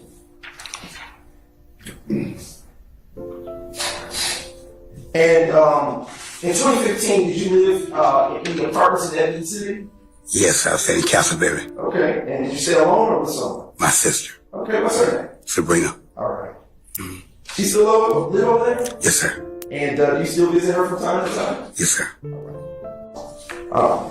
Looking at this screen that's in front of you, if you would be as kind, are you familiar with the text code over there? Yes, sir. If you see the text code on the screen at this time, would you put an X there using your finger on the screen? Right here. Okay. All right. And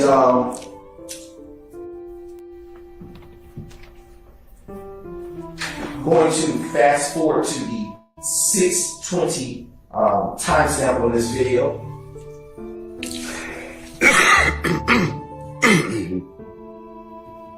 And I'm going to erase that mark. Okay. All right. Excuse me. Earlier, Mr. Davis, you indicated, thank you. And that's perfect, actually. For the record, the timestamp is actually 6:17, Your Honor, of State's Exhibit 293, Yankee. Mr. Davis, looking at this screen, do you see the two barbershops that you say you're familiar with on McDaniel Street? Yes, sir. And if you would be as kind, could you put a circle on A&M Barbershop? A&M circle. Yes, sir. And for the record, do you see Hair Unlimited Barbershop that you talked about? Yes, sir. For the record, can you put a triangle on Hair Unlimited? Thank you. All right. Still paying attention to this exhibit. Do you see any of the areas on this particular screen where, or this particular timestamp of this exhibit where you would wash cars from time to time? Yeah, right here. When you say right here, could you do me? All right. I'm going to ask you to put a, if you put a plus sign in the area you would wash cars. Okay. All right. All right. Sometimes here as well. Okay, and when you say here, you're pointing to the Right area there. between the two barbershops? Right, sir. If you put a square in that little area. All right.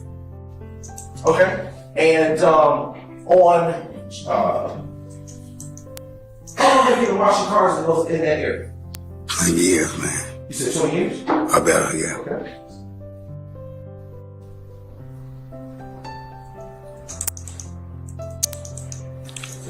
Do you remember washing any cars on January 10, 2015? Yes. Okay. And I'm going to flip this screen for a second. All right.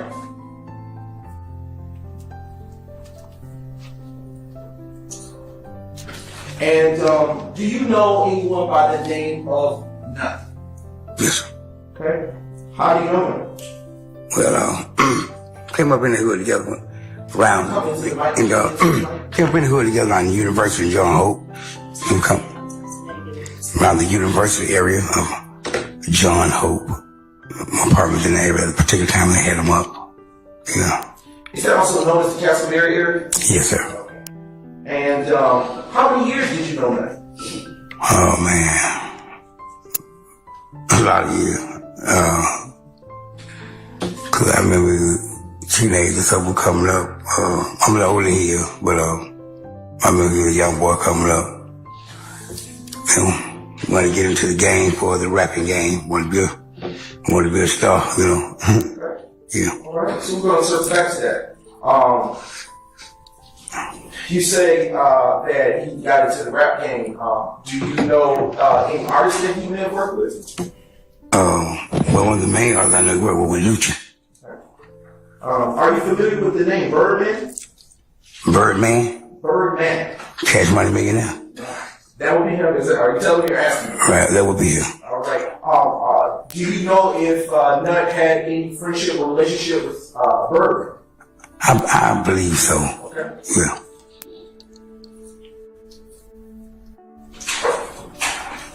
Have you ever personally observed? Have you ever personally observed Lucci with Nut? Yeah. Okay. Whereabout would you have noticed him? I know when they came to the barbershop together. When you say the barbershop, which one are you talking about? On Hair Unlimited. Okay, here.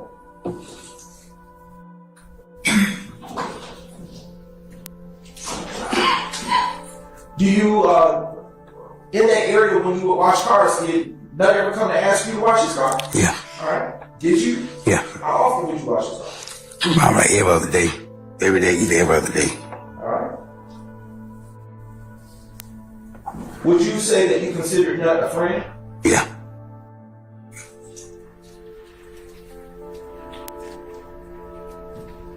On the day of January 10th, yes, please. Thank you. Now publishing from the jury what has already been admitted, State's Exhibit 3, Yankee. And you can turn to the screen again to your left to look at what is being published, Mr. Davis. Right. Do you recognize the person in that photo? Yeah. Who was in that photo? That. I'm sorry? That. Okay. Yeah. And would Nut pay you for detailing his car? Yeah. And how much would he pay you? $40-50. Is that more than what you'd be asking? Yeah. Oh. Definitely. All right. And would you wash it in the area? Let me ask you this: where would you normally detail this car? I would normally do the car right there in between AM and Hair Unlimited. Between the two barbershops. Mm-hmm. Understood. And do you recall if you may have? Do you recall if you seen him on January 10, 2015? Yeah, someone. Did you on January 10, 2015 at all wash his car that day? Yeah. All right. Do you know about what time he may have washed his car? I can't really recollect on the time. But it was still daylight. Oh, go ahead. Go ahead. I can't really recollect on the time, but it was still daylight. Okay. Was the sun all the way up or was it starting to come down? It started to come down.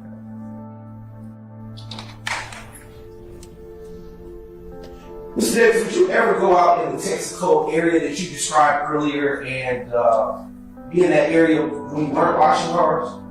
Yeah, okay. Why would you go out there? Because there's just certain people trying to hang, shoot it, breathe, and talk. You know what I mean? Just kick it. And when you say those things that you said, hang, shoot the breeze, kick it, what do you mean by those things? Let's start with one. What do you mean by hang? Just shoot and breathe, just kick around for the day, you know what I mean? Okay. Talk. Okay, so shooting the breeze. Shooting and breathe, just kick it, just talk. All right. And how often would you go out in that little area and shoot the breeze, as you say? We do it all the time. All right. And when you say we, is it fair to say that you're talking about there are other people? Other guys. Right. All right. Do you know their names? Not necessarily. No. All right. Do you still see them all the time? Not all of them, but I see some of them.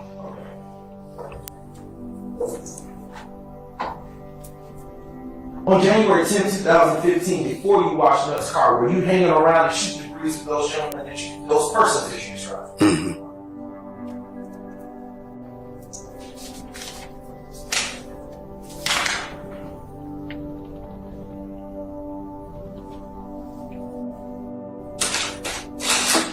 Just a brief those, Joe.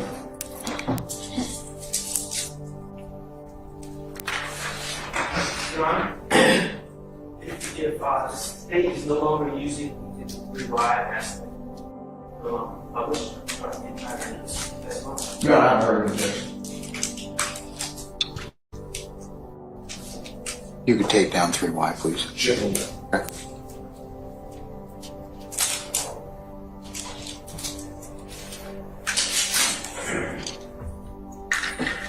On the day of January 10, 2015, was Nut wearing the outfit that you saw in State's Exhibit 3Y that was just taken down? No, not that one. What do you recall them to have been wearing on that evening? Camouflage. What do you say, sir? Camouflage, y'all. Okay. Yeah. Okay. And prior to watching his, let me ask you this: what kind of vehicle did he have? Big. What I can't think of the name of it. Blue. Okay. I can't think of the name of it. Blue. Okay. Now publishing State's Exhibit number 14 Yankee, which has already been included in evidence.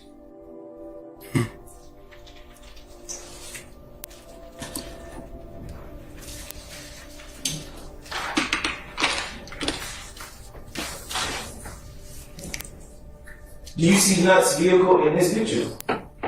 Right here. Yes, sir. And when you say right here, can you describe what you're pointing at? Blue. What is it? I'm trying to call it, man. Is that a truck? It's a truck, though. So is it fair to say it's a blue truck? Right. Okay. All right.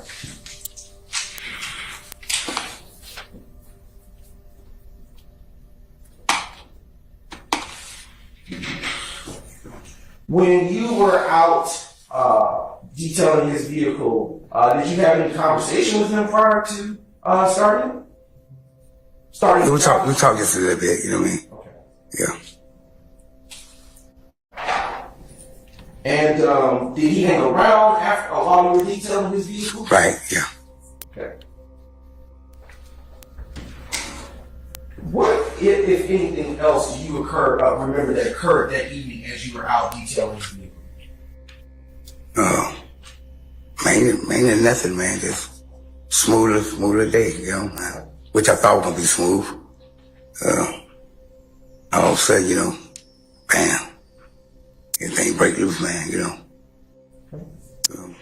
And when you say bam, everything break loose, what are you talking about? I'm sure you know that. If you scoot back up to the mic, We're talking about the act of that moment, you know, the diabolical and the evil stuff that was happening doing it around by that time. You know, I got to shoot and breathe with the barbershop, you know. So that when I saw some things go down, you know. What did you see go down? Well, I saw a car coming down McDaniel Street. I came out of the sunroof. When it came out of the sunroof, that's when it all broke loose. What broke loose? Fire, gunplay. Gunfire. Yeah. And I want to put back up the last State's Exhibit. Which was? Excuse me, Your Honor. That should have been, my sincere apologies, Your Honor. That should be 14 Yankee. All right, thank you. And when you say that all this broke loose, as you say, you use your words, do you see where on this State's Exhibit, which is State's Exhibit 14 Yankee, where Nut would have been standing? Yeah, they were standing around, but he was coming. He was coming out of the barbershop. Out of which barbershop? Hair Unlimited. Okay. He was coming out of the rail. When he coming out of the rail, that bus stopped here and came out of the sunroof. So, you know, boy went flying there while in the barbershop. So a couple of guys got hit by his car on the back. They was on this side. On the side, he got hit. Yeah. Now, I want to ask you a couple of questions with respect to what you just described, and we're going to break some of that down. On which side of the vehicle was Nut on the left side or the right side of the vehicle? On the driver's side. Okay, on the driver's side. Mm-hmm. And on what side were the other individuals? On the passenger side over here. Okay. There was two of them. Okay, go ahead, finish what you said. There was two guys, yeah. Okay. Who were those two guys? One guy named Reggie, and we called another guy Tiger. I know Reggie got hit in the side. I think Tiger got hit in the leg. Okay. Was the car that, can you recall the color of the car? I can't recollect, man. Can't recollect the color, none of that, man. If I show you, just to bring it up, sure.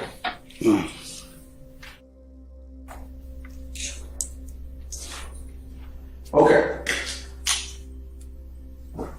Let's dial back to a step to something you said earlier. When the vehicle that came down the street and fired the shots that you just described, it did that act. Where were you? I was right. And if you will, I'm going to give you this wooden pointer. And I'm going to hand it to you. And if the court will allow, I'll ask Your Honor if you can step down just briefly to direct the jury with this pointer. He may step down and illustrate his testimony before the jury. I'm going to hand you this. All right. And I want you to be careful because there's a step here. And if you slide back. All right. Yes, sir. And over with the last.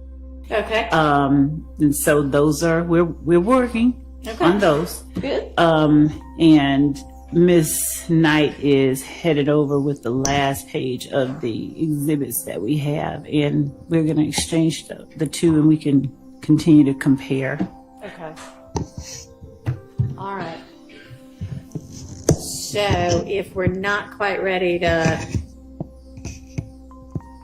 go through that, which it doesn't really make much sense to do before y'all have had a chance to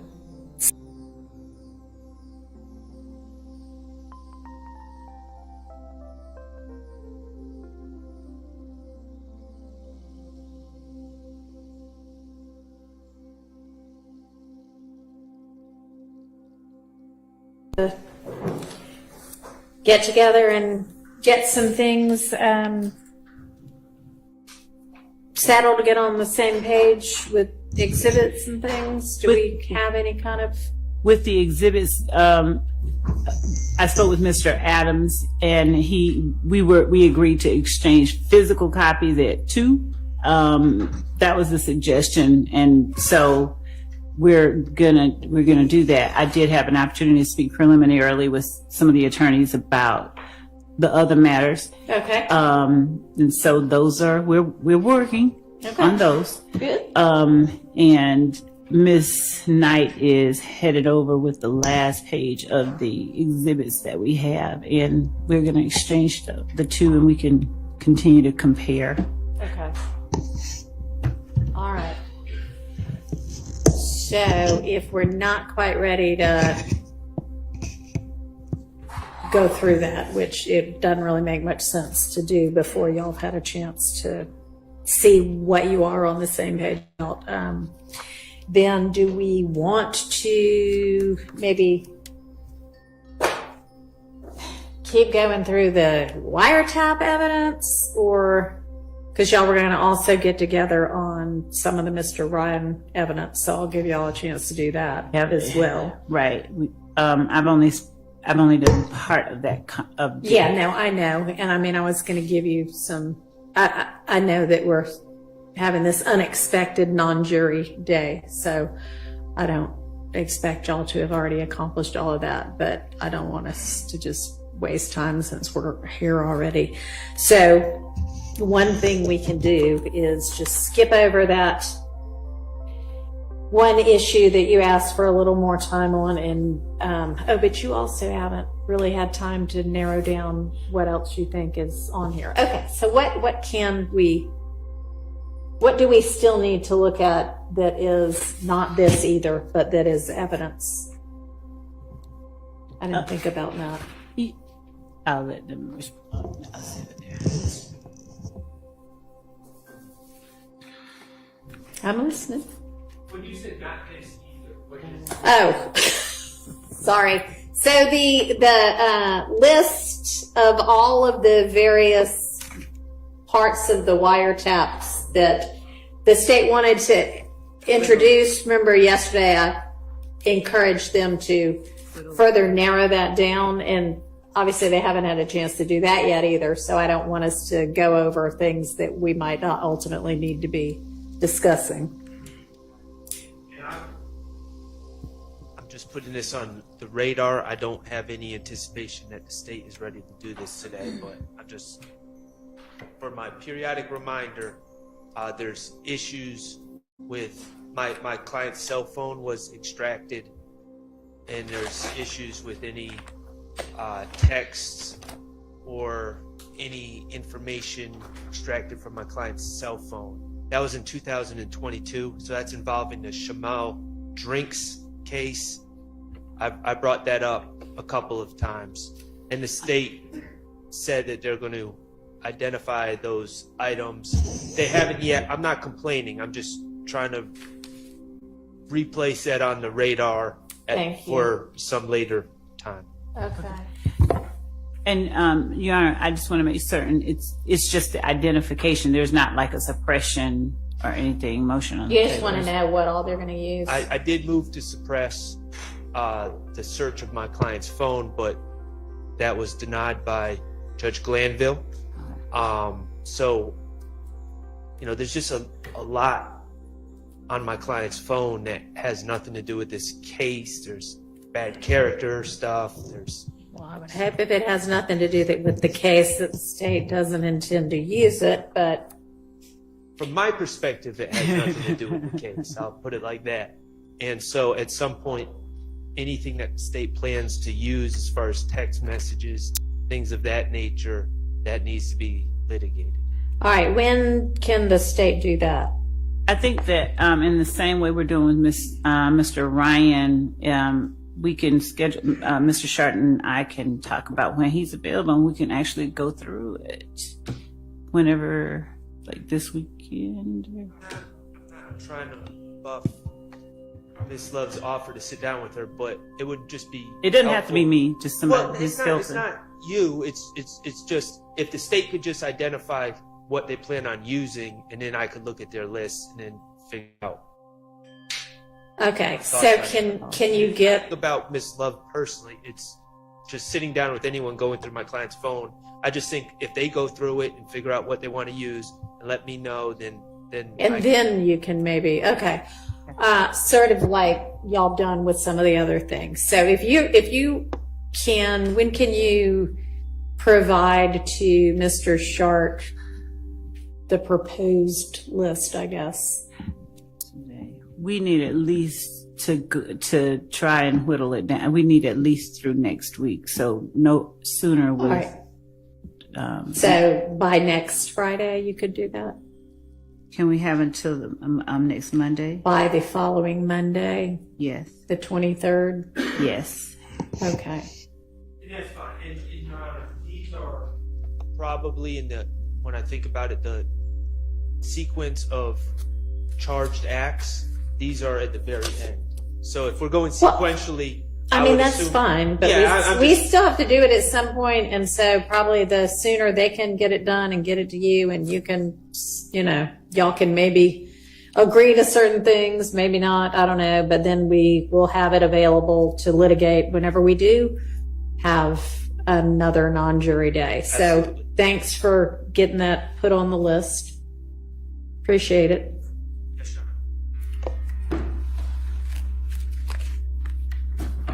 What else are we going to still need to look at? What other kind of buckets of evidence that we haven't discussed yet?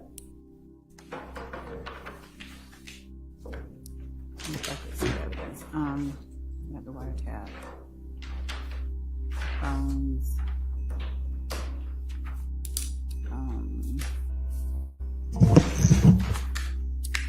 I'm thinking, Judge. Okay. And one thing we had done at some point, and I don't know if we got all the way through it, but the state had provided everybody with this order of proof and exhibits. Did we get all the way through that? Because that might help trigger, this is something we're going to need to litigate. If y'all got those available, maybe we could look a little bit further through those. I can get a copy and just for the court's awareness, we just got those printouts that I'm going to exchange with Mr. Adams. If we can be allowed to, the exhibit list printouts that I referenced earlier.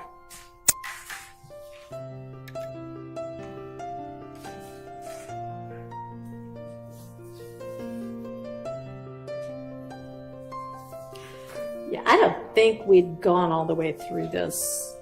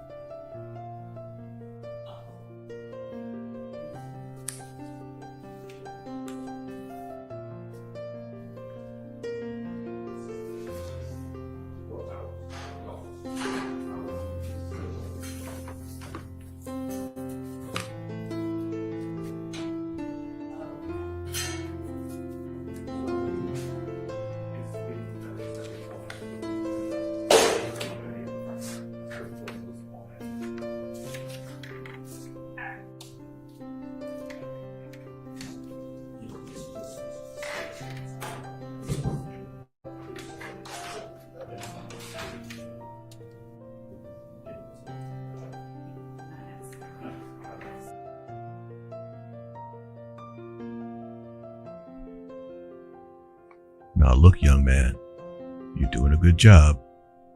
Now you make sure you fight hard. Don't be up there messing up. Just know I believe in you. Stay strong. Make us proud. Okay, bro? You got me? Yes, ma'am. And by the way, what are you worried about? You know you got this. I do? Yeah, you got this. You ain't got nothing to worry about. I taught you well. You sure did. I don't know how I forgot that.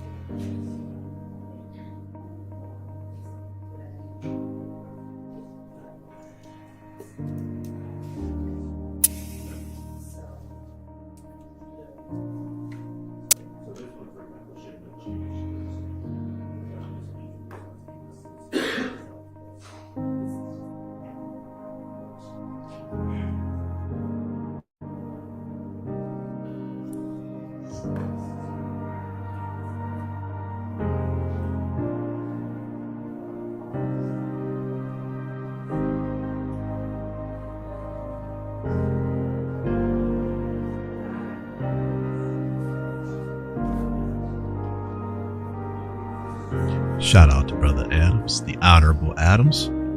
I told y'all, the brother, man, from what we can see, smooth cat, man. He can handle it. He can handle it. Yeah, I can say I miss love. We certainly got our disagreements, for sure.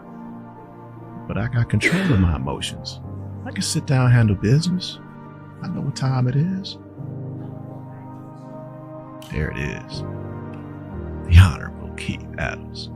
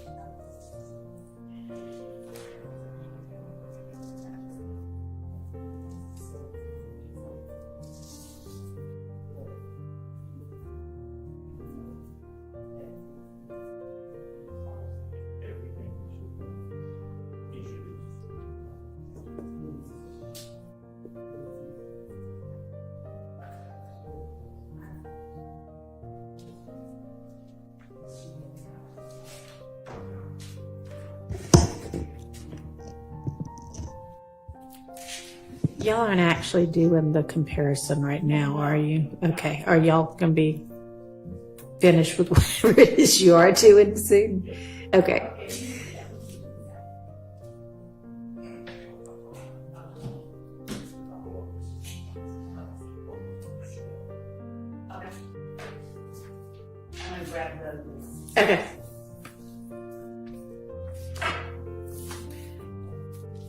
So if everybody has access to that list that the state had provided a while ago with their kind of a chart of the witness testimony and exhibits, I don't think we went all the way through it, and that might help everybody to think about if there are other types of evidence that we're going to need to still handle kind of motions in limine on. I know we'd gotten through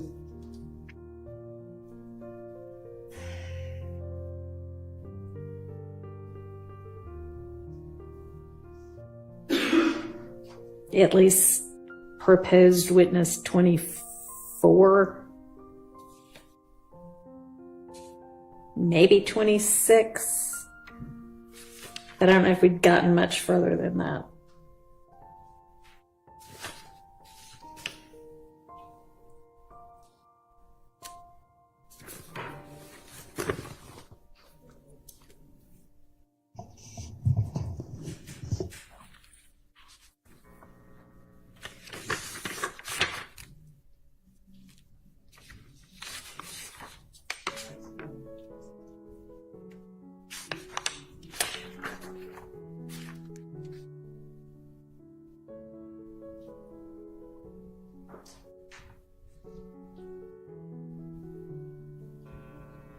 Let me know when y'all all have it.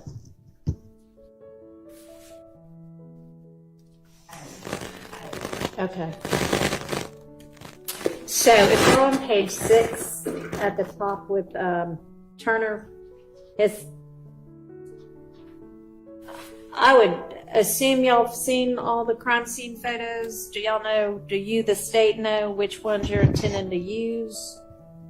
So, page 6. I mean, have y'all gotten together on things like that? Like, okay, here are the 25 or 10 or whatever crime scene photos that are going to be used with crime scene tech Turner and.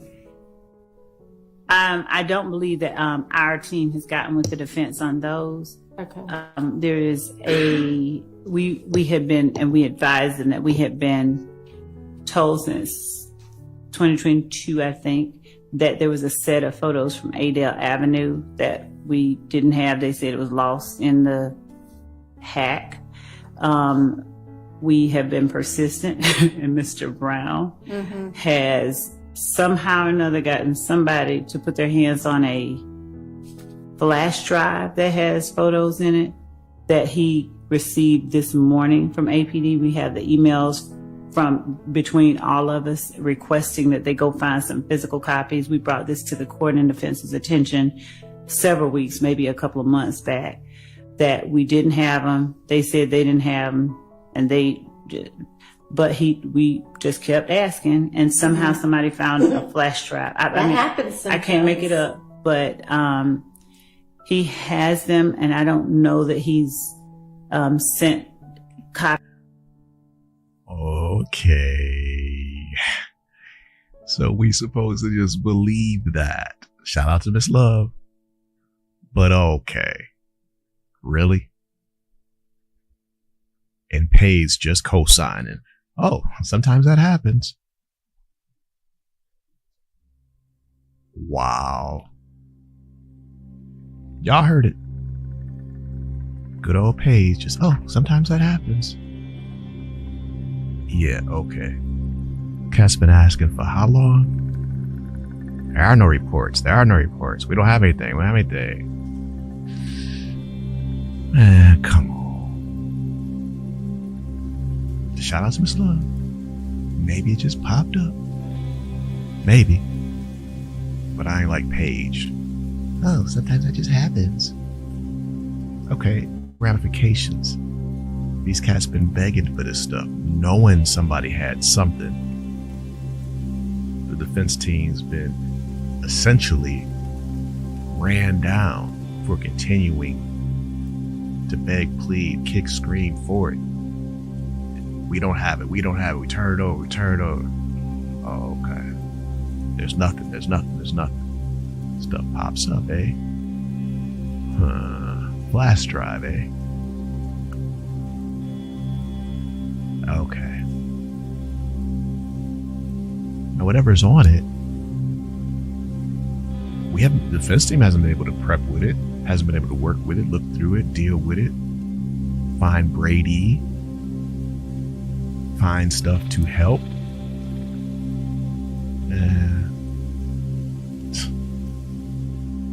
Blame it on the hack. Okay. Yeah. How convenient. And so-called justice. From APD, we have the emails from between all of us requesting that they go find some physical copies. We brought this to the court and defense's attention several weeks, maybe a couple of months back, that we didn't have them. They said they didn't have them, and we just kept asking, and somehow somebody found a flash drive. That happens sometimes. I can't make it up, but he has them, and I don't know that he's sent copies of them, but we can have copies brought over. That's just a matter that, since we're in the middle of that, I think they need to have and see. Okay. And so we'll bring that over as well if it's not already been sent over via a link. It may have been sent over via a Dropbox link. Okay. But we've not yet gone over the individual pictures and told the defense which ones we will and will not use. I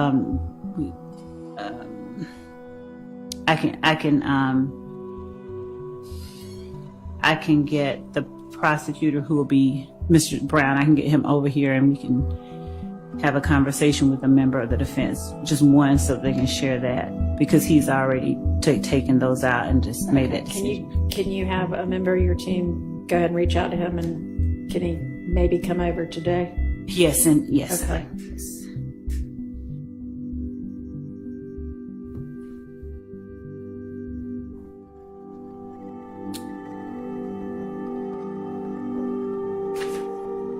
And we honestly may not have gone witness by witness up to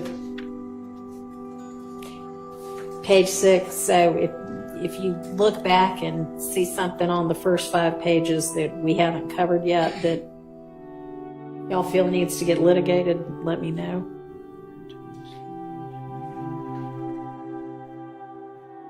Or if you don't yet know kind of more specifically what that evidence is going to be and need to, let me know. Okay. I'm reviewing it now.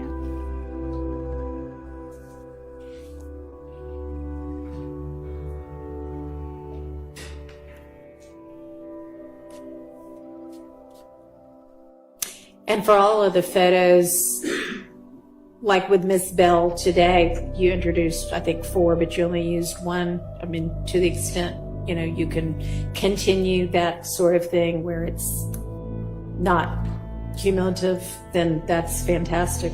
Okay. Thank you for doing that. Yes, you're welcome. Thank you.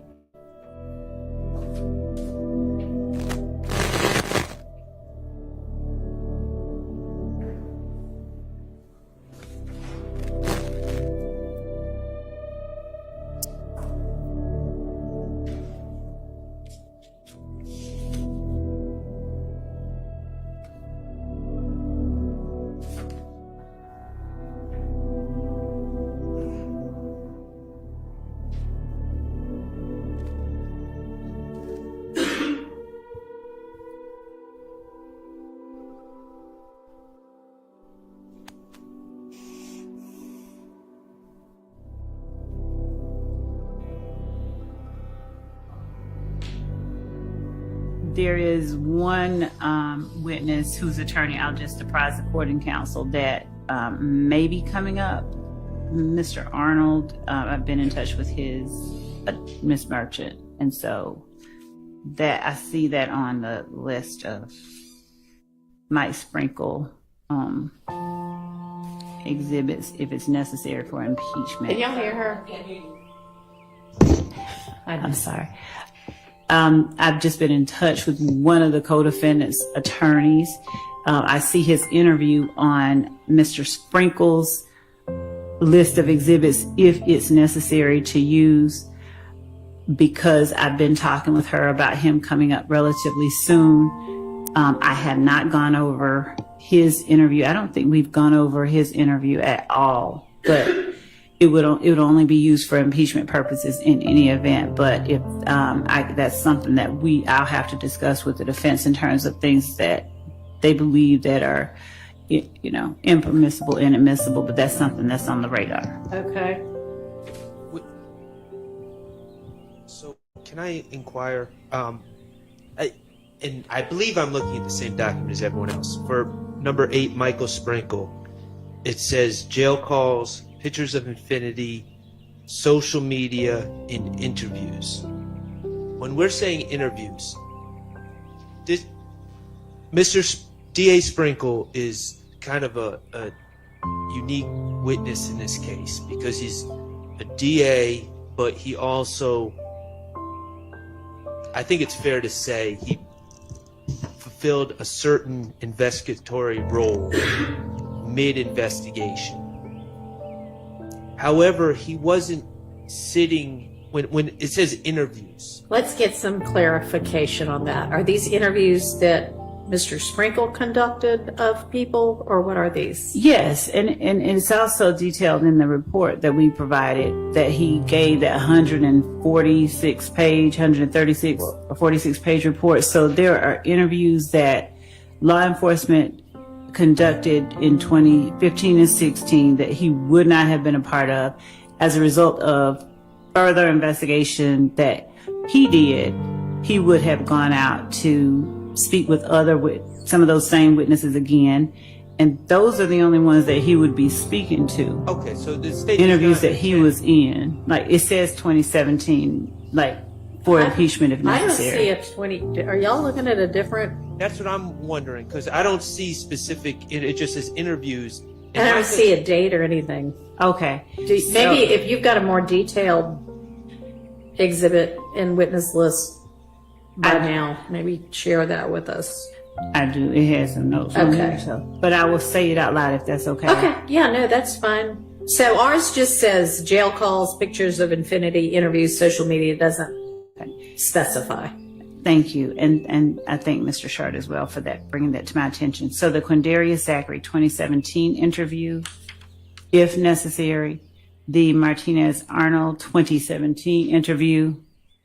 Okay, so my concern was simply this: we're on the same page that he's not going to be commenting on interviews that he simply reviewed to bring himself up to speed before beginning his work. It doesn't sound like it. Okay. These are interviews that he was a part of. Right. Okay. So maybe interviews, maybe not the best word, but if he conducted it, if he was a part of it, then for impeachment purposes, he would be the one that would be impeaching the witness if necessary. And it would be only for witnesses that have already testified in correct. Yes, okay. ma'am. So he's actually a little bit out of order. Well, no, I guess not. I don't know. So Arnold, Zachary, and whom else? We have Kenya Morton, if we call her. She has been listed as an alibi witness for Mr. Kendrick, so we may just let him put her up, but we haven't. She's on here, so we can still discuss items within that interview that may need to be dealt with or redacted. So that's 3. All right, but yes, so these would be only after they testify and for impeachment. Absolutely. If you don't just use the interviews to impeach them while they're on the stand. Right. Okay. And then, do we know whose jail calls? We have Mr. Arnold's, Mr. Bradford's, Mr. Stillwell's, Mr. Sledge's. I think we have dealt with the ones from Mr. Sledge while he was. We dealt with the one I think that we were dealing with Mr. Sledge. And in Mr. Sprinkle's report, he referenced specific ones as it relate to Mr. Arnold, Bradford, and Stillwell. But what we'll do is go through those. That's another conversation we have to have and inform counsel for defendants, specifically those jail calls as well.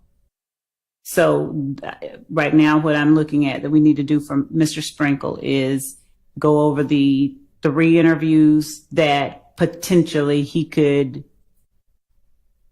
testify about if necessary, and just deal with any items that maybe need to be addressed, redacted, dealt with, and the jail calls from Mr. Arnold, Bradford, and Stillwell.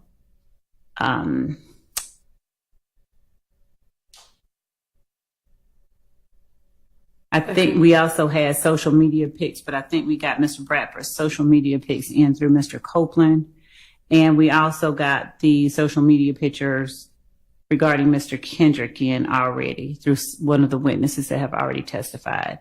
So outside of that, and I think we also got the post with Mr. Garlington and Mr. Williams with the "we're not going back and forth" in already. Those are so there's no social media left that he'd be talking about then. Okay, so we can cross that one off. Okay. So going back then to page 1 with Mr. Zachary, have we dealt with everything we need to deal with for him?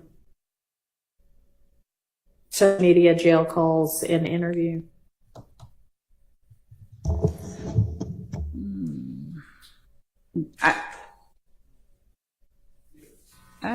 Let me check our bucket that we've provided. Hold on.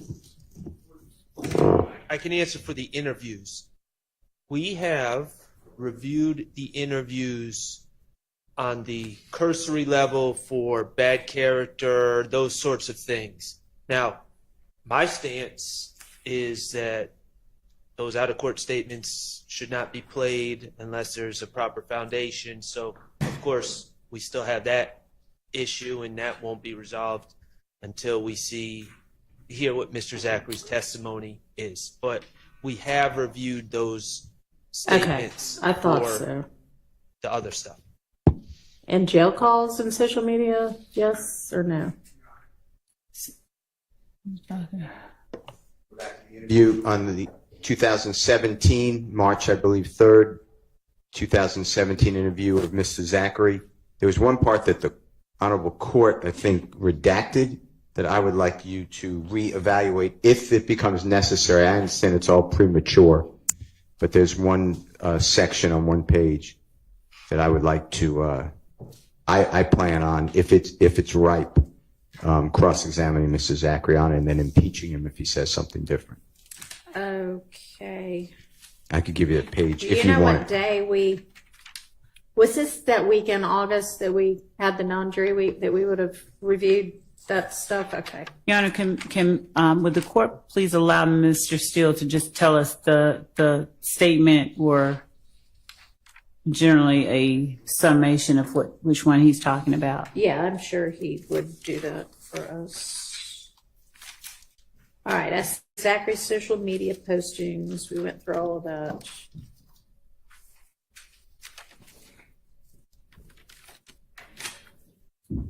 Was this wasn't one of these things on these big, this is Zachary, these things? No, that's, oh, yeah. Okay. So can you direct me a little more specifically now that I've got that in front of me? Of course. Your Honor, this is the 2017 proper. All right, hang on. The one I've got says 2015. Yeah. If you need a copy, we can, I'm sure, give you one. I would have thought I had a copy if we've already been through it.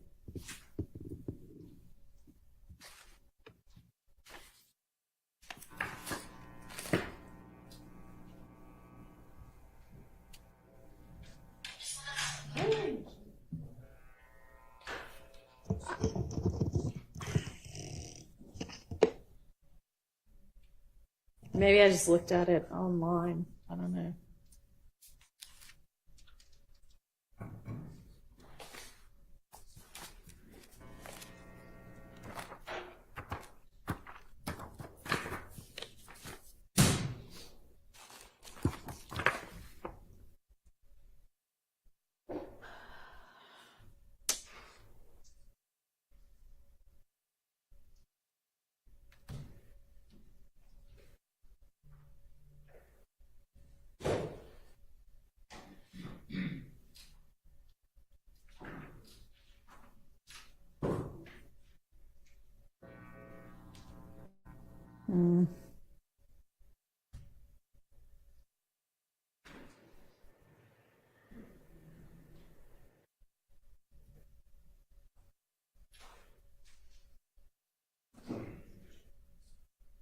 Would this have been in one of the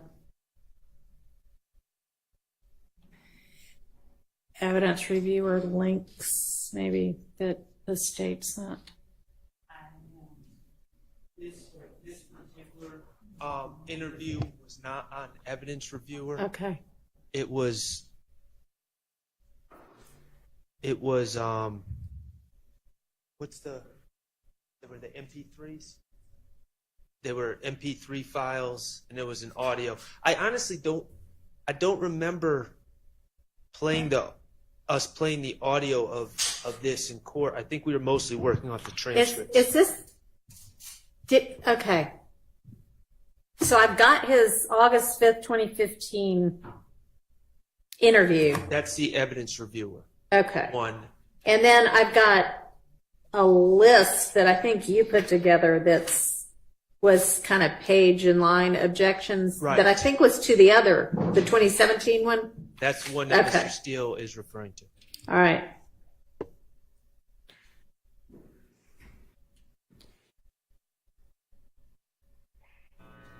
So I ought to have a transcript of it somewhere, but where that is at this point, I'm not quite sure. It helps. It's a Words Express transcript.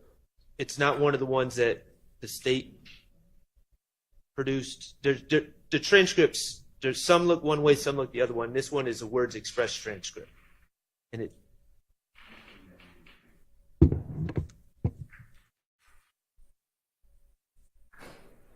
it's 262 pages. All right. Well, honestly, instead of me taking time trying to find it in some electronic file, if y'all have got a copy of it that I can borrow, that would work as well. Thank you.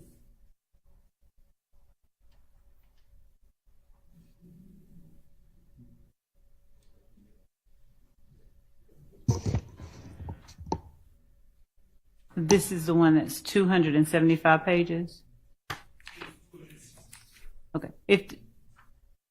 Just because I know we have multiple transcripts by different transcribers, if the court would allow them to send to the state as well, the one they're referring Mr. to. Howell, can you send it to Miss Love as well when you hit send? Thank you. Thank you, Your Honor.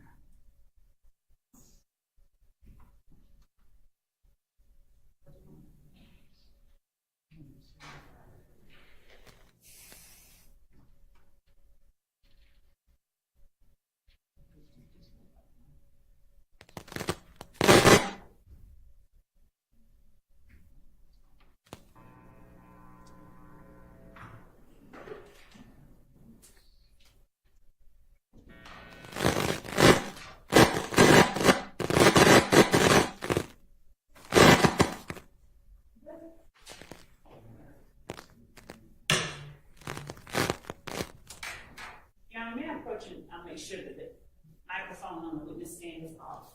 Yes. Thank you. I think this might be the culprit. Hmm? I think that the extra microphone on the witness Might stand be what's causing it. I turned it off. Okay.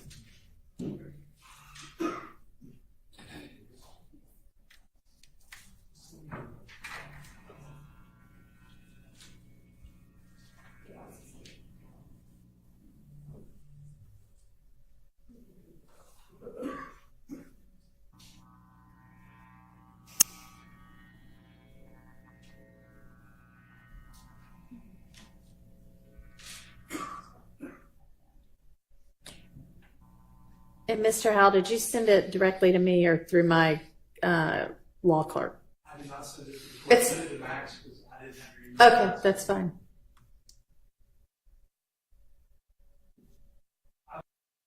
Steele is saying he wants to use it, so that's why the state was supposed to get back. Okay. Does that ring a bell, Ms. Love? A small one. I'm just going through our notes on that. Okay.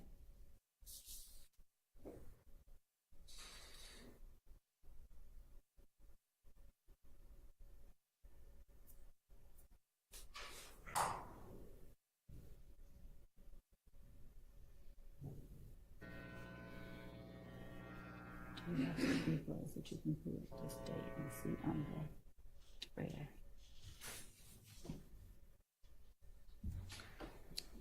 No, I didn't bring the, and you ain't gonna put them in your ear.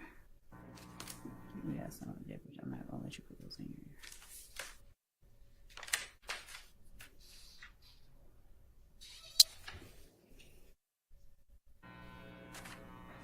You gotta make it hotter. You gotta turn it around. I think I just can't turn it off. I'm trying to get the cords from being like that. You just, Oh, you want to keep it on, right? You just hold on. Just let it go.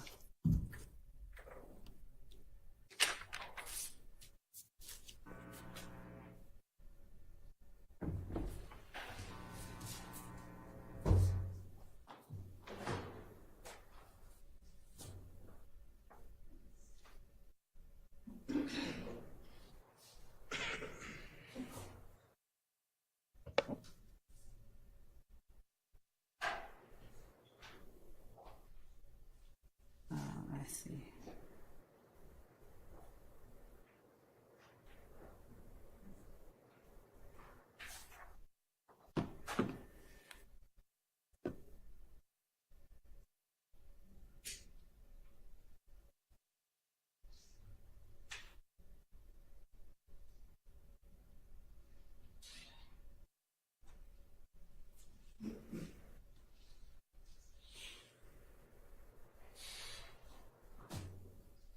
Give me some of that.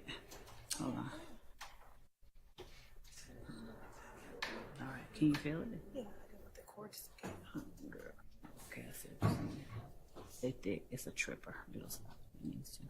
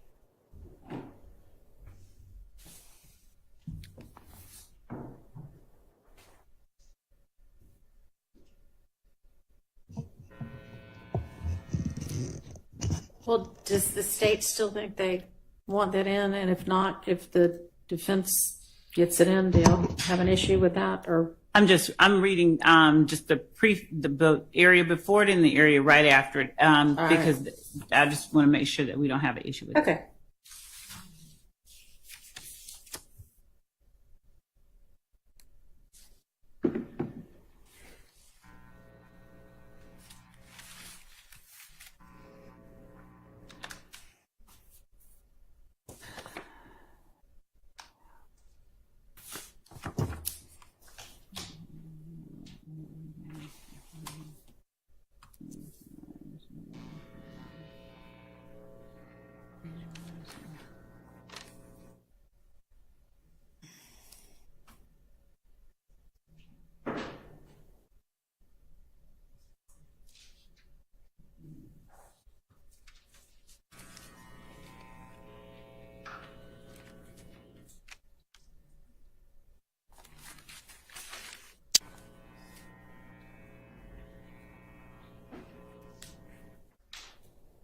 And Your Honor, it's also going to some extent, rely on what else was kept out and what was kept in. So that's the reason I'm just searching through that portion.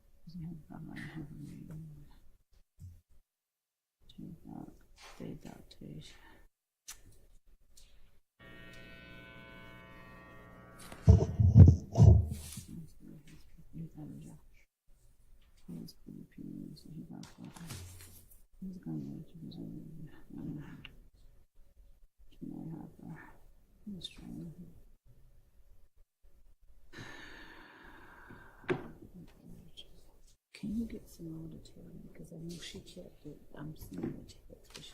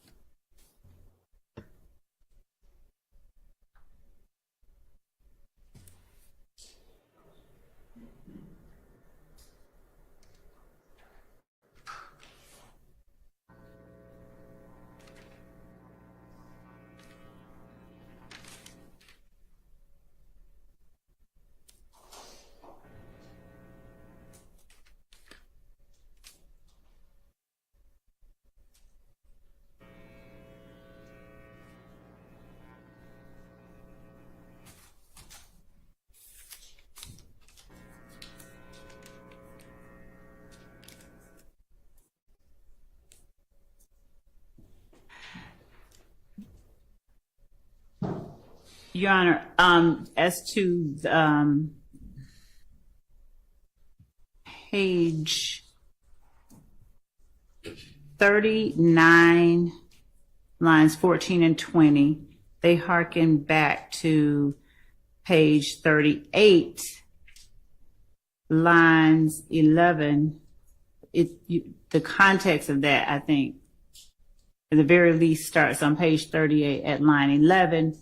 And in that, the soon-to-be-called witness is informing the detectives about someone's opinion regarding who shot up a certain location. And that is listed on page 38, lines 11 through 12.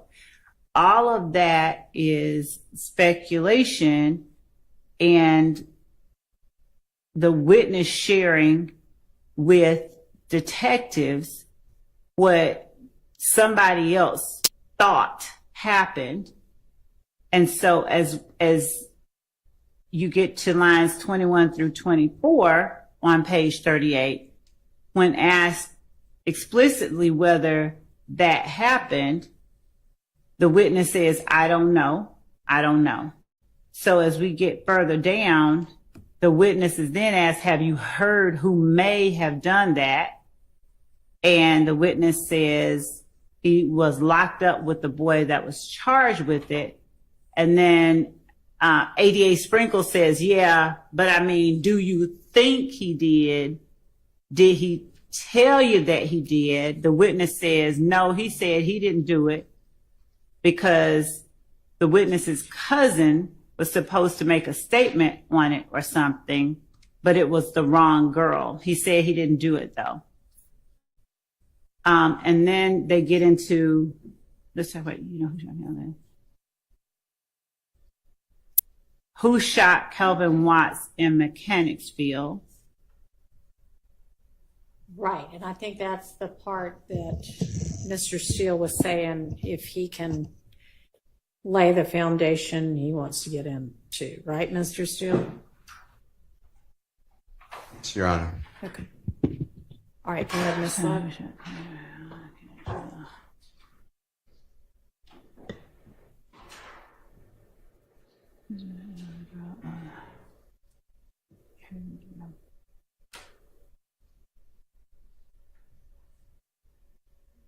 Okay, I remember this argument. So if there's no objection from anybody else, I don't think that we have one to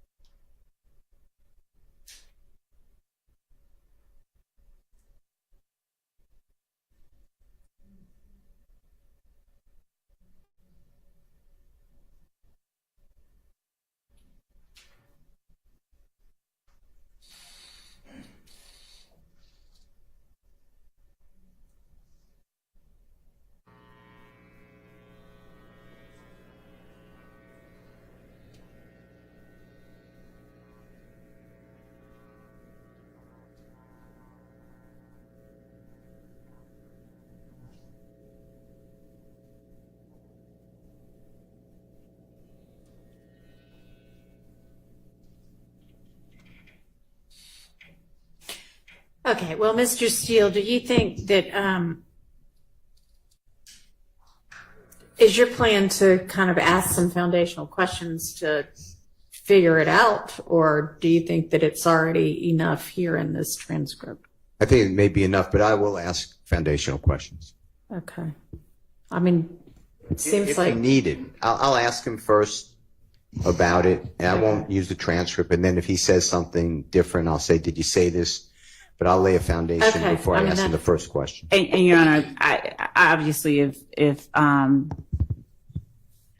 it's established that he has a basis for knowledge that does not consist of what somebody else might have said some other time that we don't know about, and he doesn't have personal knowledge of it, if it's not that situation, but he does have a basis for it, unless there's some other valid objection, then there's nothing that I can, complain about right now. Okay. All right. If there's an objection, we'll make it at the time, but I don't see anything right now. Okay.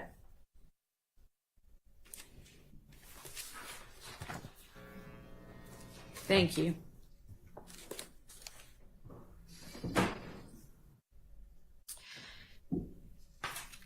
Okay, so back to Mr. Zachary. The interview would only be for impeachment, and have we gone through all of his social media and jail calls that might get utilized?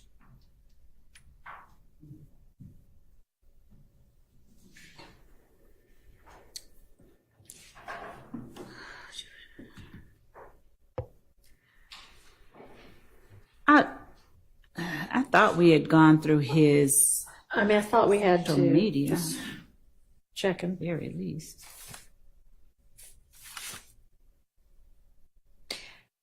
I mean, it looks to me like we definitely went through his social media postings and made the evidentiary determinations about that. But I don't know if we did jail calls or not. I don't recall going through any jail calls. Okay, so are there jail calls that you might intend to utilize? Isn't he coming up pretty soon? Potentially? Potentially? Yes. Okay. And so I think that any of Zachary's jail calls would only be used to impeach Zachary if we needed to use Zachary's jail calls. All right. So right now. Okay, so that would just be, if it happens to come up, we'll just roll with it at the time, I guess. Unless you know, obviously if you know of something that you think is going to be an issue. Right. Then just kind of alert us outside the jury's presence. I But can- otherwise, that'll just be a trial issue. Okay. And then the next witness on this sheet is Detective Thorpe. And I think y'all were going to get together on the part of Mr. Kendrick's interview that might come in on redacting it for any potential Bruton issues. Did y'all get a chance to do that yet? What my memory is, Your Honor, was that I know I said that I would be asking Detective Thorpe questions rather than trying to play all of that. And there were maybe portions where Mr. Kendrick talked about where he was on January 10th. Okay, yeah, no, that I'm looking part I now. would We let. did. Okay, so we just went through what was okay and what wasn't. Okay. All right, so there aren't any outstanding issues then for him. There was one thing, and I don't think that it's on here, but we were trying to put our finger on it within our team because we had identified a call between Mr. Kendrick and Miss Morton, where Mr. Kendrick, from our listening of it, seemed to be essentially trying to establish an alibi. And it seemed, I'll be clear, he said, I was with you. And she says something to the effect of, yeah, you were with me. Mm-hmm. And I wanted to put Mr. Weinstein and his team on notice. He's not here, so, but Mr. Howell, yeah. Mr. Howell and his team on notice that there is that call that is in the calls that were served in 2022, but we are wanting to identify the exact date and time to extract the MP4 so that they have it. But all right, we have it identified. It's just locating it in the large bucket of calls. But that is one that we know that we will end up playing. Okay. All right, thank you.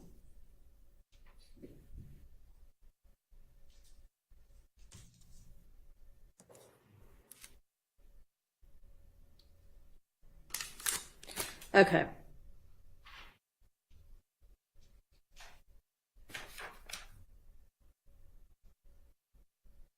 And we're guarding the custodian of records. I know that we've probably beaten this horse, but there's still no stipulation regarding those. Nobody wants to stipulate as to, okay. Doesn't sound like it. If anybody reconsiders on that front, please let the state know. All right, so with Mr. Sprinkle, with the jail calls for Arnold, Bradford, Stillwell,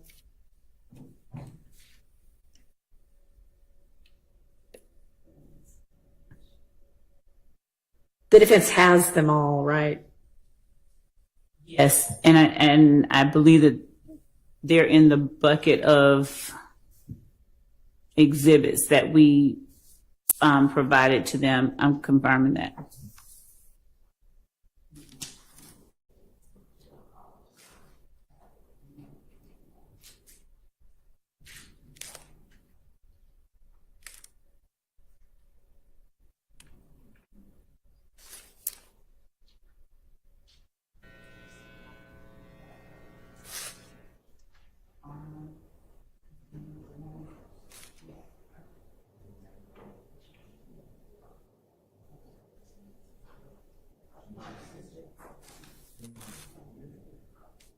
Yes, sir. While on the subject of jail calls, I know we went away from this topic, but the state mentioned Quindarius Zachary jail calls. From my recollection in the discovery, I don't believe we've ever been served Quindarius Zachary jail calls. I do know, I'm more certain that the state has never identified any sort of group of calls that maybe they may be interested in bringing into this case. So if there are some calls, if we haven't been served them, which I don't believe we have, I would ask that they be excluded. But if there are some calls into discovery, I would just ask that they're identified before, like, right when the state wants to bring them in, because we're going to have to review them. I know that Your Honor said, you know, when that comes up, we'll get to it and we'll discuss it. I just don't want to be in a situation where I'm hearing about a jail call of Mr. Zachary's for the first time in court. And Well, then having certainly if y'all don't have them, then that's an issue, but let's find out. All of the jail calls have been served.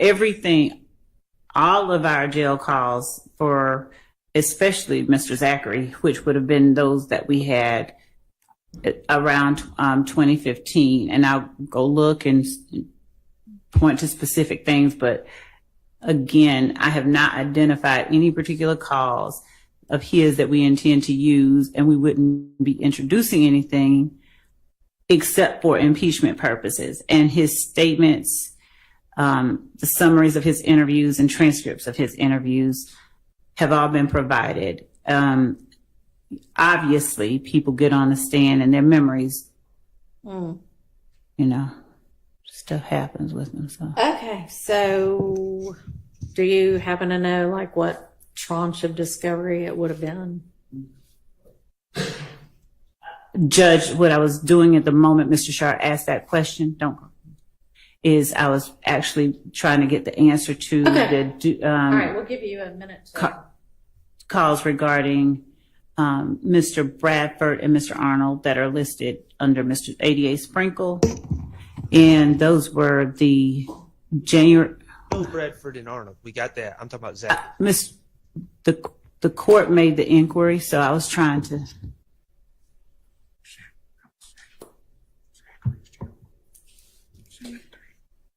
Okay, so through Sprinkle, it would be Arnold, Bradford, and Stillwell, and that's it.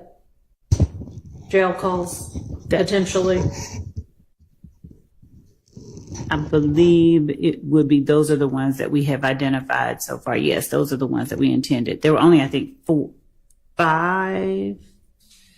And I paused because I was now looking at, okay, there they are. So the January 11, 2015 call between Martinez Arnold and Javaris Bradford.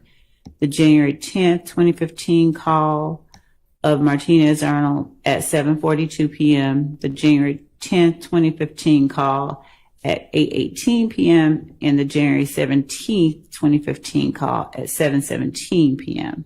Those are the ones that we have provided that we intended to introduce through ADA Sprinkle. Now, as to the follow-up question that Mr. Sharp just asked about, and that the court inquired about, the Zachary jail calls were served in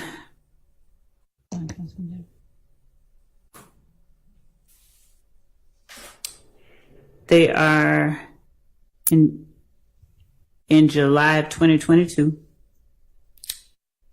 under the jail calls folder. Okay. July 6, 2022 at 9:16 a.m.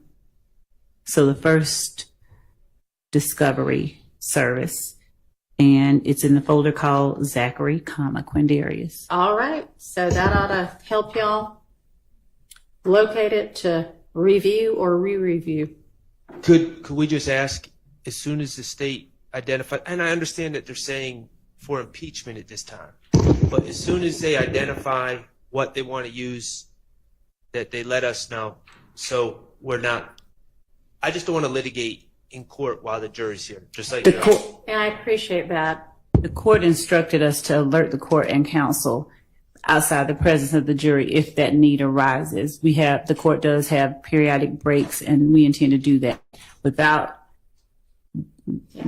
I mean, I imagine it would be kind of hard to know before you know how he's going to testify. But is it a large volume of calls?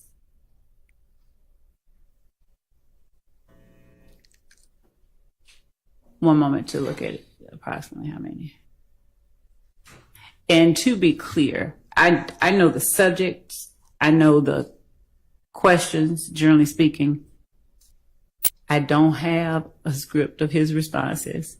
And so it is almost impossible to, at this point, predict which, if any, would be impeaching, because as everyone has witnessed, sometimes answers are non-responsive and not true at the same time. So it's just, I'll look through Mr. Zachary's calls to see if there's any one that contains something that's not in a statement or a summary. Okay. Thank you.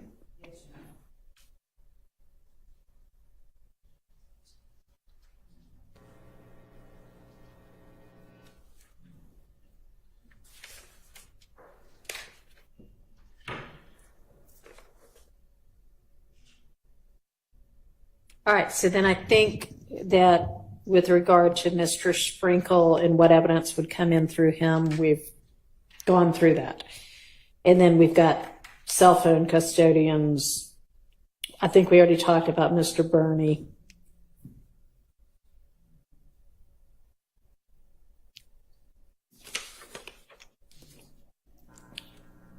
Which brings us to either Voss or is it Wetzel? Is that how you say that?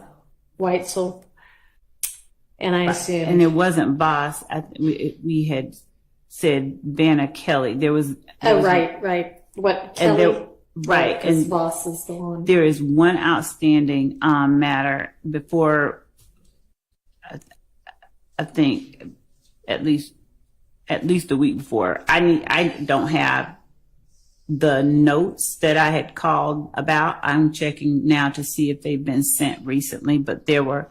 So the court had asked us whether she had provided a separate report. Right. And what the GBI told us that we informed counsel for the defendants is that she not just peer reviewed, but she verified the results that Mr. Voss obtained. And her notes were what I requested from the GBI. Normally they're pretty fast, and I'm just checking to make sure that they have not sent them and I just missed it. But I'm going to also follow up. All right. So either if you do have the email, just send that on, and if not, follow up. Okay.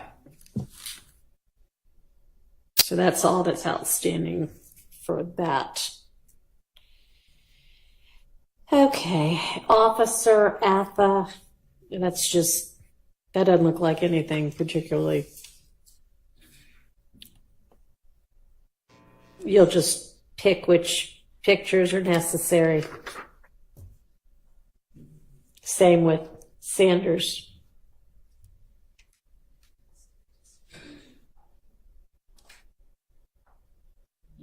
And Smith, that evidence already came in, right?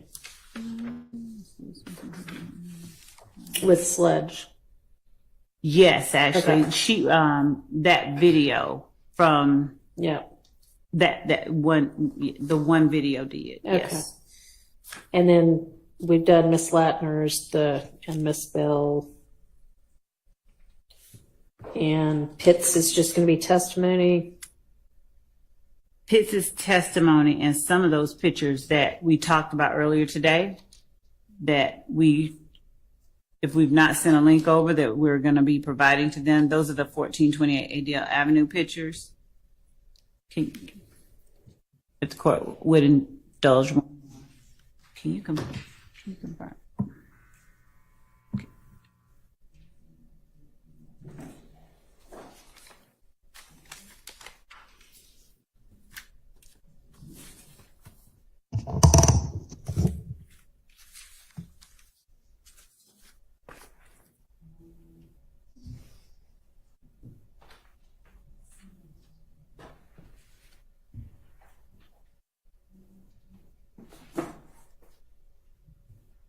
So we have identified 9, I think, out of several from 1428 Adele Avenue that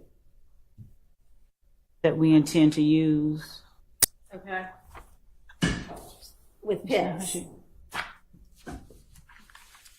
Am I understanding you correctly?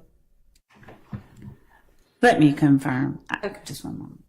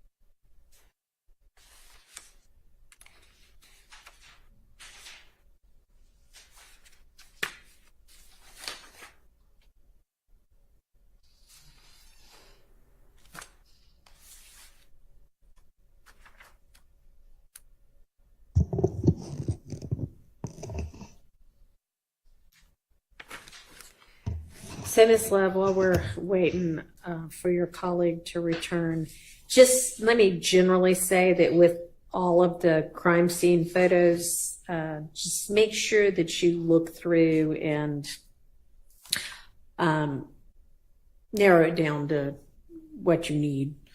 I know that just as an example and I did find you had given us a more detailed sheet with regard to at least, maybe the first 15 or so of the next witnesses, maybe more, with details about which evidence you were going to use. And I know, like, for one of them, there's like side view of XYZ gun, front view of XYZ gun, other side of XYZ gun, which may be significant for some reason. And of course, if it is, then let's use all of those pictures. But if it's not, and you can use one picture instead of three, just with the number of witnesses and the amount of evidence we have, if one will do instead of three, let's do one. Yes, Your Honor. And there may be instances where we tender and this many and publish two. Exactly, just like you did with Miss Bell. All right, thank you. And if you are going to tender this many, and especially with the crime scene text, just hand them the whole stack. Definitely. Yes, sir. Your Honor, while we have a minute, can I ask? Can we go back to number 23 on page 6? It says Tyrone Dennis.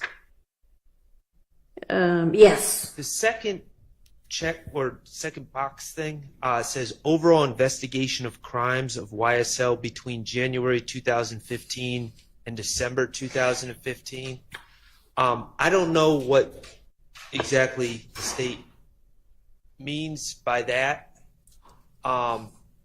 Summary witnesses, my understanding, are frowned upon. Investigator Dennis previously, when Judge Glanville was the judge in this case, there was a easel with pages being flipped where he was listing all these different shootings and saying what was gang related, what wasn't gang related, or really just what was gang related, and kind of going through a timeline of a bunch of different acts of violence. I don't think at this point, if it's targeted to something, I'd be interested to know what the state is trying to get from Investigator Dennis at this point. But just like another recap of everything that was going on. I mean, we objected the first time, and we still don't believe it was appropriate. But to do that again, it's just we're kind of retreading the same summary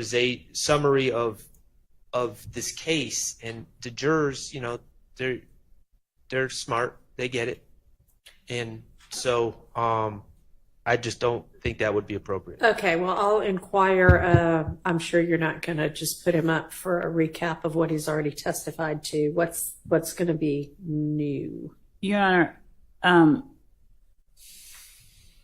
we're not putting him up through for a recap. What we gave on that sheet of paper was a generalization. If, as for instance, he was allowed to talk about his investigation. He was qualified as a gang expert, and many of the incidents that he investigated, he was able to gain information pertaining to some of the facts that he testified about. Some of the things that he was able to testify about. He also actively, like I said, participated in the investigation. So he, as a fact witness, was able to testify about those things as well. Mm-hmm. As the court sees what the court doesn't know or wasn't there when he touched on the fact that after Donovan Thomas's murder, they went back and they saw that there were incidents that occurred that appeared to be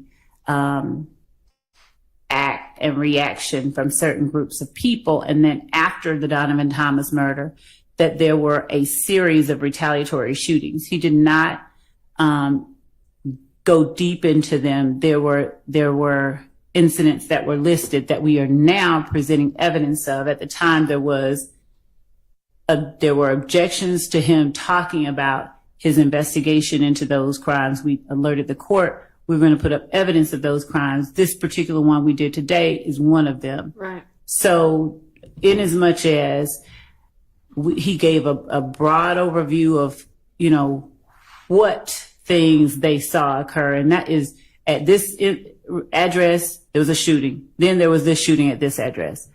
To the extent that there are details that are going to be brought out or that are challenged on cross-examination, those sorts of things that were not ever talked about before will be talked about with Detective Dennis this go round. This will not be a rehashing, you know, of a summary. That's not necessary. That would be a waste of time. This is going to be information that either he's not testified about or someone challenges another person on cross about. I don't think that at this point we can actually say, hey, this is all the stuff that we're going to talk about. We do know that it's going to encapsulate that area, that span of time that we listed for the defense in the court on that sheet. Well, Your Honor. Yes. Let me say this. I'm seeing these 4/28/15 shootings. I'm seeing on the state's list here, they're saying committed by Demekion Garlington, Antonio Sledge, Quindaria Zachary, and Shannon Stillwell. There is no evidence other than Mr. Zachary in his proffer trying to get better sentence saying that Mr. Stillwell was there. There's absolutely no evidence, no phone records, no other witnesses, no ballistics that link to Mr. Stillwell. There is nothing that puts Mr. Stillwell in that case. My concern, and he wasn't charged either. Okay. What I don't want is, I don't know what Mr. Zachary, where he is, if we're going to hear from him, if we're not. But what I am going to have a motion if somehow Mr. Stillwell, through investigator Dennis or some other witness that has no firsthand knowledge of anything, starts trying to bring my client into the 4/28/2015 shootings. And from the discovery, the only person that says that is Mr. Zachary when he was, you know, trying to get himself out of trouble. And if Mr. Zachary says that, I will deal with that on cross-examination. But until Mr. Zachary says that, Investigator Dennis should not have anything to say about that. All right.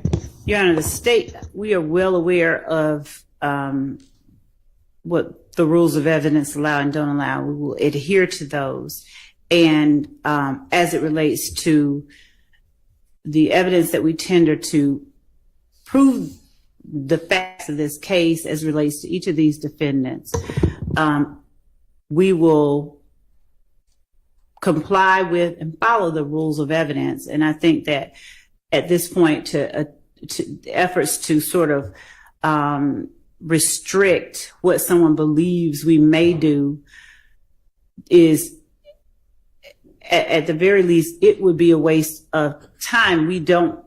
It would make no sense for us to try and introduce through a witness we intend to put up a statement through someone else, through Detective Dennis, a statement of Zachary before Zachary ever testifies. That's wrong. We're not going to do that. I mean, that's good. I don't mind somebody alerting everybody to that as a potential issue. And I appreciate that you say that, of course, you're not going to do anything like that. Okay.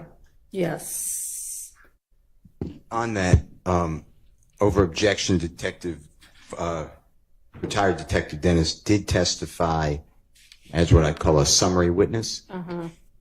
But the court needs to know that we never received an expert report for some of these people, not Miss Bell, who just testified, and those reports that we have on that incident on April 28, 2015 that found her to unfortunately, tragically be shot.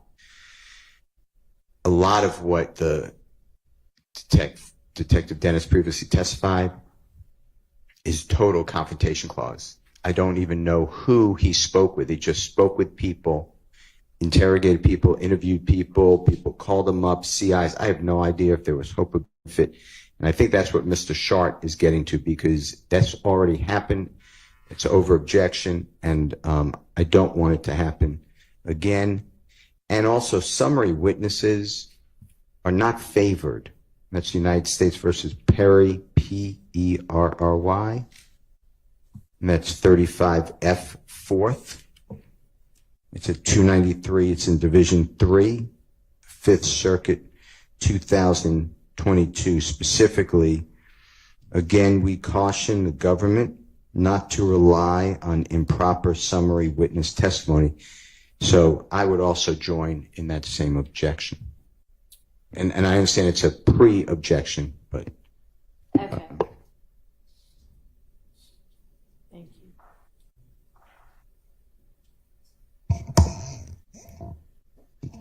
And actually, I think that Miss Love had shared with everybody. She had gotten through about, I don't know, it's not numbered, but 7 or so pages. Witnesses at the time, they were 81 through 110, with more detail than what's here of exactly what she thought the evidence was going to be at the time she put it together. And for Detective Dennis, he's on the last page of that, she's got listed the specific evidence that she, at least at the time she was putting it together, thought he was going to be testifying to this time around. And it doesn't, other than the PowerPoint, which has essentially been ruled out, it doesn't look like it's kind of summary testimony. Is that fair, Ms. Love? Yes, and also I think that as I'm getting updates from team members who are also signed on, that in the Dropbox that I believe that we provided, we have, with even more specificity, photographs of Zachary and Copeland with guns, found at the Dunbar Center and at the Zachary arrest. And I think that this is something that has already been touched on. It's not, the court is correct, in short. Okay. We've been more specific. Okay.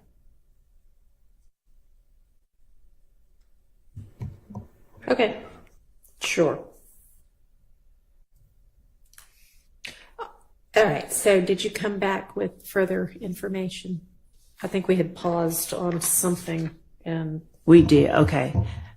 So we have from Adele Avenue, there are several photos that we are still narrowing down that we got today. We will provide both all of those photos as well as the ones we intend to tender as evidence.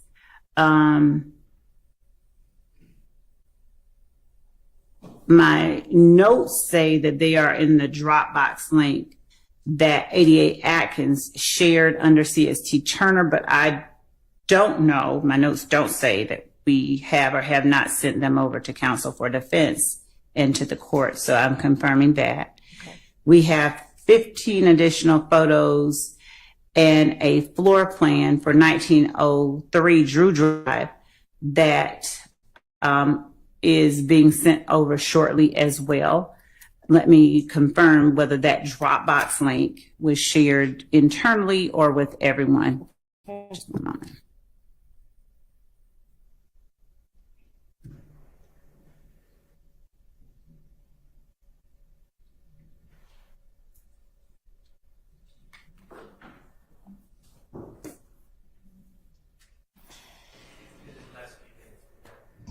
Can't hear you without the mic. I'm sorry.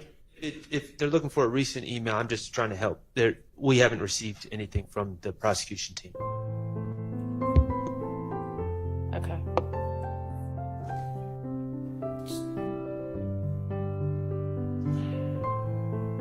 I am being informed that the Dropbox link that everyone has been updated with those items. Okay. So, just can you tell which Dropbox link it is? Because I know there are several. The one with the 30 witnesses that has this particular witness on it. Okay. Okay, great. All right, thank you. You're welcome. All right, so we were at what is numbered on this order of proof and exhibits list. We were on witness number 21, Officer Pitts, and that's, I think, when we stopped to sort out the issue with the new photographs from Adele Avenue. And so moving on, we just talked to the next page, witness 26, Detective Dennis, we've just talked about.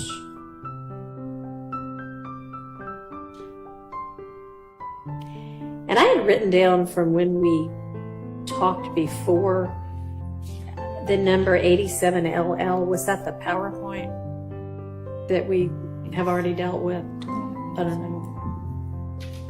What is the court's note regarding 87LL or 871L? I should write more detail in my notes. 1 second, Judge.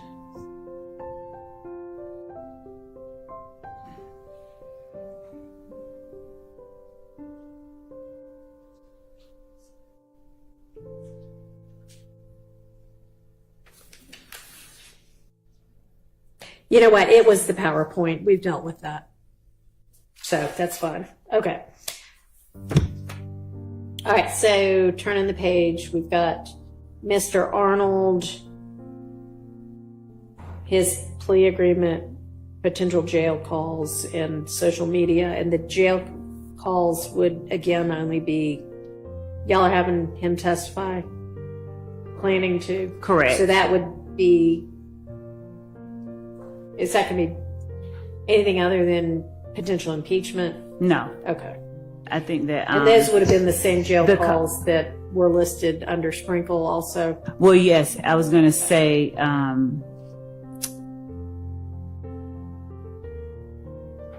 yes. And the one in particular that I'm thinking about as I play it in my mind, whether it would be this particular one on January the 10th would be considered impeachment. It was right after the murder of Donovan Thomas, and it involved Mr. Bradford, a call from Mr. Arnold to Mr. Bradford. Okay. So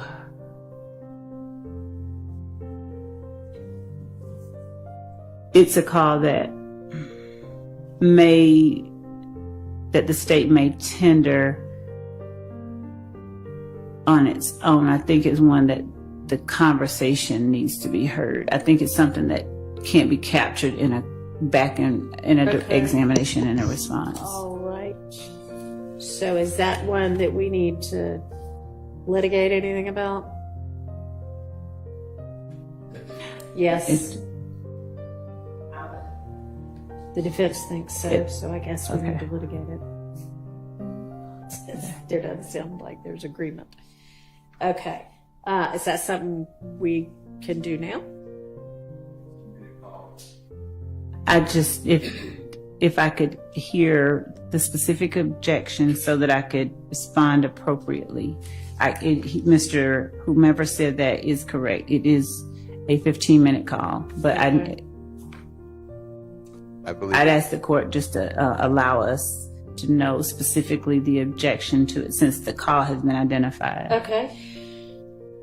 if I'm thinking of the right call, there's different people. Mr. Arnold is in custody, by the way, Your Honor. He's arrested on or about the 6th day of January 2015 outside of Club Crucial. You heard about this fight at Mr. Copeland. He's arrested outside.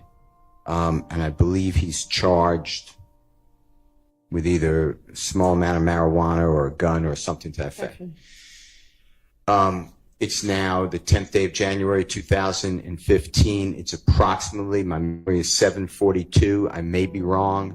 And it's clearly a collect call. If the voices are identified the way the state says, it's Mr. Bradford at first and Mr. Arnold. But then there's another woman who's on the phone, who I am not going to stipulate who it is, and she gets on the phone and supposedly says something potentially about Mr. Williams. I am objecting to that portion if that person's not testifying.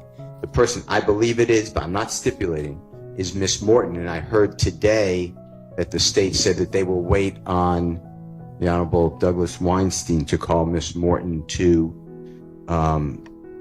promote the alibi defense for Mr. Kendrick. So I would move to exclude that portion. There's other portions, and I just have to get my notes, Your Honor, but I can do that, that are not relevant. They're talking about, I don't know, the jail food, or I don't know. I don't want to make specifics, but it's nothing to do with anything happening in our case. Okay. So understanding, at least I'll respond not to the jail food, but because that was at most a few words, but this is, we believe, calls between co-conspirators who are Mr. Arnold reaching out at first. I believe he may have initially had one purpose for reaching out, but the conversation turned to an alert or an informing of the current status of something that had just occurred. We believe that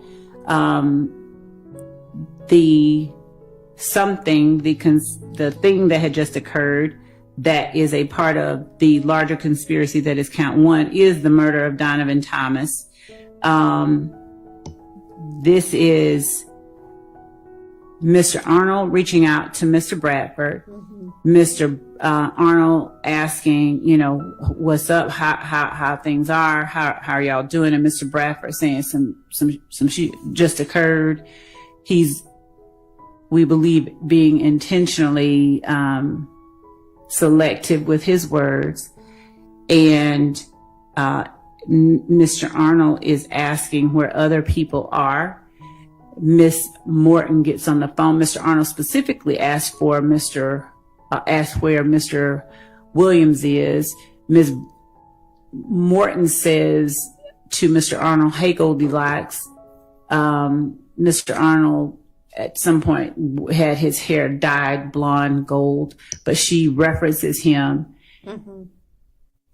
And at some point, of course, Mr. Arnold asks, just to speak to the idea of we don't know who it is, Mr. Arnold asks Mr. Bradford, who is that? And Mr. Bradford, I think, says Bushi. And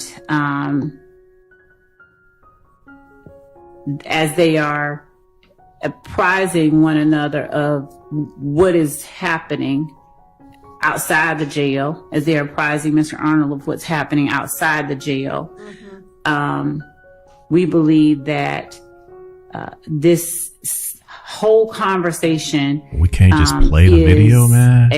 Is a conversation between co-conspirators serving to play the doggone thing, inform each other of the current status of the conspiracy, which therefore furthers the conspiracy itself. It serves to maintain a certain level of cohesiveness among them, and each one of the people who are taking part in the conversation are persons we believe who have just had some involvement, if they did not switch cars with, provide transportation for the people we believe are involved in the murder of Donovan Thomas. They are advising each other of where the participants in that activity Miss Love, you should just are say at the moment it's easier that just the play inquiry it, is and then if you made. have questions, And we'll talk about it. I think I said that You should Mr. just play it. Arnold asked for Mr. Williams. It may have been that he asked for jury's not Mr. there. Kendrick. So that's That's a what you're supposed to be mistake on my doing part. right now. That's he asked where Yak was, and I think that they, in responding where one of them was, Mr. Arnold was told that they were either with Mr. Williams. There was a reference to their current locations. And at this point, the entirety of the conversation, we believe is one that is informative, one that falls squarely under the co-conspirator statement category. So at the very least, there is that. We do intend to inquire of Mr. Arnold about that. I don't know what he's going to say. Okay, But, so it has two, we believe that it would be introduced in one of two ways.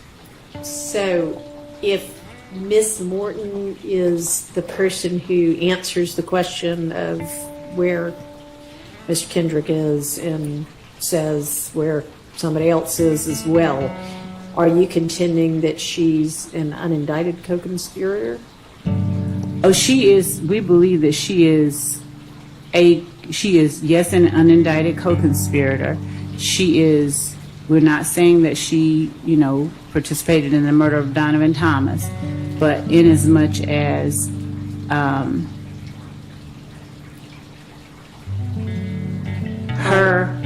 her actions this night and what she does later on, I think the conversations that she has with Mr. Kendrick, we won't be trying to get into what she told the police, but I'll just tell the court, she tries to provide an alibi initially. It's sort of, she's lying for Mr. Kendrick later on, when presented or confronted with the surveillance footage. She's kind of coy and, saying, I don't see who is that? I don't see that. So she, yes, is a part of the conspiracy in that sense. She's not indicted. But when we're looking at the broader conspiracy that involves YSL and protecting its members and carrying out its purposes, she... Dang. Hope you don't have a job where that's watching this right now. Like, wait a minute, they talking about you. I thought you had nothing to do with this, girl. Get out of here. You can't be working here. Piggly Wiggly got standards.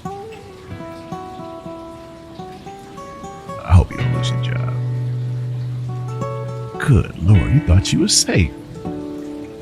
All of a sudden, surprise, jury's not here. And boom, your name comes up. Dang. Man. Not having a good day. Wow. How y'all doing? How'd you like for that? Years and years later, and there comes your name in court. Ugh. She is a part of that. She's not indicted. Associate of YSL? Yes. Your Honor, I would ask that this discussion be tabled for another day. Mr. Weinstein is more on has the details of this conversation and this evidence. Okay, so I am going to need evidence other than, like what the state's evidence other than this one conversation is to establish that she's an unindicted co-conspirator? I assume, Mr. Steele, that would be your objection? I have a series of objections under 24-801D2E, and specifically, and a good case I think is Stafford, STA-FFORD versus State, 312, Georgia, 811, it's in Division 5A, as in Elisa, 865 Southeast 2D, 116, 2021. And Your Honor, my position is going to be just the law, like you've been articulating. The state first has a requirement by a preponderance of the evidence that a conspiracy existed, and, which is what I focused on and what the court just focused on, that the Honorable Court focused on, that the conspiracy included the declarant and the defendant against whom the statement is offered.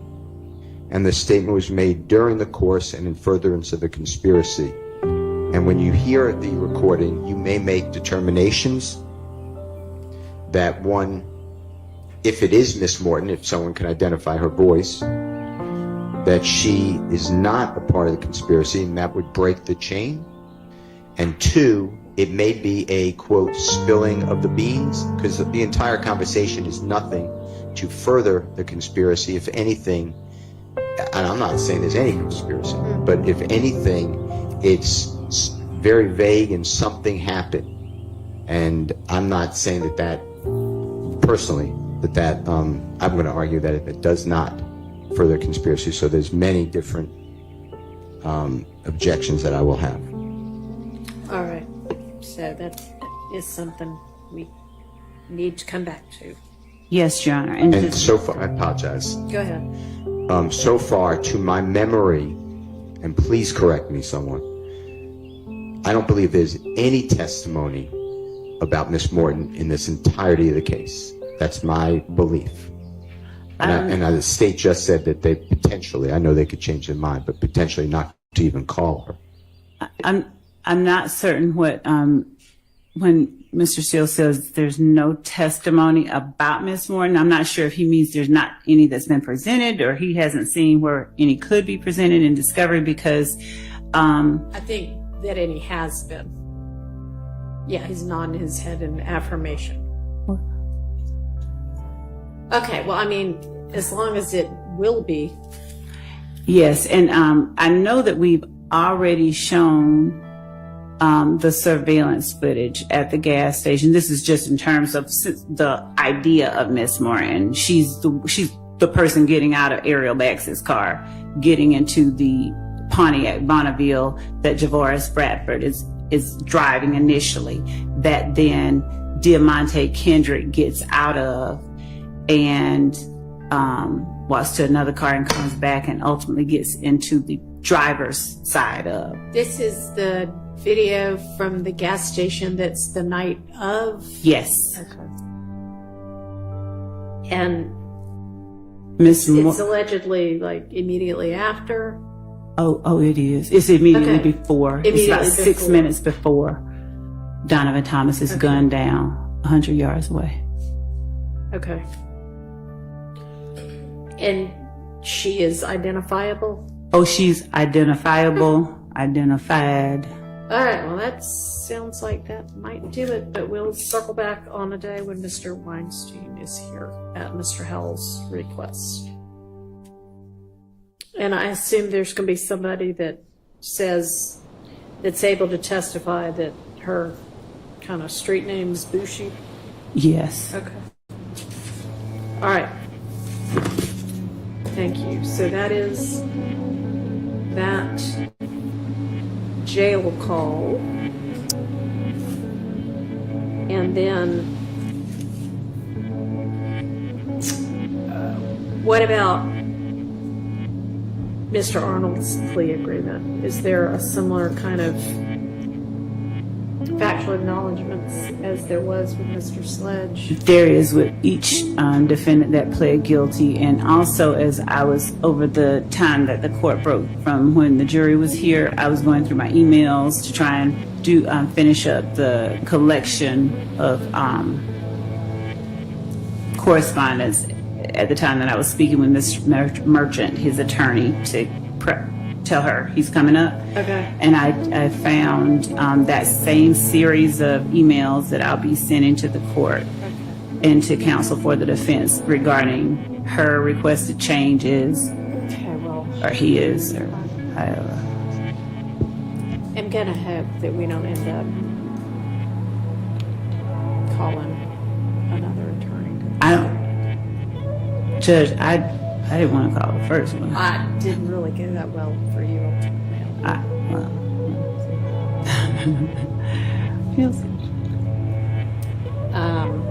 Okay.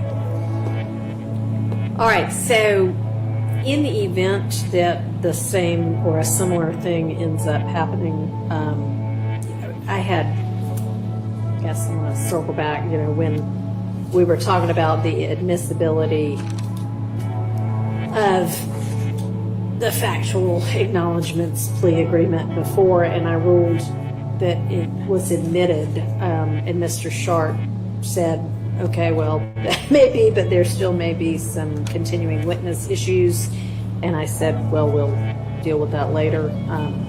I was thinking about that yesterday, and I also think that there are continuing witness issues with that. I don't disagree with the continuing witness part. So, basically that never got displayed to the jury because we only admitted it after the jury was gone and the witnesses were both off the stand. So really that's not anything they'll ever see. Actually, Judge, I tendered it I tendered it in front of the jury, and at the time there was an objection. Right. And I believe that to the extent that the court admitted it, it can be published. It can't go back. Okay, well, I don't know who you would, I guess you necessarily need a witness to do that. But. And since the court did bring that issue up, there was another matter regarding the factual acknowledgments that I wanted to bring to the court's attention. Okay. There was the testimony from the attorney regarding two portions of the final document, specifically as the only two portions that were taken issue with. Right. One being number 3, which the court remembers, but number 8 specifically. And of course, the argument will be made. There are certain arguments that are right for that, but the thing about number 8 that I wanted to bring to the court's attention is that number 8, and this is not something I felt was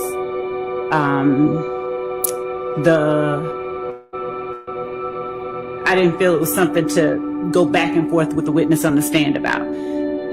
He testified, his memory was, he didn't remember seeing it. Right. But number 8 was a distillation, a pulling apart of a iteration, the one right before it, that he took issue with. And the reason the state tendered states 460 Yankee as well as 452 and 453 is that 452 contained the statement that 460 Yankee addressed, and in 460 Yankee, in as much as there were certain things that were not contested but clarified, but the personal knowledge part is a specific thing that wasn't denied, but that was implied. And I'm just saying that instead of having what the state did, what I know we did, and when Mr. Wright says he doesn't remember, that's fine. But when we provided to him the document that had it pulled out, there was not, I don't know how he says he didn't see it, but there was not any indication from anyone that was incorrect. That wasn't just taken out of the air. That was. I know that it wasn't, but we have already talked about that. I know what the state, I know and understand how it is that the state got to and believed that given the comments he made, you all could say, well, okay, still, whether he knew it was planned or not, he still knew it happened and that they were responsible. But it doesn't actually say that in the iteration that got changed. And so that might have been the state's understanding of it. But, I mean, it is what it is. And you didn't explore that with the witness anyway. So, I mean, at this point, I mean, obviously that was a protracted examination that I did not want to make more protracted, but I do think that in as much as there is an attempt to convince the jury that essentially these are made up things that the state you just slipped it in. Yes. Well, I mean, Miss Love, then put somebody else on the stand. But I mean, you telling me this, I mean, it doesn't do any. I mean, the reason that I was telling the court that was not to try and completely relitigate an issue, but as to the section that dealt with his response, not the whole response, not that it's 460, but I would ask if the court might consider reconsidering just us putting in that one part that he responded to, the way that he responded, and then the ultimate version, so that at least before the jury is where that came from, since there has been this continued effort to convince them that we make stuff up and we just, out of thin air. Well, you're the one that decided to put him on the stand. I don't regret that, or I don't think that that's the problem. That maybe, obviously minds can disagree. I don't think that that's the problem. Okay, well, if it were as clear as somewhere in the earlier version was the statement, I personally know that members of YSL were responsible for this murder, or whatever it said in the ultimate version. If that were in the prior version, that would be one thing, but that's not in the prior version. So I have thought that issue through. Yes, I understood that to be your argument yesterday, or the day before, or whenever it occurred. The day before and yesterday, and I just... Yes, Your Honor. Okay. Appreciate you giving it yet another try, though. And I'm being facetious when I say that. I know, you are. Okay. So anyway, with regard to if the same or something similar comes up with some other of these co-defendants who have pled, then just be aware that, and it sounds like we're all in agreement that it can't go out to the jury anyway, so if you want them to see it and it does get admitted, you'll need to display it at that time. And if you come up with a way to publish this other one, then let me know. Okay, okay, thank you. Okay. All right, so then if we turn to the next page, we've got Miss Latners again. I know we went through did we go through every CAD report she's gonna be testifying to when we were talking about the hearsay? I think that we did. Okay. All right. So that part's taken care of. All right. Then there's Mariah Smith, and that says interview. Is that like with police or with, who is that with? was an interview with the police, and she also testified at trial. We don't need to, or we would not. Oh, she's already testified? No, not this trial. Oh, at a different, in the murder the trial. 2015 yes. trial. No, Okay. it wasn't 2015. Some other. 2019, yes. Okay. So that we would not need that for any reason other than if Impeachment. Okay. Right. Or substantive. Okay. All right. Prior inconsistent statements. Right. We're on a different act at this point. I see. And same for whomever the two people are? We had Rodney Uten and Bernard. Or Bernard Mitchell, and you were going to call one or the other. Right. Okay. Same with them? Yes. Okay. All right. Detective Hogan, we know we need the interview of Ryan's not coming in, and then we've already done Mr. Ryan's social media, right? I don't think we've done all of it. I think that's something that we were, Ms. Hilton and Ms. Abbasi All right. Y'all are going to are still discussing, and we have. Okay. Email I sent. Okay. You're supposed to get back to me. Yeah. Okay. Miss DeWilliams and I have been Great. communicating. All right. Wooney Lee, then that's going to be play agreement, same kind of similar thing. And then text message, anything we need to litigate with regard to that text message?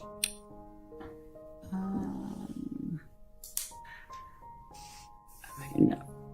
I don't think so. Anybody? I would say lay the foundation. Yeah. Okay. And then blog videos, social media, and music when we flip the page. Yes. So I don't know what objection anybody would have, given that it is Mr. Lee who's on the stand, but the video itself is specifically the blog video. We believe is definitely an overact. They are talking about the meaning of certain terms, slat, and Mr. Lee makes a comment into the camera and then puts his hand over his mouth and says, shh. So that video itself, we believe, constitutes an overact in furtherance of this conspiracy. And then y'all are familiar with whatever the social media and music is going to be. So if there are any issues.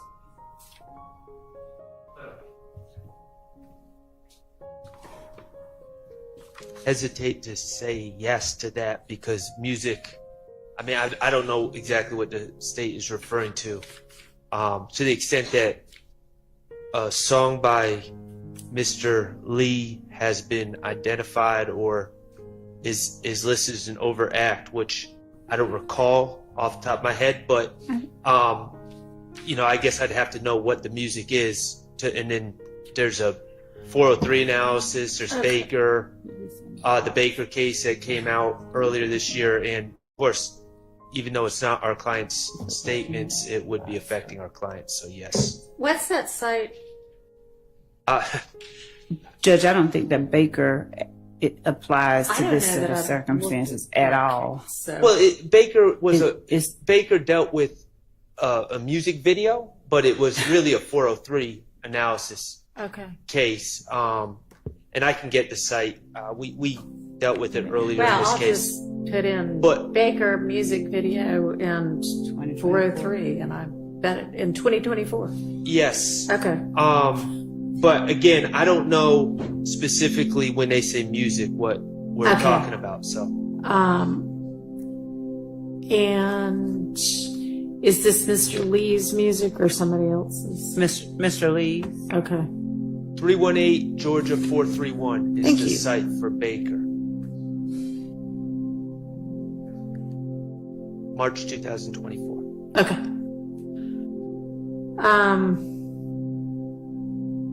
Do you know what music? Yes. There was the song, and there was also I think that this particular issue was litigated and decided in an order that was filed by the previous trial judge on November 27, 2023. Yeah, Oh, so you're just asking about which? You're not talking about that issue. I am. I'm You going are. off of my recollection. We did litigate songs. We litigated a song by my client. We litigated some songs by Mr. Williams, and we litigated a song by Mr. Kendrick. I do not recall litigating the Woony Lee song. Mr. Steele is affirming my recollection, but so we do need to address that at some point. Okay. I think under What was the date of the order? November the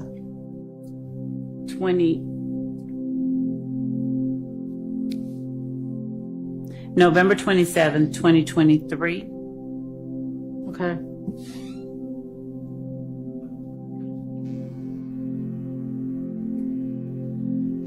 So, on page 40, and this is not necessarily specifically talking to a lyric, but the court ruled that the lyrics evidence referenced in Division 8 supra is admissible against defendants Lee and Kendrick as a party admission and all defendants as a co-conspirator admission. The court found it relevant to count 1 RICO conspiracy, Acts 17 through 19, and count 2 murder, and that it is admissible to show actus reus mens rea and as proof of the existence and nature of the gang enterprise, the criminal nature of YSL, the connection of the defendants with one another as intrinsic evidence, and under OCGA 1615.3 and 1615.9. Okay, but was this particular song included in Section 8? I'm making sure about the lyrics that we referenced in Section 8, Your Honor, if the court would indulge us one moment. Okay, no problem.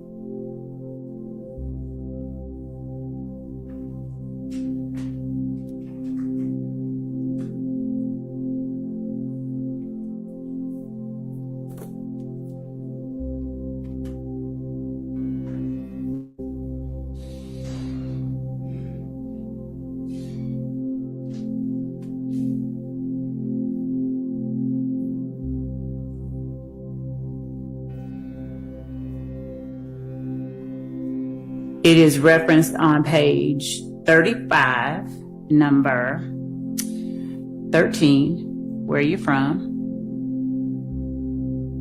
Woony Lee is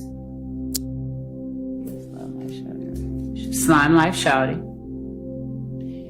And specifically, where are you from? I'm from Believeland. Throw your setup, YSL. The ops hate the crew. We getting this paper and we ducking cases.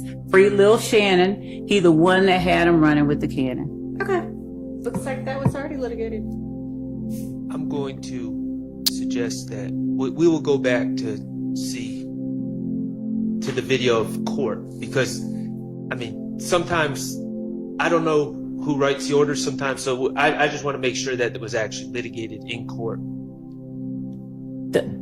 Okay, well, if it was set forth in a motion or brief or anything, whether it was talked about in court or not, if it was included in the order, the decision was made that covered that.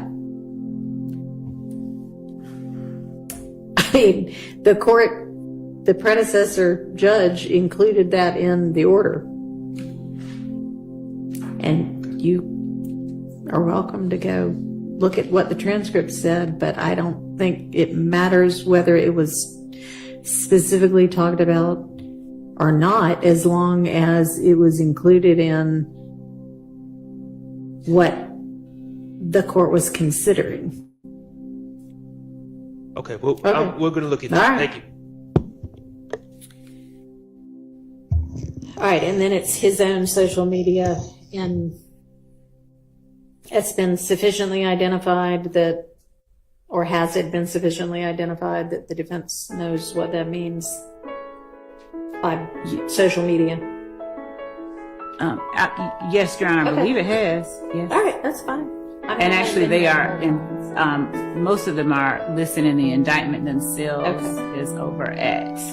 And I think there was a reference earlier to something being listed as an overact, that the state reference is an overact. I did not say it was listed. I just said it is, or constituted one. All right. And then next we've got either Detective Viverito and or Mike Sprinkle with the social media post detailed there, and then Mr. Ryan's conviction, which y'all are going to brief me on various topics about. And Ms. Abbasi was here yesterday when we were talking about what kind of briefs and case law was owed, so she'll know what that was.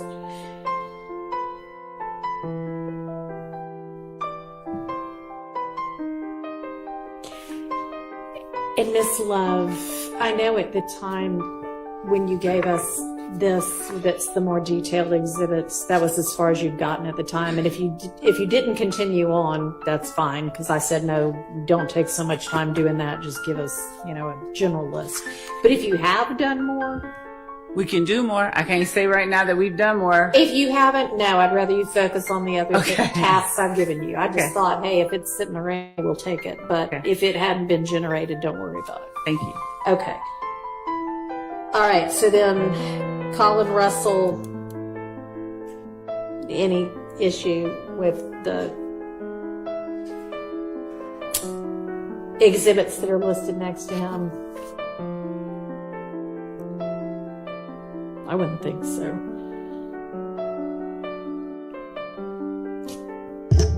Would y'all mind responding so I know the answer? Somebody.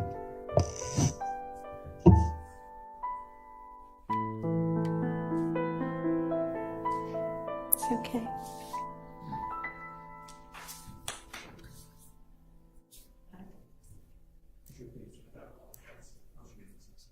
Okay, so, no, I was just moving down through the witness list. So we're on Colin Russell now. He's on page 9, number 36.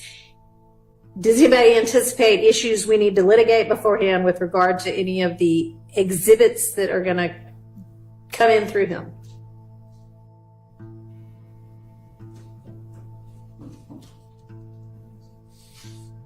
And I don't know whether y'all are thinking or whether you're just like, no, I don't know.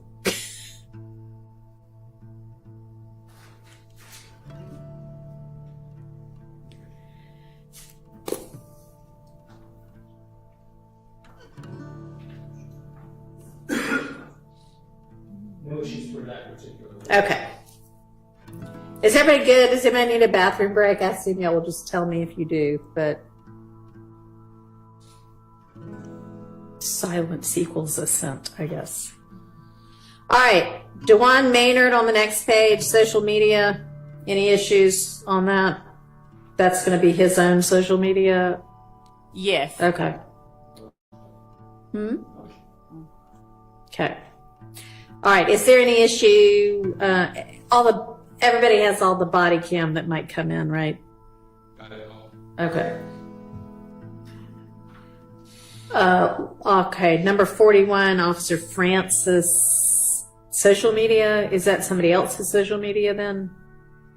That would be screenshots that the victim sent to. Okay. You have that. Officer Francis. All right.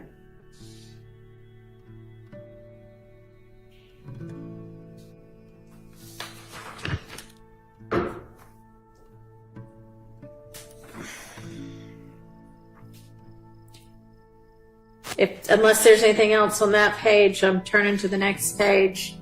Miss Stanley, there's a jail call listed. Are there going to be any issues there?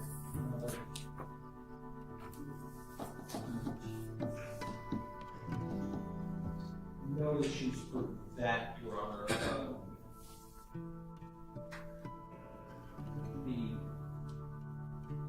One of the parties on the jail call is alleged to be a co-defendant in this case. Okay. So to the extent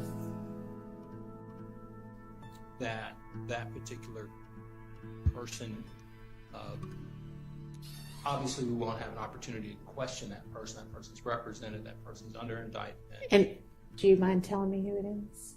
Mender. Okay. So that raises somewhat of a concern for us.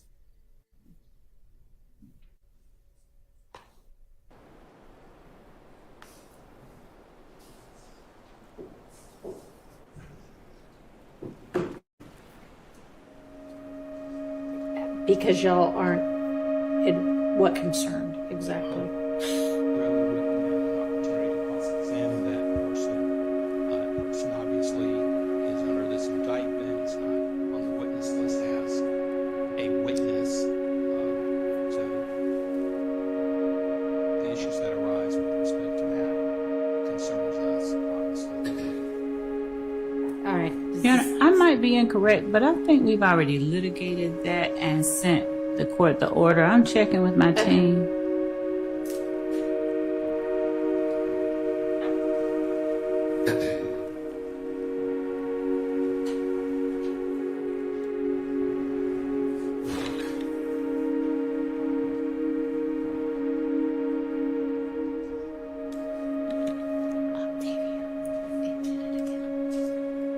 Yeah, like an hour. It's really weird because I mean it's only on the bench like 85.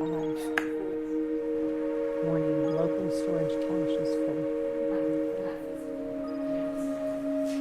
I mean, if you want to.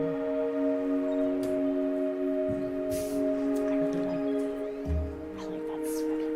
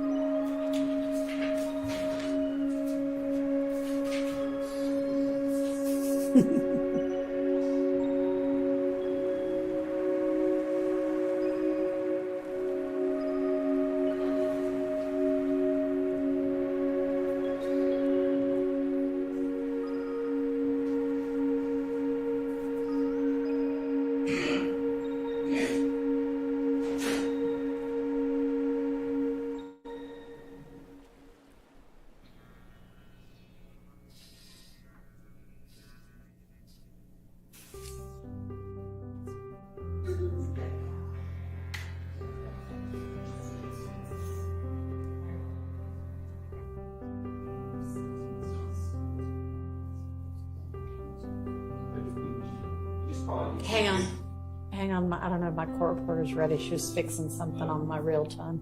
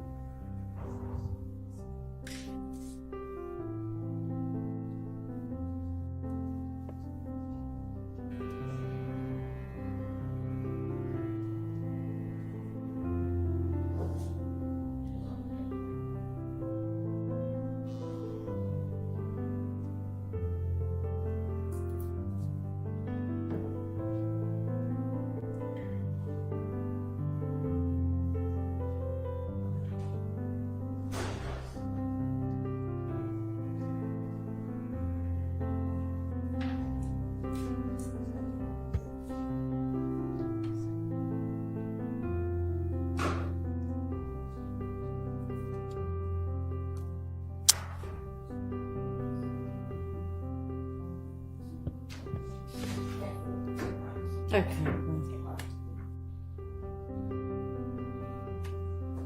All right. She's, I think, ready now. Are you ready now? Almost.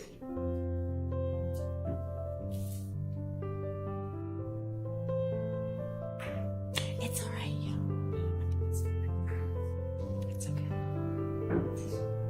Thank you, though.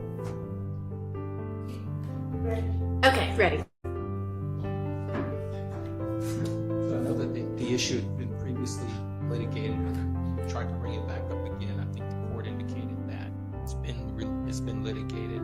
I just wanted to remind the court, or say to the court again, my concern was just concerning Mender being a co-defendant in this case. I believe he's on that.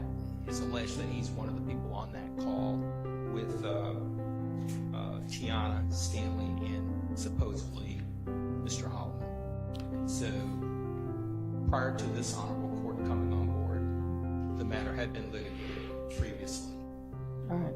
I tried to readdress it with Your Honor, and the court indicated it's been resolved.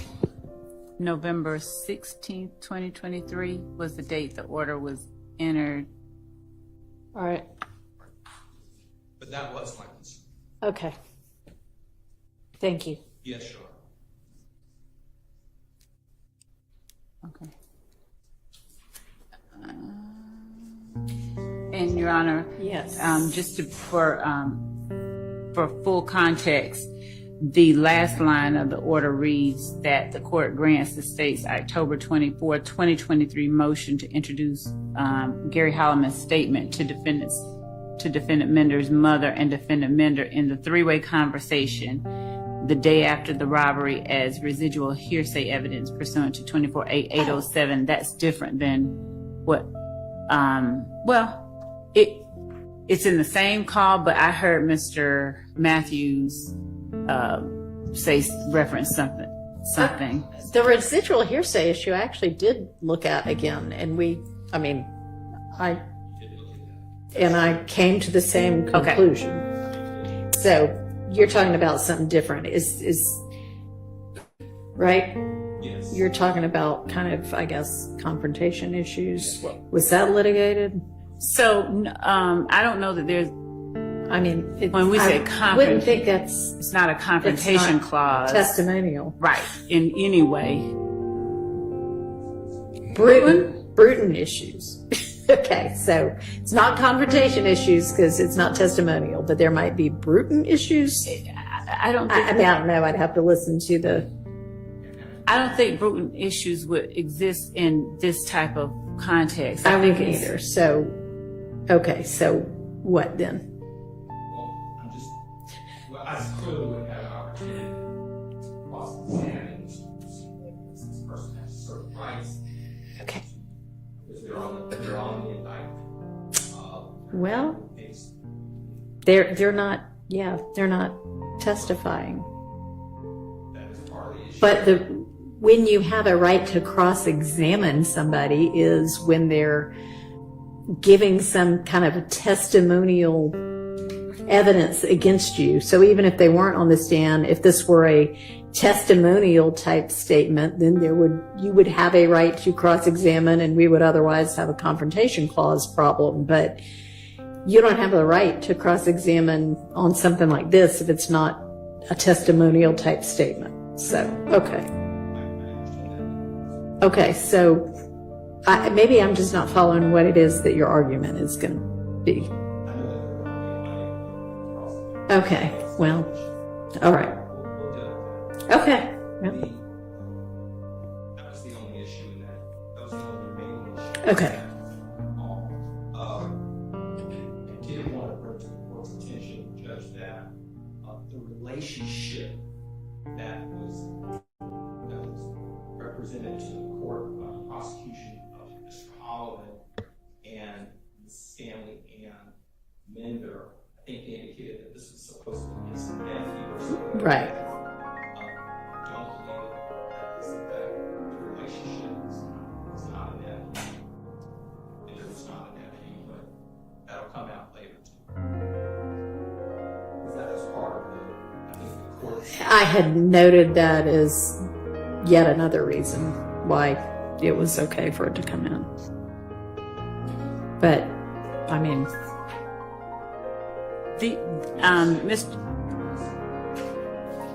So I think that Mr. Holloman, I think he references him as uncle. But even though there's not a blood isn't relationship, he the brother of? No, so Mr. Mender's mother, or no, not brother or aunt or whatever. So who is he the brother of? He's not a brother. He is a very close friend, and they call each other uncle, brother, which, yes, and sister and whatever. Okay. Well, they obviously, I mean, don't they even refer in the call? He does. Yes. His sister? Or, he refers I know to that they call him uncle or unk or something, but I thought there was even a reference in the call to one of the people being his sister. There are those types of references without listening again, but they are calling one another those types of family names. Even though they're not blood relation. Correct. Because they obviously feel that close to each other. And Yes. there are times when, you know, somebody's a close family friend, but they're considered an aunt or an uncle. So it apparently is that instead. So, okay. Thank you, though. Your Honor? Yes. On that. Do you need a clear demonstration of why Paige Speedy Whitaker should not be on this case? Could it be any clearer than this last retort? How embarrassing. Then don't do this type of work. Run your politics somewhere else. Go somewhere else. If these are the types of things that you'll find yourself dealing with and you sound like a Martian, that's cool. Hey, respect to you. There's a place for everyone. This one is not for you, Paige. Go somewhere else. No disrespect. It might sound like disrespect, but you disrespecting yourself. If anything, I'm trying to help you. Paige, clueless. And when you rush, I saw that you were. What did they say? Opening your mouth and what? Removing all doubt? I was seeing through you. But now the more you run your mouth and don't just say move on, denied. Once you start to actually explain, oh Lord, you have no business here. Just go somewhere else, Paige. It's okay. There are places for you. There are places for you too. Not here. Not with these types of cases. Hey. Am I being disrespectful? You the one that don't even stand for the jury. Watch yourself. You're the one that doesn't stand for the jury. I say Brother Glanville stood for the jury at least. I say Brother Glanville stood for the jury at least. All rise. All rise. Oh, except you, Paige. You're special. Maybe you're my auntie. Oh, that's just how those people talk. Okay, I get it now. That's how you people talk. Oh, okay, I get it. Paige. Rhodes. Take it somewhere else.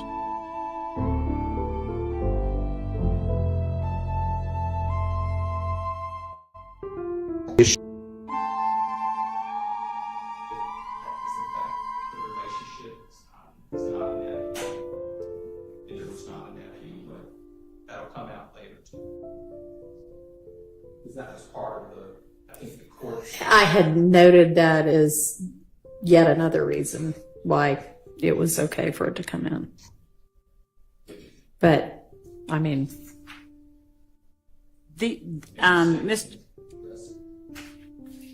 So I think that Mr.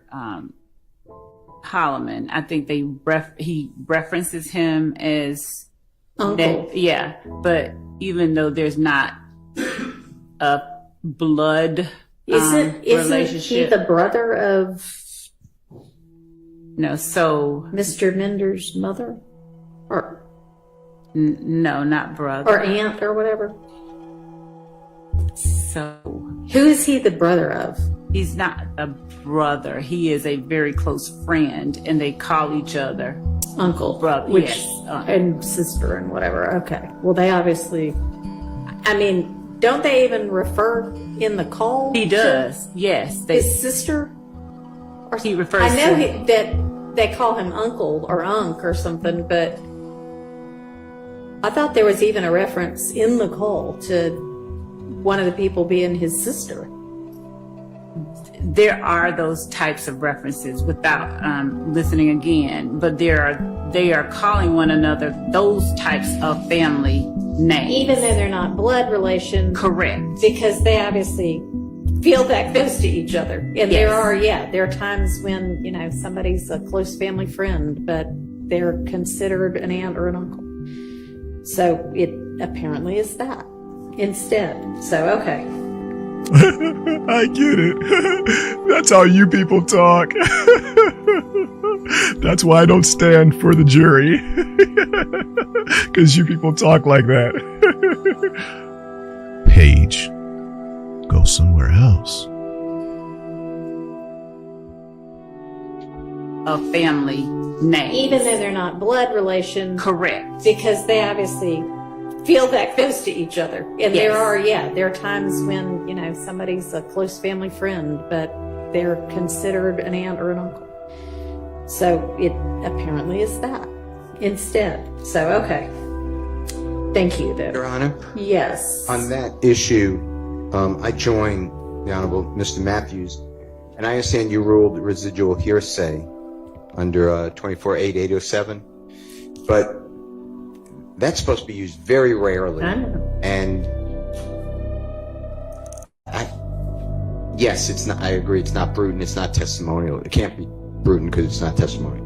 But this is an overt act, and it's therefore applies to everyone.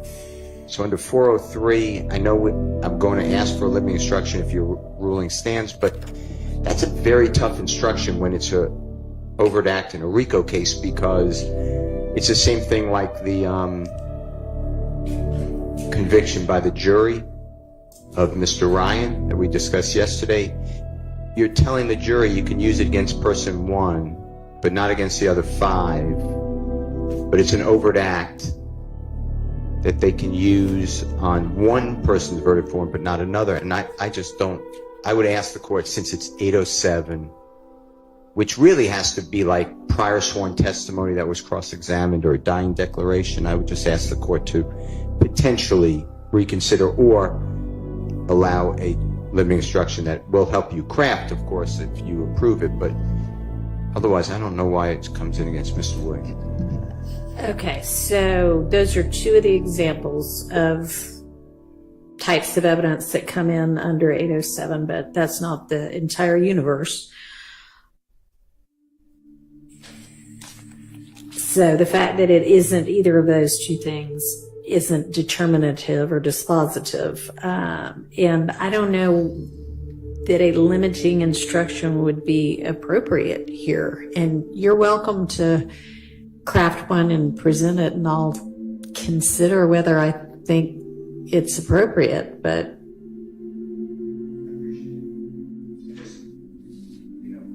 I was always taught by your court and the courts in general that residual hearsay is really, and I'm just looking. I know. It says, if you don't mind, it says it must be equivalent to cross-examined former testimony, statements under the belief of impending death, statements against interests, and statements of personal or family history, not just that people are related, and that these categories of hearsay have attributes of trustworthiness not possessed by the general run of hearsay statements that tip the balance in favor of introducing the information if the declarant is unavailable to testify. And that's another thing, and that's, by the way, I was reading out of Ash, ASH versus State, 312 Georgia 771. It's in division. It's in division 3B as in Barry, and that's 2021.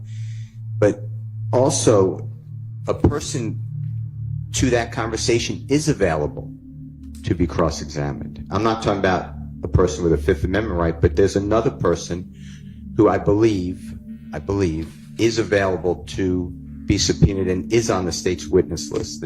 If I'm wrong, I don't want to be wrong, but I believe that what I said is accurate, that the person is here in Atlanta and could be subpoenaed. So I would ask again. And who is that? Miss Mender, but that if Mr. Matthews can help me with the name. Who? So we're referring to Tiana Scan. Okay. That's who we're referring to. Okay. So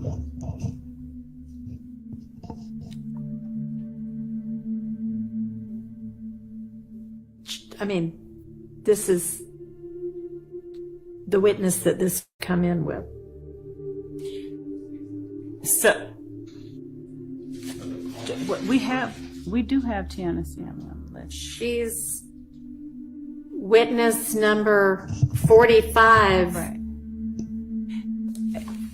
on this. I mean, that's right. Who is coming in through? Right. That's what we have. That's literally the evidence that we have next to her. And of course, the court's aware that Mr. Holloman is deceased, and so it falls squarely under. We believe the court made the right ruling. 24-807. We believe all three requirements under the statute are met. Okay.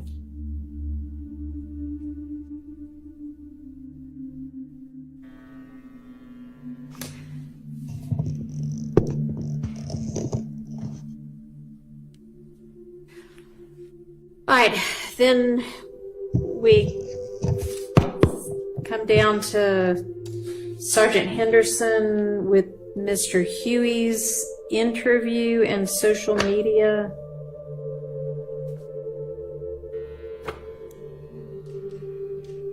The court see this officer Coleman still on? Yes, but I mean, all that says is testimony. Okay. And as far as Henderson goes, I've reviewed everything, so we're okay. Okay. Belknap. Any, I mean, I guess if the search wasn't.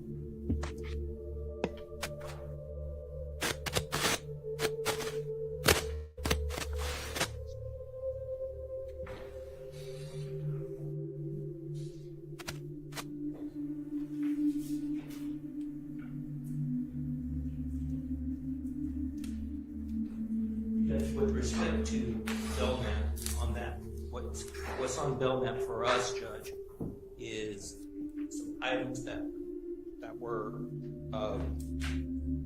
found concerning Chandler Durham, and our position is that this particular information that this investigator would testify to is not part of any overt acts.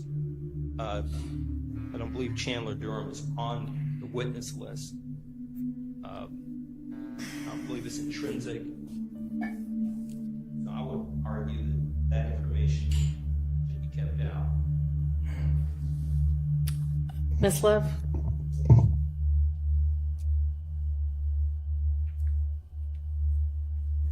Just to make sure that I understand my colleague's argument is that because Mr. Durham's name is not on the witness list and because this act is not listed as an overt act, it should be kept out. Is that the entirety of the argument? I just want to make sure before I respond. Is that the argument? I didn't say confrontation clause. You did not say confrontation clause, but if we're talking about items found at the home, this is items that Investigator Belknap found in the search of Mr. Huey's apartment, and they ended up being, I guess, I don't know, allegedly from Chandler Durham. That's correct. And is the issue who actually says they are from Chandler Durham, if it's not going to be Chandler Durham? So I know that we had Chandler Durham on our witness list. We have pared things down. If it turns out that we ultimately left him off, and I'm making sure that we did, that's just one more person that we'll just one Add second. back in? Yes, that we'll just add back in. Okay, so, I mean, that would just be like hearsay if he says Chandler Durham said these were his. Unless Chandler's coming to court. Okay.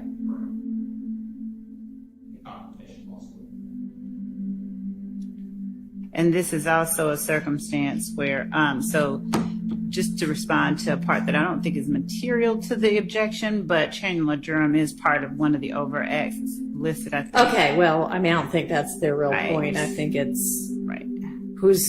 How can he say these are his? We have to add it back. But All right, also so- we have Defendant Williams' sort of implicit statement that they're his, because he's admonishing, he's warning Huey if he doesn't take it back, somebody gonna die.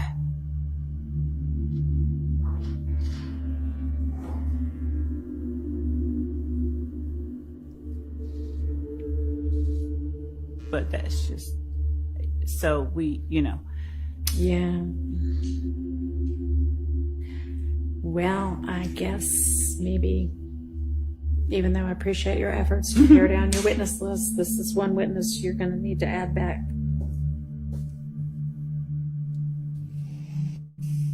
As the defense is otherwise going to understood, Your Honor. object. So, okay. That circumstance may come up again.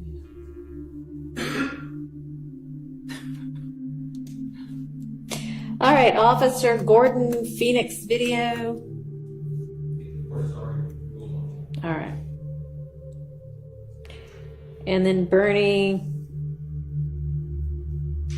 Yeah, we've talked about him already. And then when we turn to the next page, page 12, this is one of those subsequent allegedly intrinsic acts, and I know I ruled on 2 and withheld ruling on 2. Yeah. And this is, I think, one of the ones that I ruled out. It is. So we can eliminate that witness if that's all they're testifying to, right?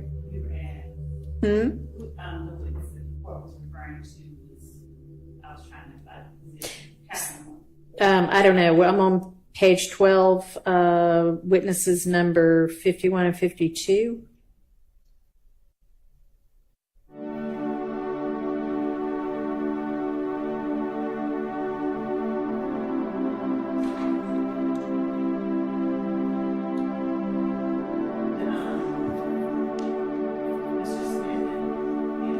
No. Timothy Brown, an investigator, Viverito.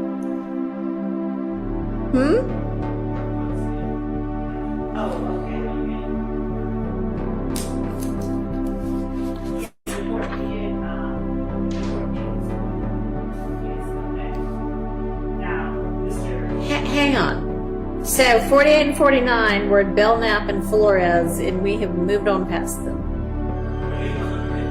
We must be looking at a different document then.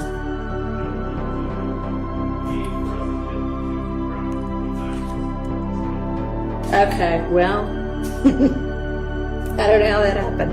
I've got either an earlier or a later version. I don't know. What does yours say? Okay. Well, what is the last witness number y'all have on yours? Last one that we have on ours is witness 105. That's Lieutenant Lynch. Okay, so you know what? I remember you saying at some point I've added 2 witnesses, so it's different, and maybe y'all are just looking at a different one. But the 2 witnesses, obviously, we just maybe. So you have 48 as who? 48 is Deputy Timothy Brown. Okay. And I have that as 51. So somewhere above that are two witnesses who, I don't know. Do you remember the two witnesses you added in?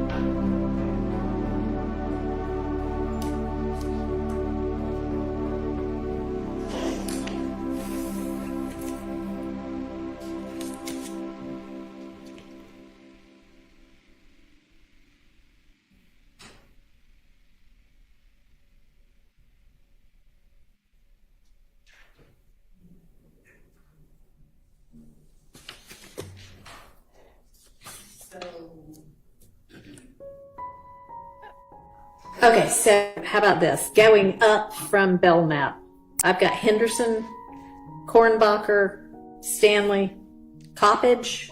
Y'all just tell me when you, yes, okay. When you hear one that you don't have, let me know. The AT&T Custodian of Records, Greer, Francis, Suk, Jenkins, Maynard, Hines, Russell, Latners, Viverito and Sprinkle, Lee, Hogan, Uten or Mitchell, Smith, Holmes, Latners, Underwood, Kilgore.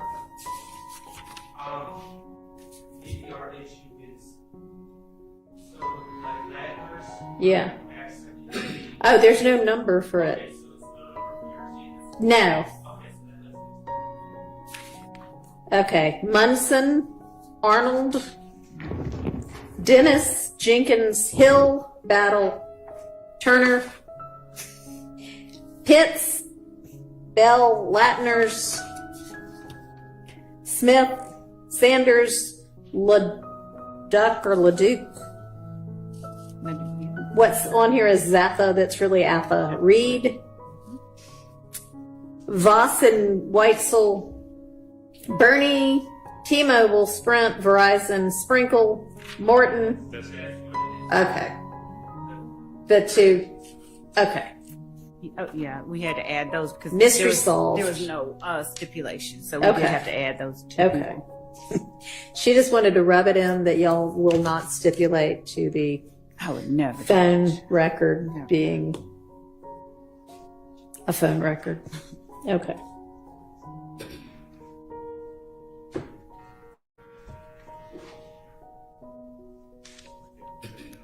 All right, so anyway, back to Timothy Brown and Viverito on that issue. We can strike those two witnesses because that evidence is not coming in.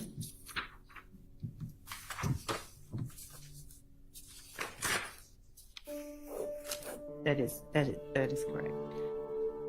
Timothy Brown and Wait, you had those listed in the indictment?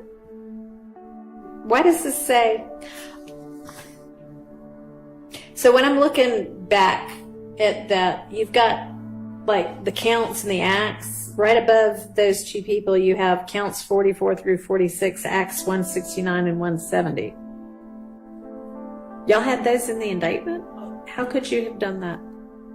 Judge, I'm just give me 1 second. I'm going back to where we are.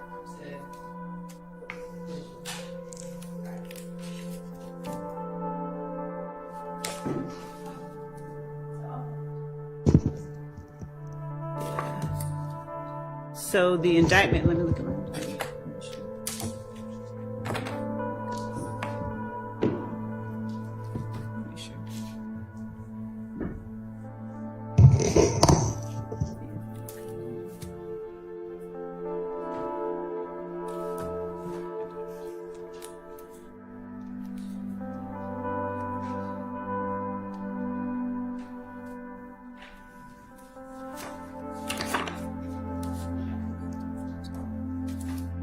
Oh, okay. So, Judge, as it relates to these are in the right. Okay, The so indictment this is came out different than right than the other yes things that were subsequent intrusive. And that's not.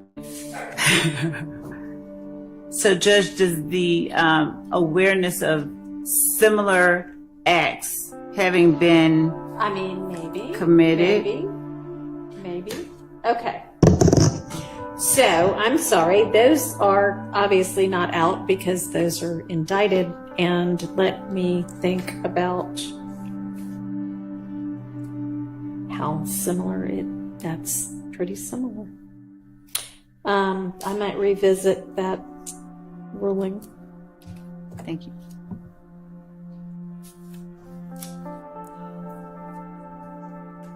Not sure y'all made that argument at the time we were talking about it before.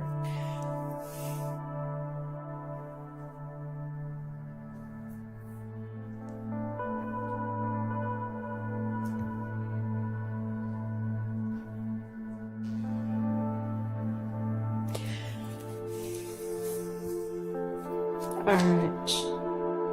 What do you say we break for the day, y'all? Okay with that. I say we break for the day. All right, and do we have any? Nah, Paige. Nah, you got to squeeze every minute. Okay.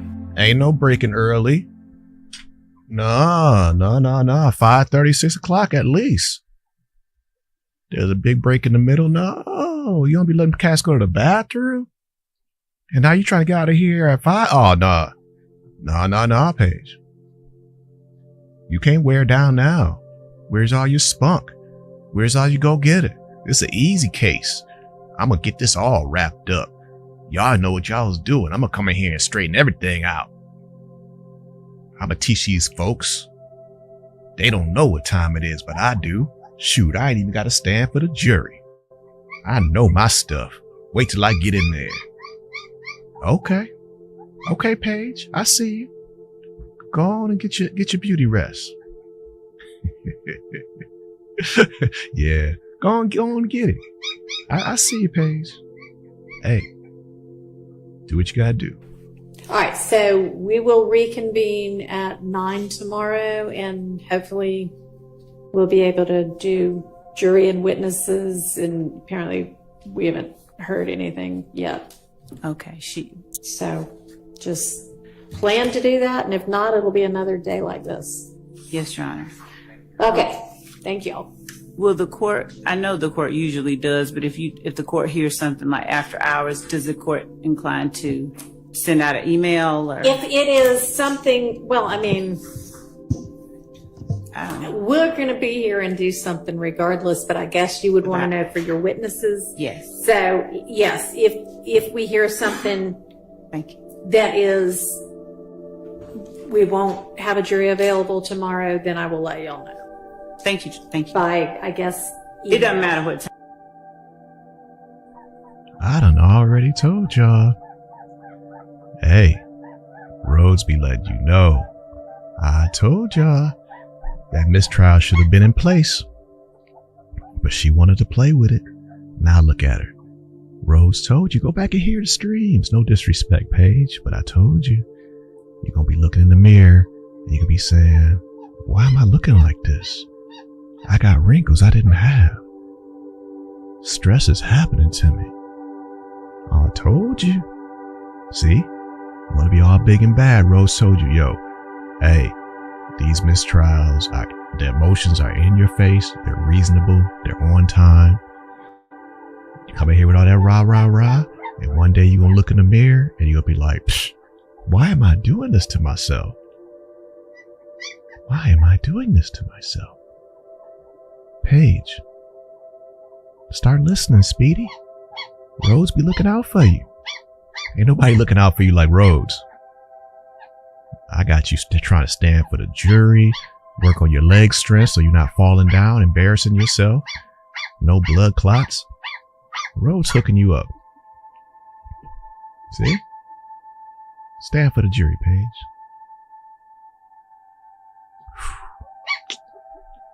Man, it's starting to show. I say it's starting to show. Well, actually, it's been starting.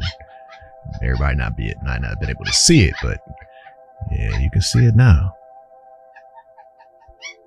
Where'd the old Paige go?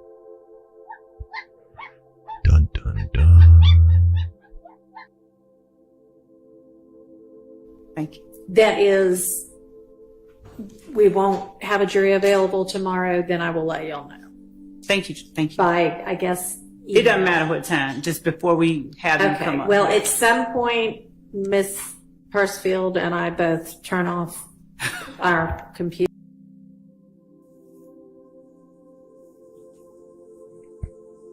It's a wrap, Paige. You're just not what you used to be. Oh, Paige. Hey, you did this to yourself. This ain't the kind of case you just come in with all that rah-rah. Too much foolishness. And you had too much arrogance. It's not a good combination. This takes wisdom. You hear me? Rhodes. Thank y'all for being here. We're gonna get ready to get out of here too, because we're feeling awfully refreshed, in fact. Not Paige. Yep, we're gonna go play with the dogs. Y'all have a good day. Blessings to you. Shout out to Miss Mod. Shout out to Miss Mod. Shout out to Miss Mod. Shout out to our chat champion of the day, 6 Sigma. We appreciate you. Hey, going to play with the dogs. Y'all have a great day. Blessings to you. Thank you for being with us. Computers and cell phones. So that's healthy. We should all just, I don't think that we're going to be finding out at midnight anyway. I think we'll be finding out at a reasonable hour, hopefully. And if it is that they're not available, then I will let y'all know so that you don't have witnesses here for no reason. Thank you. Okay. And if I even hear in the morning, that's early good. enough, I'll let you know. Okay. It doesn't matter what time, just, All right. Thank you. Thanks.